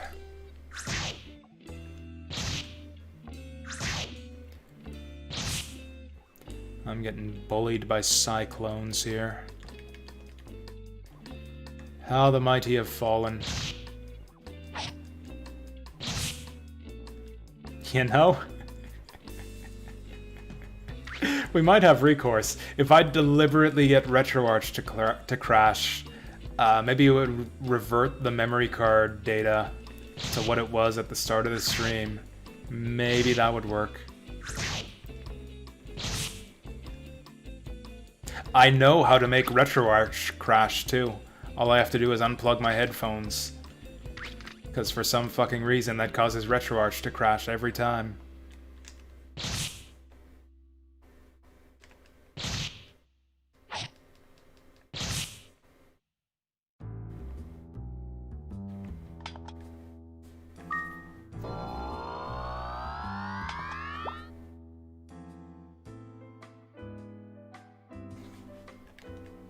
Actually, you know what's a marathon I would actually be down for? Oh, this fucking guy. Playing all of the Nipponichi games. We're talking like Rhapsody and what was the one they made before that? I think it was Japan only. I think it's Maro Kingdom or something like that. And Rhapsody and Disgaea. You know what? Let's do some more Barong feeding.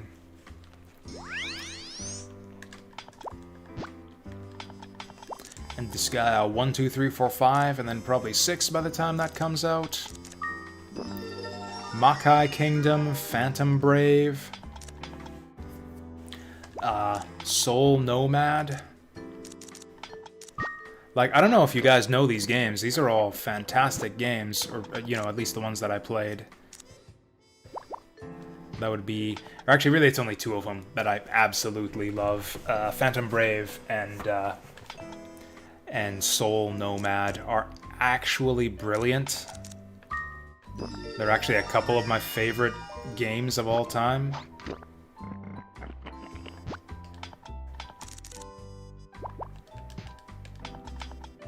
So I don't know, once again, similar to Final Fantasy, maybe it's not worth playing all the Nipponichi games. Maybe I would like it better if I just played the good ones.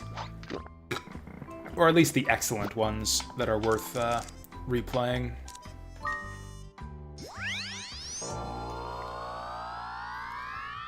Like, it's one thing if you have a long-running game series of, like, platformers or something, where I can, you know, you can power through the shitty ones, it doesn't matter. Like, you can play, like, Mega Man X3 sucks, but you can finish that game in, like, an hour, like 90 minutes to 2 hours.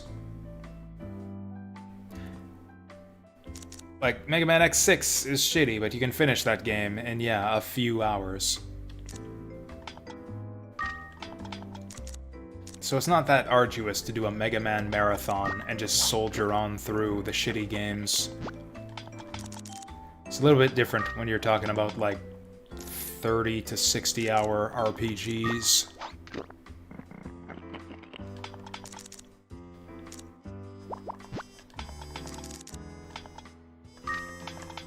Man, we're gonna be able to train up this diamond shield fairly rapidly, too. I guess we could start and have it be like a race. Like, I get the gold sword and the diamond shield, and then it's like, what'll happen first? Me getting all the monsters, or me training up my sword and shield back up to their former glory?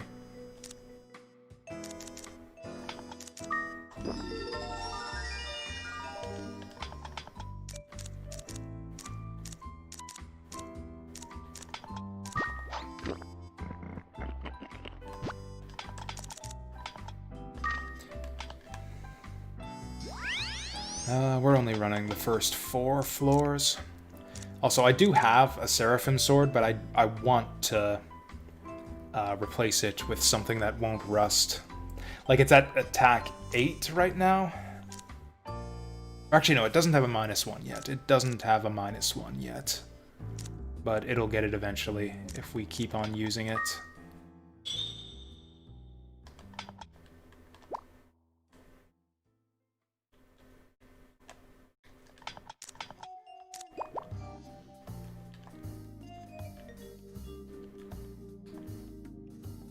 Oh, wait. That's actually useful. I need to get in the habit, too, of, like, a bunch of items that I would always just completely ignore are now super, super useful for me.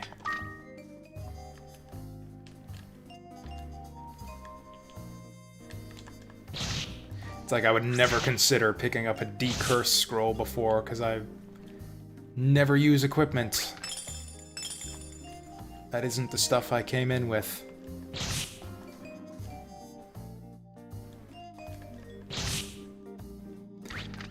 I'm actually really looking forward to Disgaea 6. The more I see of that game, the more it looks kind of nifty.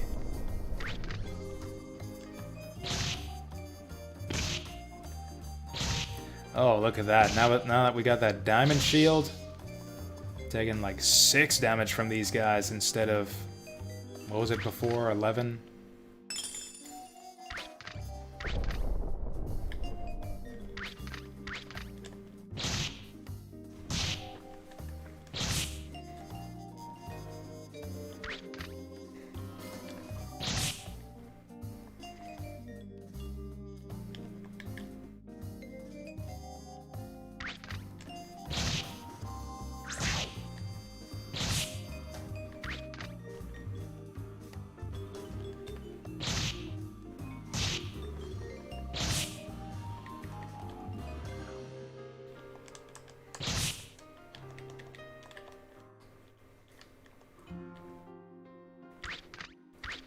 Oh, yeah, so one idea, now that I guess there's maybe a few people here, I've been toying with the idea of not splitting up the Monday, Wednesday, or the Wednesday, Thursday, Friday streams into 2 parts anymore. Like, maybe I just play one game all day. Or maybe do like one small warm-up game for a couple hours, like maybe a couple hours of a retro game, and then do the viewer's choice for like 6 or 7 hours. Do I even want to do... Those could be trained ones.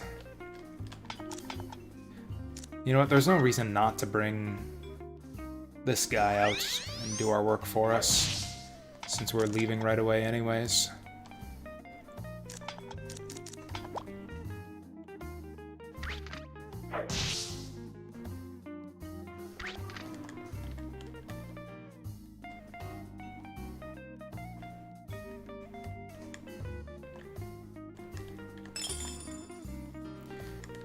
Like, the reason I started splitting up the, my streams on my days off into 2 parts is basically so that I could save viewer's choice for the evening, because that's when most people tend to tune in.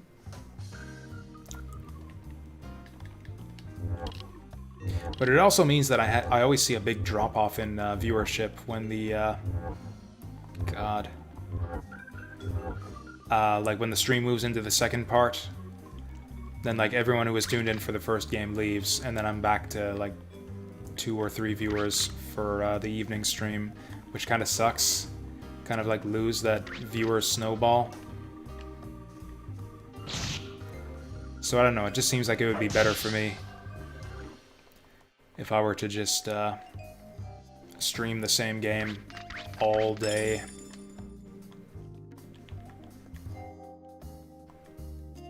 Which is kind of my natural tendency anyways. I tend to want to binge games that I'm playing and really enjoying. Again, yeah, the only reason I started splitting up those streams into 2 parts was to... Or there were a couple reasons. First, so I could get more different games in. Because, you know, we got a lot of different games I want to stream for you guys. And doing 2 different games in one day lets me get through more of those games more quickly. But yeah, the other reason was basically so that most of the regulars don't miss out on the viewer's choice stuff.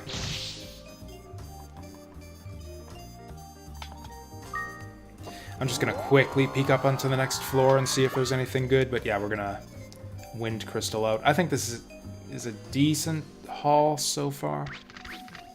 Basically, getting the diamond shield helps a lot. Like, we won't have to be constantly worried that we're gonna die on the first 4 floors as much now that we got this diamond shield.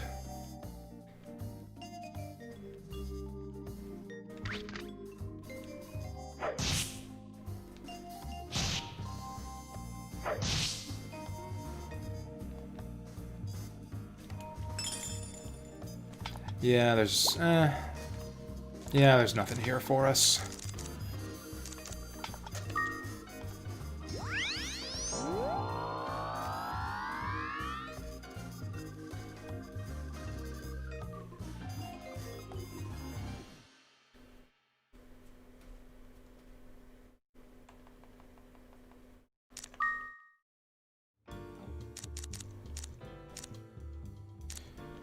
Okay. Don't sell the diamond shield. We want to keep that. We got an egg too, didn't we? It's a troll egg. Okay, so blue sand. Diamond shield. That's basically it. And then we'll be going in with the Seraphim sword and the diamond shield every time, at least until we find ourselves a gold sword or a trained wand. Or, you know, die again.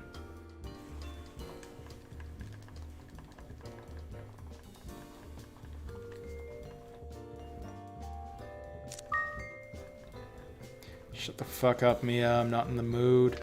Wow, so this... Wow. So not only is this the first stream since I restarted this challenge last week, not only is this the first stream where we made no progress on getting all the monsters, we made anti-progress. We got, yeah, suffered a tremendous setback.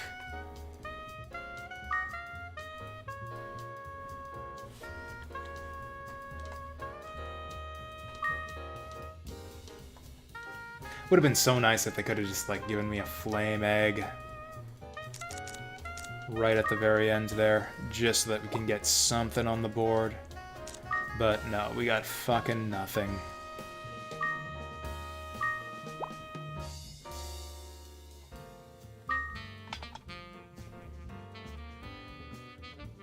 Number of games should read 84 now? Yeah. How rich am I right now? Ooh, $100,000.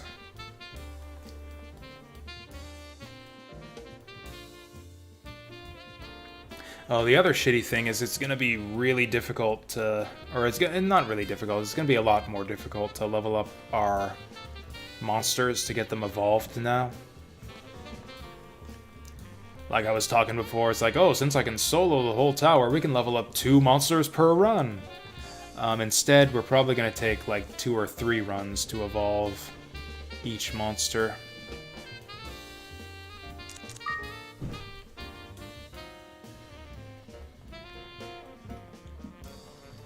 I think that's good enough, though. We got our shield back.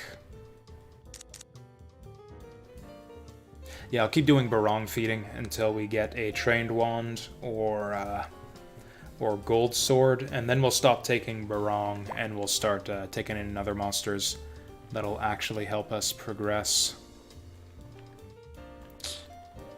And yeah, that was the stream. Man, is 2021 gonna be my 2020? Everyone's talking shit about, oh, this last year was so terrible, all of the worst things in human history happened or whatever. 2020, garbage year. It was fine for me. I mean, you know, my heart goes out to everyone who had a terrible time of it last year. It's just I personally escaped the worst of it. Maybe this is my year. Because I would have said this is the worst stream I've had in forever, but it actually isn't, because that was actually just on the last stream that I lost my Fire Emblem. I lost my Fire Emblem Iron Man due to emulator crashing and save data bullshit. So yeah. Yeah, that's awesome that on the stream after I lose my Hector Hard Mode Iron Man to save data bullshit, I lose all of my wealth from my Azure Dreams run and set back the Monster Collection challenge by like probably 20 to 30 hours. We probably would have finished this within like 6 or 7 hours. It's probably going to take more than 30 now to get the last few monsters we need. It could be fewer than that. You could always get lucky. We'll see what happens. I'm about to collapse. I'm off to bed. Thank you all for sticking with this shit show. We'll see you guys next time, hopefully on happier terms. I don't even know what I'm gonna do tomorrow now. Am I gonna actually play more of this and just like keep pushing this ball uphill? Or am I gonna like change over to something less tomorrow? Maybe we'll do Mega Man Legends. That's always a good time. Nothing bad can ever happen in Mega Man Legends. It's the game we play to feel good. I'll think of something. I'll decide what we'll do tomorrow. And we'll be back tomorrow.